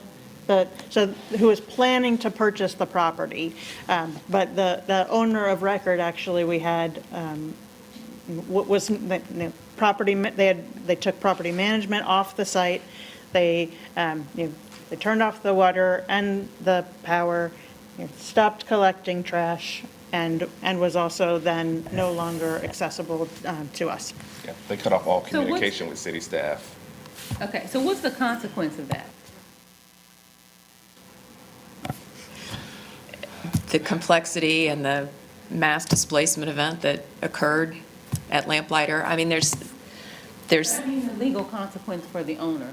Are they still able to sell the property? Is this something that we can? Well, we were not privy to the terms of the potential purchase, so I don't know what the status of the potential sale was between the owner and the potential purchaser. Okay, I'm just, so if the city incurred costs, displacement costs, utility costs, are we planning to send an invoice to that owner? I mean, there has to be just a consequence for that. The items that, or the activities that we did at Lamplighter, the only ones that are, can be placed as liens against the property is the contracts for nuisance abatement.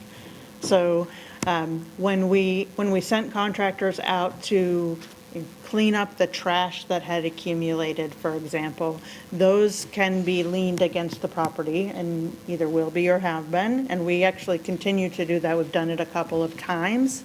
But the activities related to supporting the residents, turning the power and water back on long enough to work through the displacement event, all of those are completed at cost to the city. Okay, I understand.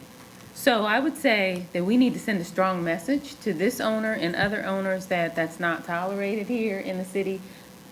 People are getting, there's a tale of two cities, we know that. People are hurting. And with actions like this, people will continue to hurt. We have to send a message that that's just not acceptable. This is taxpayer dollars funding this landlord to just go off and do this again. So I would say, I know this committee, right?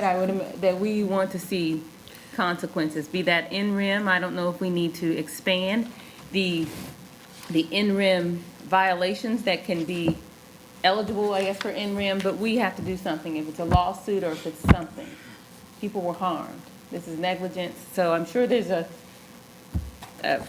I'm sure that that's something we can look at, I hope.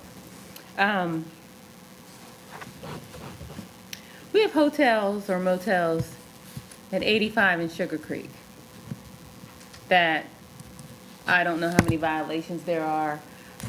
When you talk about at risk, I don't know if there's a certain number of violations we're looking at, but I hope that that's high on our risk list that we're taking a look at.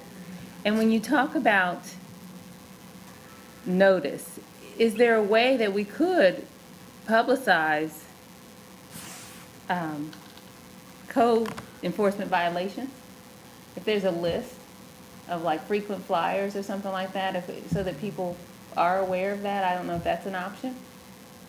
I'll just note, and this is probably a little bit different from what you're asking, but all of our code violations are accessible as open data. So you can both go onto the city's open data portal and download everything, but you can also go onto the code enforcement website and type in an address and find out what violations and how many at a given location. Now, that it's a little bit different because even at the staff level, it can be hard to aggregate, right? There's for parcels for this community and this number of violations, but the general underlying data is publicly accessible. Okay. I've always thought if we could have a list of landlords that, I don't know, there's a certain number of violations or that because there are 117 people relocating here per day. You know, that's the latest statistic. So if there's a place that potential renters can look to be able to be protected, I don't know how we can do that legally, but if there's something there, and even if it's the code violations, that would be good, I think. I think it's unfortunate, Tanglewood as an apartment complex, the motels are bad enough, but when there are apartment complexes that close, that were affordable, when we take those offline. So is there something that we could have done for the owner to assist them? We have, and I don't know if it's negligence or if it was a lack of being able to afford the maintenance. You've mentioned that it's difficult for hotels and motels to maintain the property. You know, when someone's living there versus, you know, just an occupant that's staying there. So I don't know if there was some fund, if there's small developers that are at the risk of losing the property or displacement when it is, if it's a matter of money. You know, Councilmember Ashmira asked a question about smoke detectors. When the tenants are taking those down, you know, and it's the owner's responsibility, you know, that's just a recurring cost. When people are taking them out just to maybe want to smoke, right? That's a thing, right? Oh, so you know, so, but, you know, so, yeah. So how can we help the owners to avoid that? Another, and we can talk about this offline, mobile home parks. We have a mobile home park, that's another trend that we're seeing developers. So I'd like to know the legality of what the tenant rights or the owner's rights, because many of these, and I'm learning from the one in District 4, many of those people own the trailer. So I'd like to talk offline. I've sent this to Anthony Fox. What are their rights? You know, so that's an area, that's a vulnerable area right now also. Yeah, I'd like to see a list of the NREM specific violations. I think we should expound upon that if we're able to. Also, the public hearing or the public meeting, I want to make sure that's posted on social media so folks can see where that is. And we talked about the mobile home park. The law, has that changed? Has the law changed to protect homeowners, hotel owners? During the COVID, there was no bright line, I think that was the word, no bright line of when they went from occupants to residents. Right? Like has that changed? Okay. Can I get some? Yes, Councilman, the law was changed to essentially say that anybody, I'm sorry, Isaac Sturgill with the City Attorney's Office. Okay, yeah. There wasn't a bright line rule, but there was a statute that was passed at the General Assembly that said anybody in a hotel less than 90 days is not considered a tenant. So 90 days seems to be the bright line rule at this point. Isaac and I worked very closely during the pandemic when you were at Legal Aid. Yes, Thank you for it's that good to see you information. again, Councilman. You too, thank you. All right, we can talk offline. Thank you for your work. This seems like 8 years worth of work, you know, in just a few months. So thank you. This is important. I would just say Jerry and his team, especially pulling together those case studies for y'all since the last meeting, incredible work. He always does incredible work. Thank you. Thank you for your help. Okay, that's all I have. Thank you, Councilmember Brown. Thank you, Madam Chair.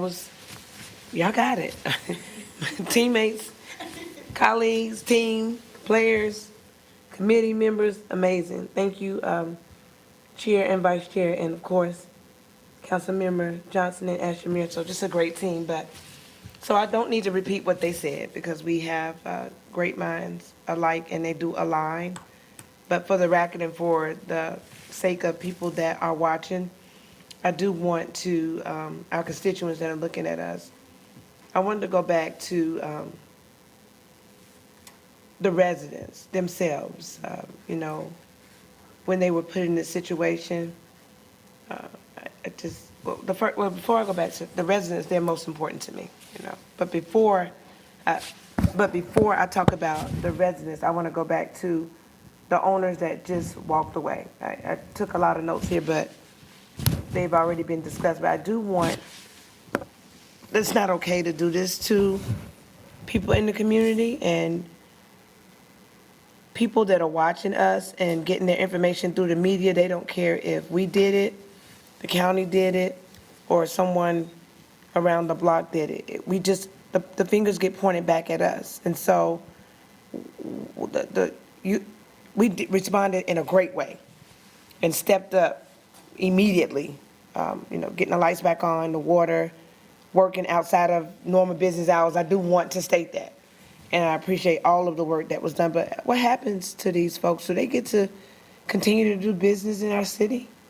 I just want to know. That's an answer or something that we have to really, because good measures pressed down, runneth over, and these are not good measures.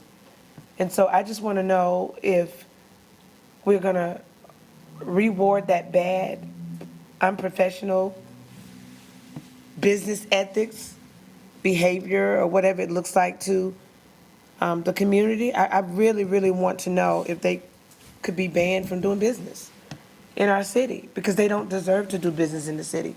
What they said to us was that they do not care about us, and they do not care about the families that was inside of Lamplighter or Tanglewood. If it was the same situation, same for them. But I want to go back to, they definitely don't want them doing business. If anything came across my eyesight with their name on it, it would be a big fat no.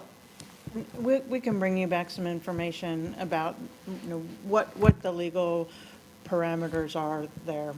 Be very interested to see what the legal parameters are, if there are any, or if we're just letting people abuse their power to people that are powerless. That's my main concern. And then I would love to see the residents out front, a resident council. Let's not do anything without the people that are directly affected. And I'm just making eye contact with you, Rebecca, because you're amazing. Just looking at you, you've done great work.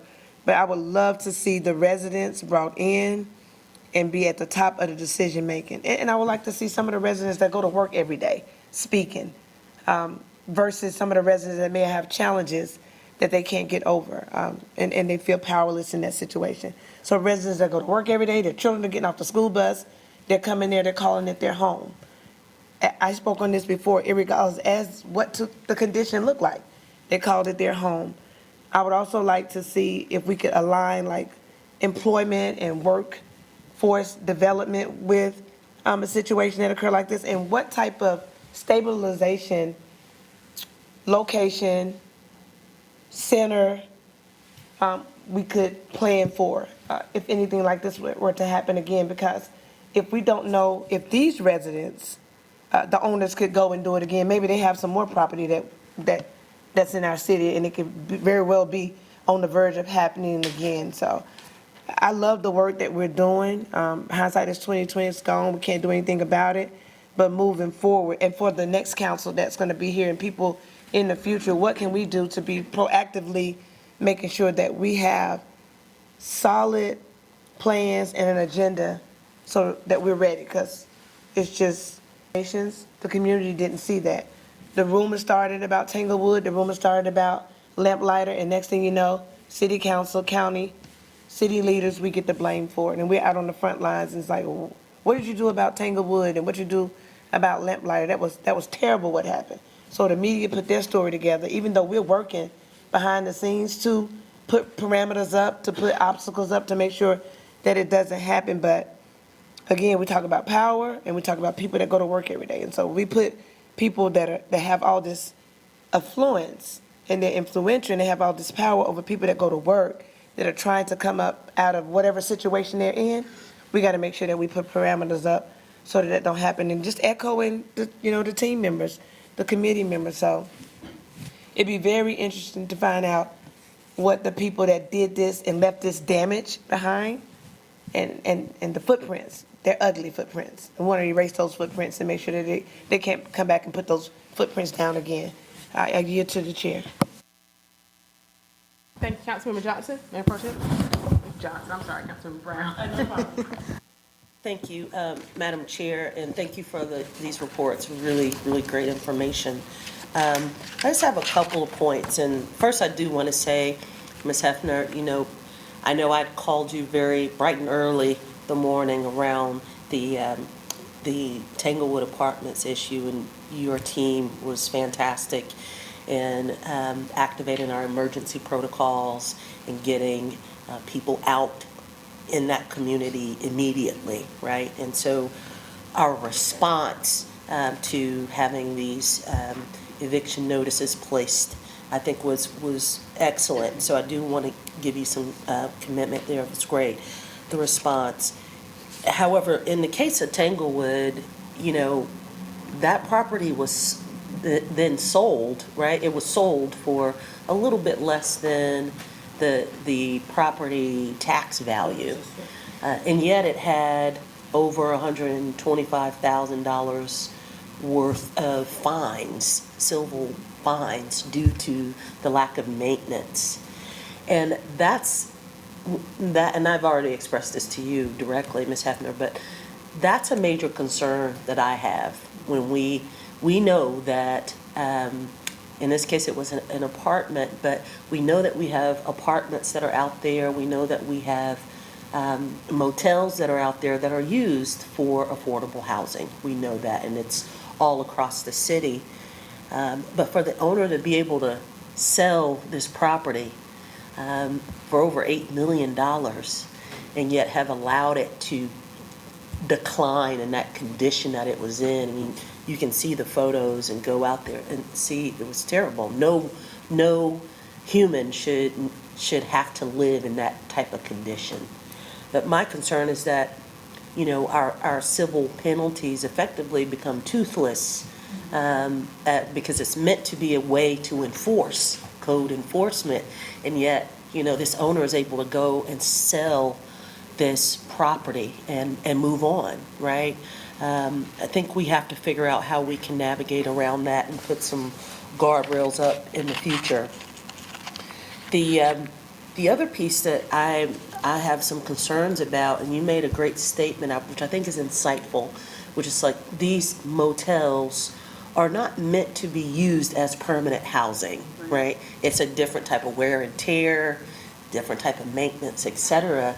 Yet, I'll just use District 1, for example, in our corridor of opportunity within our playbook for Sugar Creek, there are a number of motels that, yes, are being used as affordable housing, but are being used for nefarious activities. Now I think it's around 11, the number is 11 along that corridor. Two things, what, if anything, can we do to be proactive about those good motels that are really used for affordable housing, right? You go on that corridor, see people getting off the bus in their uniforms, going into some of these motels.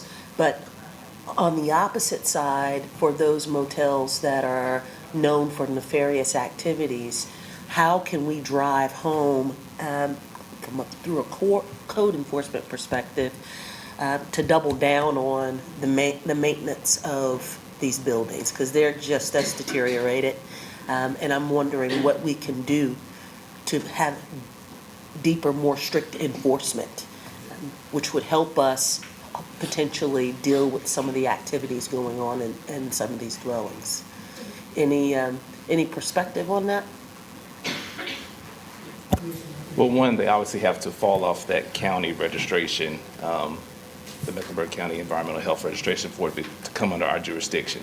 So by making that connection now with the county, we can be alerted when they fall off, so we can be proactive and start going out checking those hotels before anything blows up. Okay. Yeah. Okay, great. And then the other piece that we're not to recommendations yet, and part of it is there's some parts here that we're really struggling with, and one of them is in the situations like you're referencing, when we could enact interim repair, and it would be a cycle. It would be, every week something new comes up, and And so in those situations where code enforcement isn't really alone the answer, and that's where we're talking about what other partnerships do we need to have in place. And so we hope to be able to bring you back some recommendations next time that address some of those situations. And I will also just say right now, we're not going to have an answer for everything, but we're planning to bring you back some recommendations that will significantly improve the system. Yeah, I would just say in closing that my sense of being in the community, speaking to residents, there are other lamplighters and Tanglewoods out there, and it's just a matter of time, right, before a light switch is flipped, and we have to deal with it again, right? So to the extent that we can get out in front of it, we're going to be helping ourselves. Thank you, Madam Chair. Absolutely, thank you. We are going to go one more round, 2-minute items, and then we'll hear the next steps, just a recap of the next steps of what we can expect. So I'll turn it over to Councilman Brown. Thank you, Madam Chair, and I like the way you're conducting yourself and your business, young lady. But I don't even need 2 minutes. I just want to speak in reference to speaking to a resident that called and watched and was wanting me to make sure that I said something about the income restrictions that they may have, and some of them being just as impacted and having blemishes on their background that would prevent them from getting permanent housing. Something for us to think about and how we could curb that. And then Mayor Pro Tem, I can't say it enough. Like, there are some more lamplighters and Tanglewoods out here, so we got to make sure, because if not, then it's like, okay, well, you guys didn't prepare.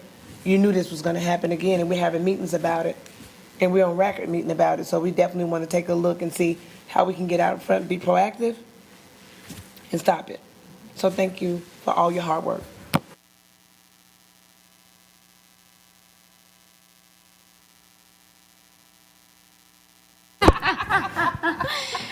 Councilwoman Brown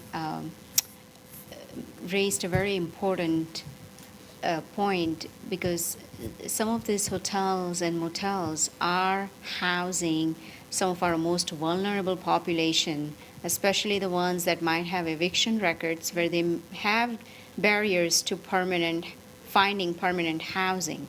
So in our approach, we have to be very thoughtful about how do we, because our end goal is to not lose that property. Our end goal is to make sure we preserve that, but that is habitable, that is safe, right? And how do you find that right balance where if the housing providers are getting notices after notices for in-rem repair, are we ultimately expediting the sale of that property? Ultimately, hedge funds buy it, makes the repairs. We see that all the time, and the next thing you see is the rents are much higher, right?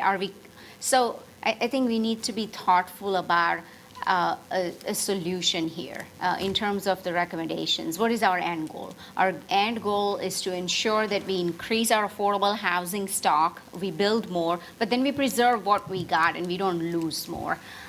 So I think if we can keep that bigger picture in perspective as we are looking at recommendations to ensure we are also providing safe and affordable housing. That's all I have. Thank you. Yeah. Thank you, Vice Chair. Thank you, Madam Chair. Team, you all are amazing. You get it. That is the biggest part of it. I am going to disagree with my colleague. The end goal for me is not losing a slum property. That is not my end goal. The end goal is not for me to pay a bad landlord $4.5 million for a property for us to then turn around and put more money in to reinvest. The end goal for me is to get our community out of these slum conditions into better housing and connect it to our workforce development. So we've had conversations, and thank you, Councilmember Brown, because I actually asked this question 2-3 weeks ago regarding those. We know inherently if you are in a certain financial cycle, of lower wages, you are going to have a hit to your credit score. But you're also the one that's going to be the most vulnerable because you're paying $150 each time for these application fees, but then you don't actually move into quality housing. We can help with some of that. We don't have to do everything. I don't think it's the city's role to do everything, but I also do not want to say that the end goal is not to lose the property. I want that property gone, but I want that owner of that property because the market allowed you to go out and get a loan to get this, and then you not maintaining it. It should not be the government's responsibility. Anna, we put a lot on your plate, and I'm gonna reiterate, find a legal way for us to hold these doggone companies and these investors financially responsible for the money that we're having to pay out to have our community relocated. Because there has to be some city out there in these United States, all 51 currently, that we have that has figured out how to recoup their tax dollars in a way to put these bad actors on notice, and also let it be known that you cannot come into the city of Charlotte and think that you can do anything and it is okay. I don't know if that was a minute. Thank you. And we'll close our comments with Ms. Johnson. Thank you, yeah. I'd like a list of landlords within the past 2 years, or whatever that statute of limitations is, that the city or taxpayers have had to bail out, essentially, because there should be a consequence. Also, I know we're not going to talk about the high-level things that could fix this, like inclusionary zoning or raising minimum wage in the state, but I agree with, we have to take a look at helping those vulnerable populations, such as those just as involved in eviction records. I heard somebody say eviction is to black women what criminal records are to black men. So it's up to us really to really take a look. I know we talked about, or we researched eviction expungement years ago. If we could pull that information out. And I would also say we should think about those developers that are getting tax credit dollars or money from the city, that we should have some type of standard to help those who are most vulnerable. We did it with the source of income discrimination, so these are areas that we can take a look at. Also, I would ask in the recommendations that we take a look at additional funding to crisis assistance ministries. If you look at both of these displacements, crisis assistance ministries was the displacement project or project coordinator, and I don't believe that they receive additional funding for this specific task. So I think that the fact that we can lean on crisis every time, that we need to consider that when we're funding them. That's all I have to say. Thank you. I'll just clarify that the work that crisis assistance does with us is under a contract. They're compensated as the project manager. That's not to say that they're compensated for every activity under the umbrella, but it is done as a contracted service with the city. Thank you. Thank you. Ladies, as usual, it's been a pleasure.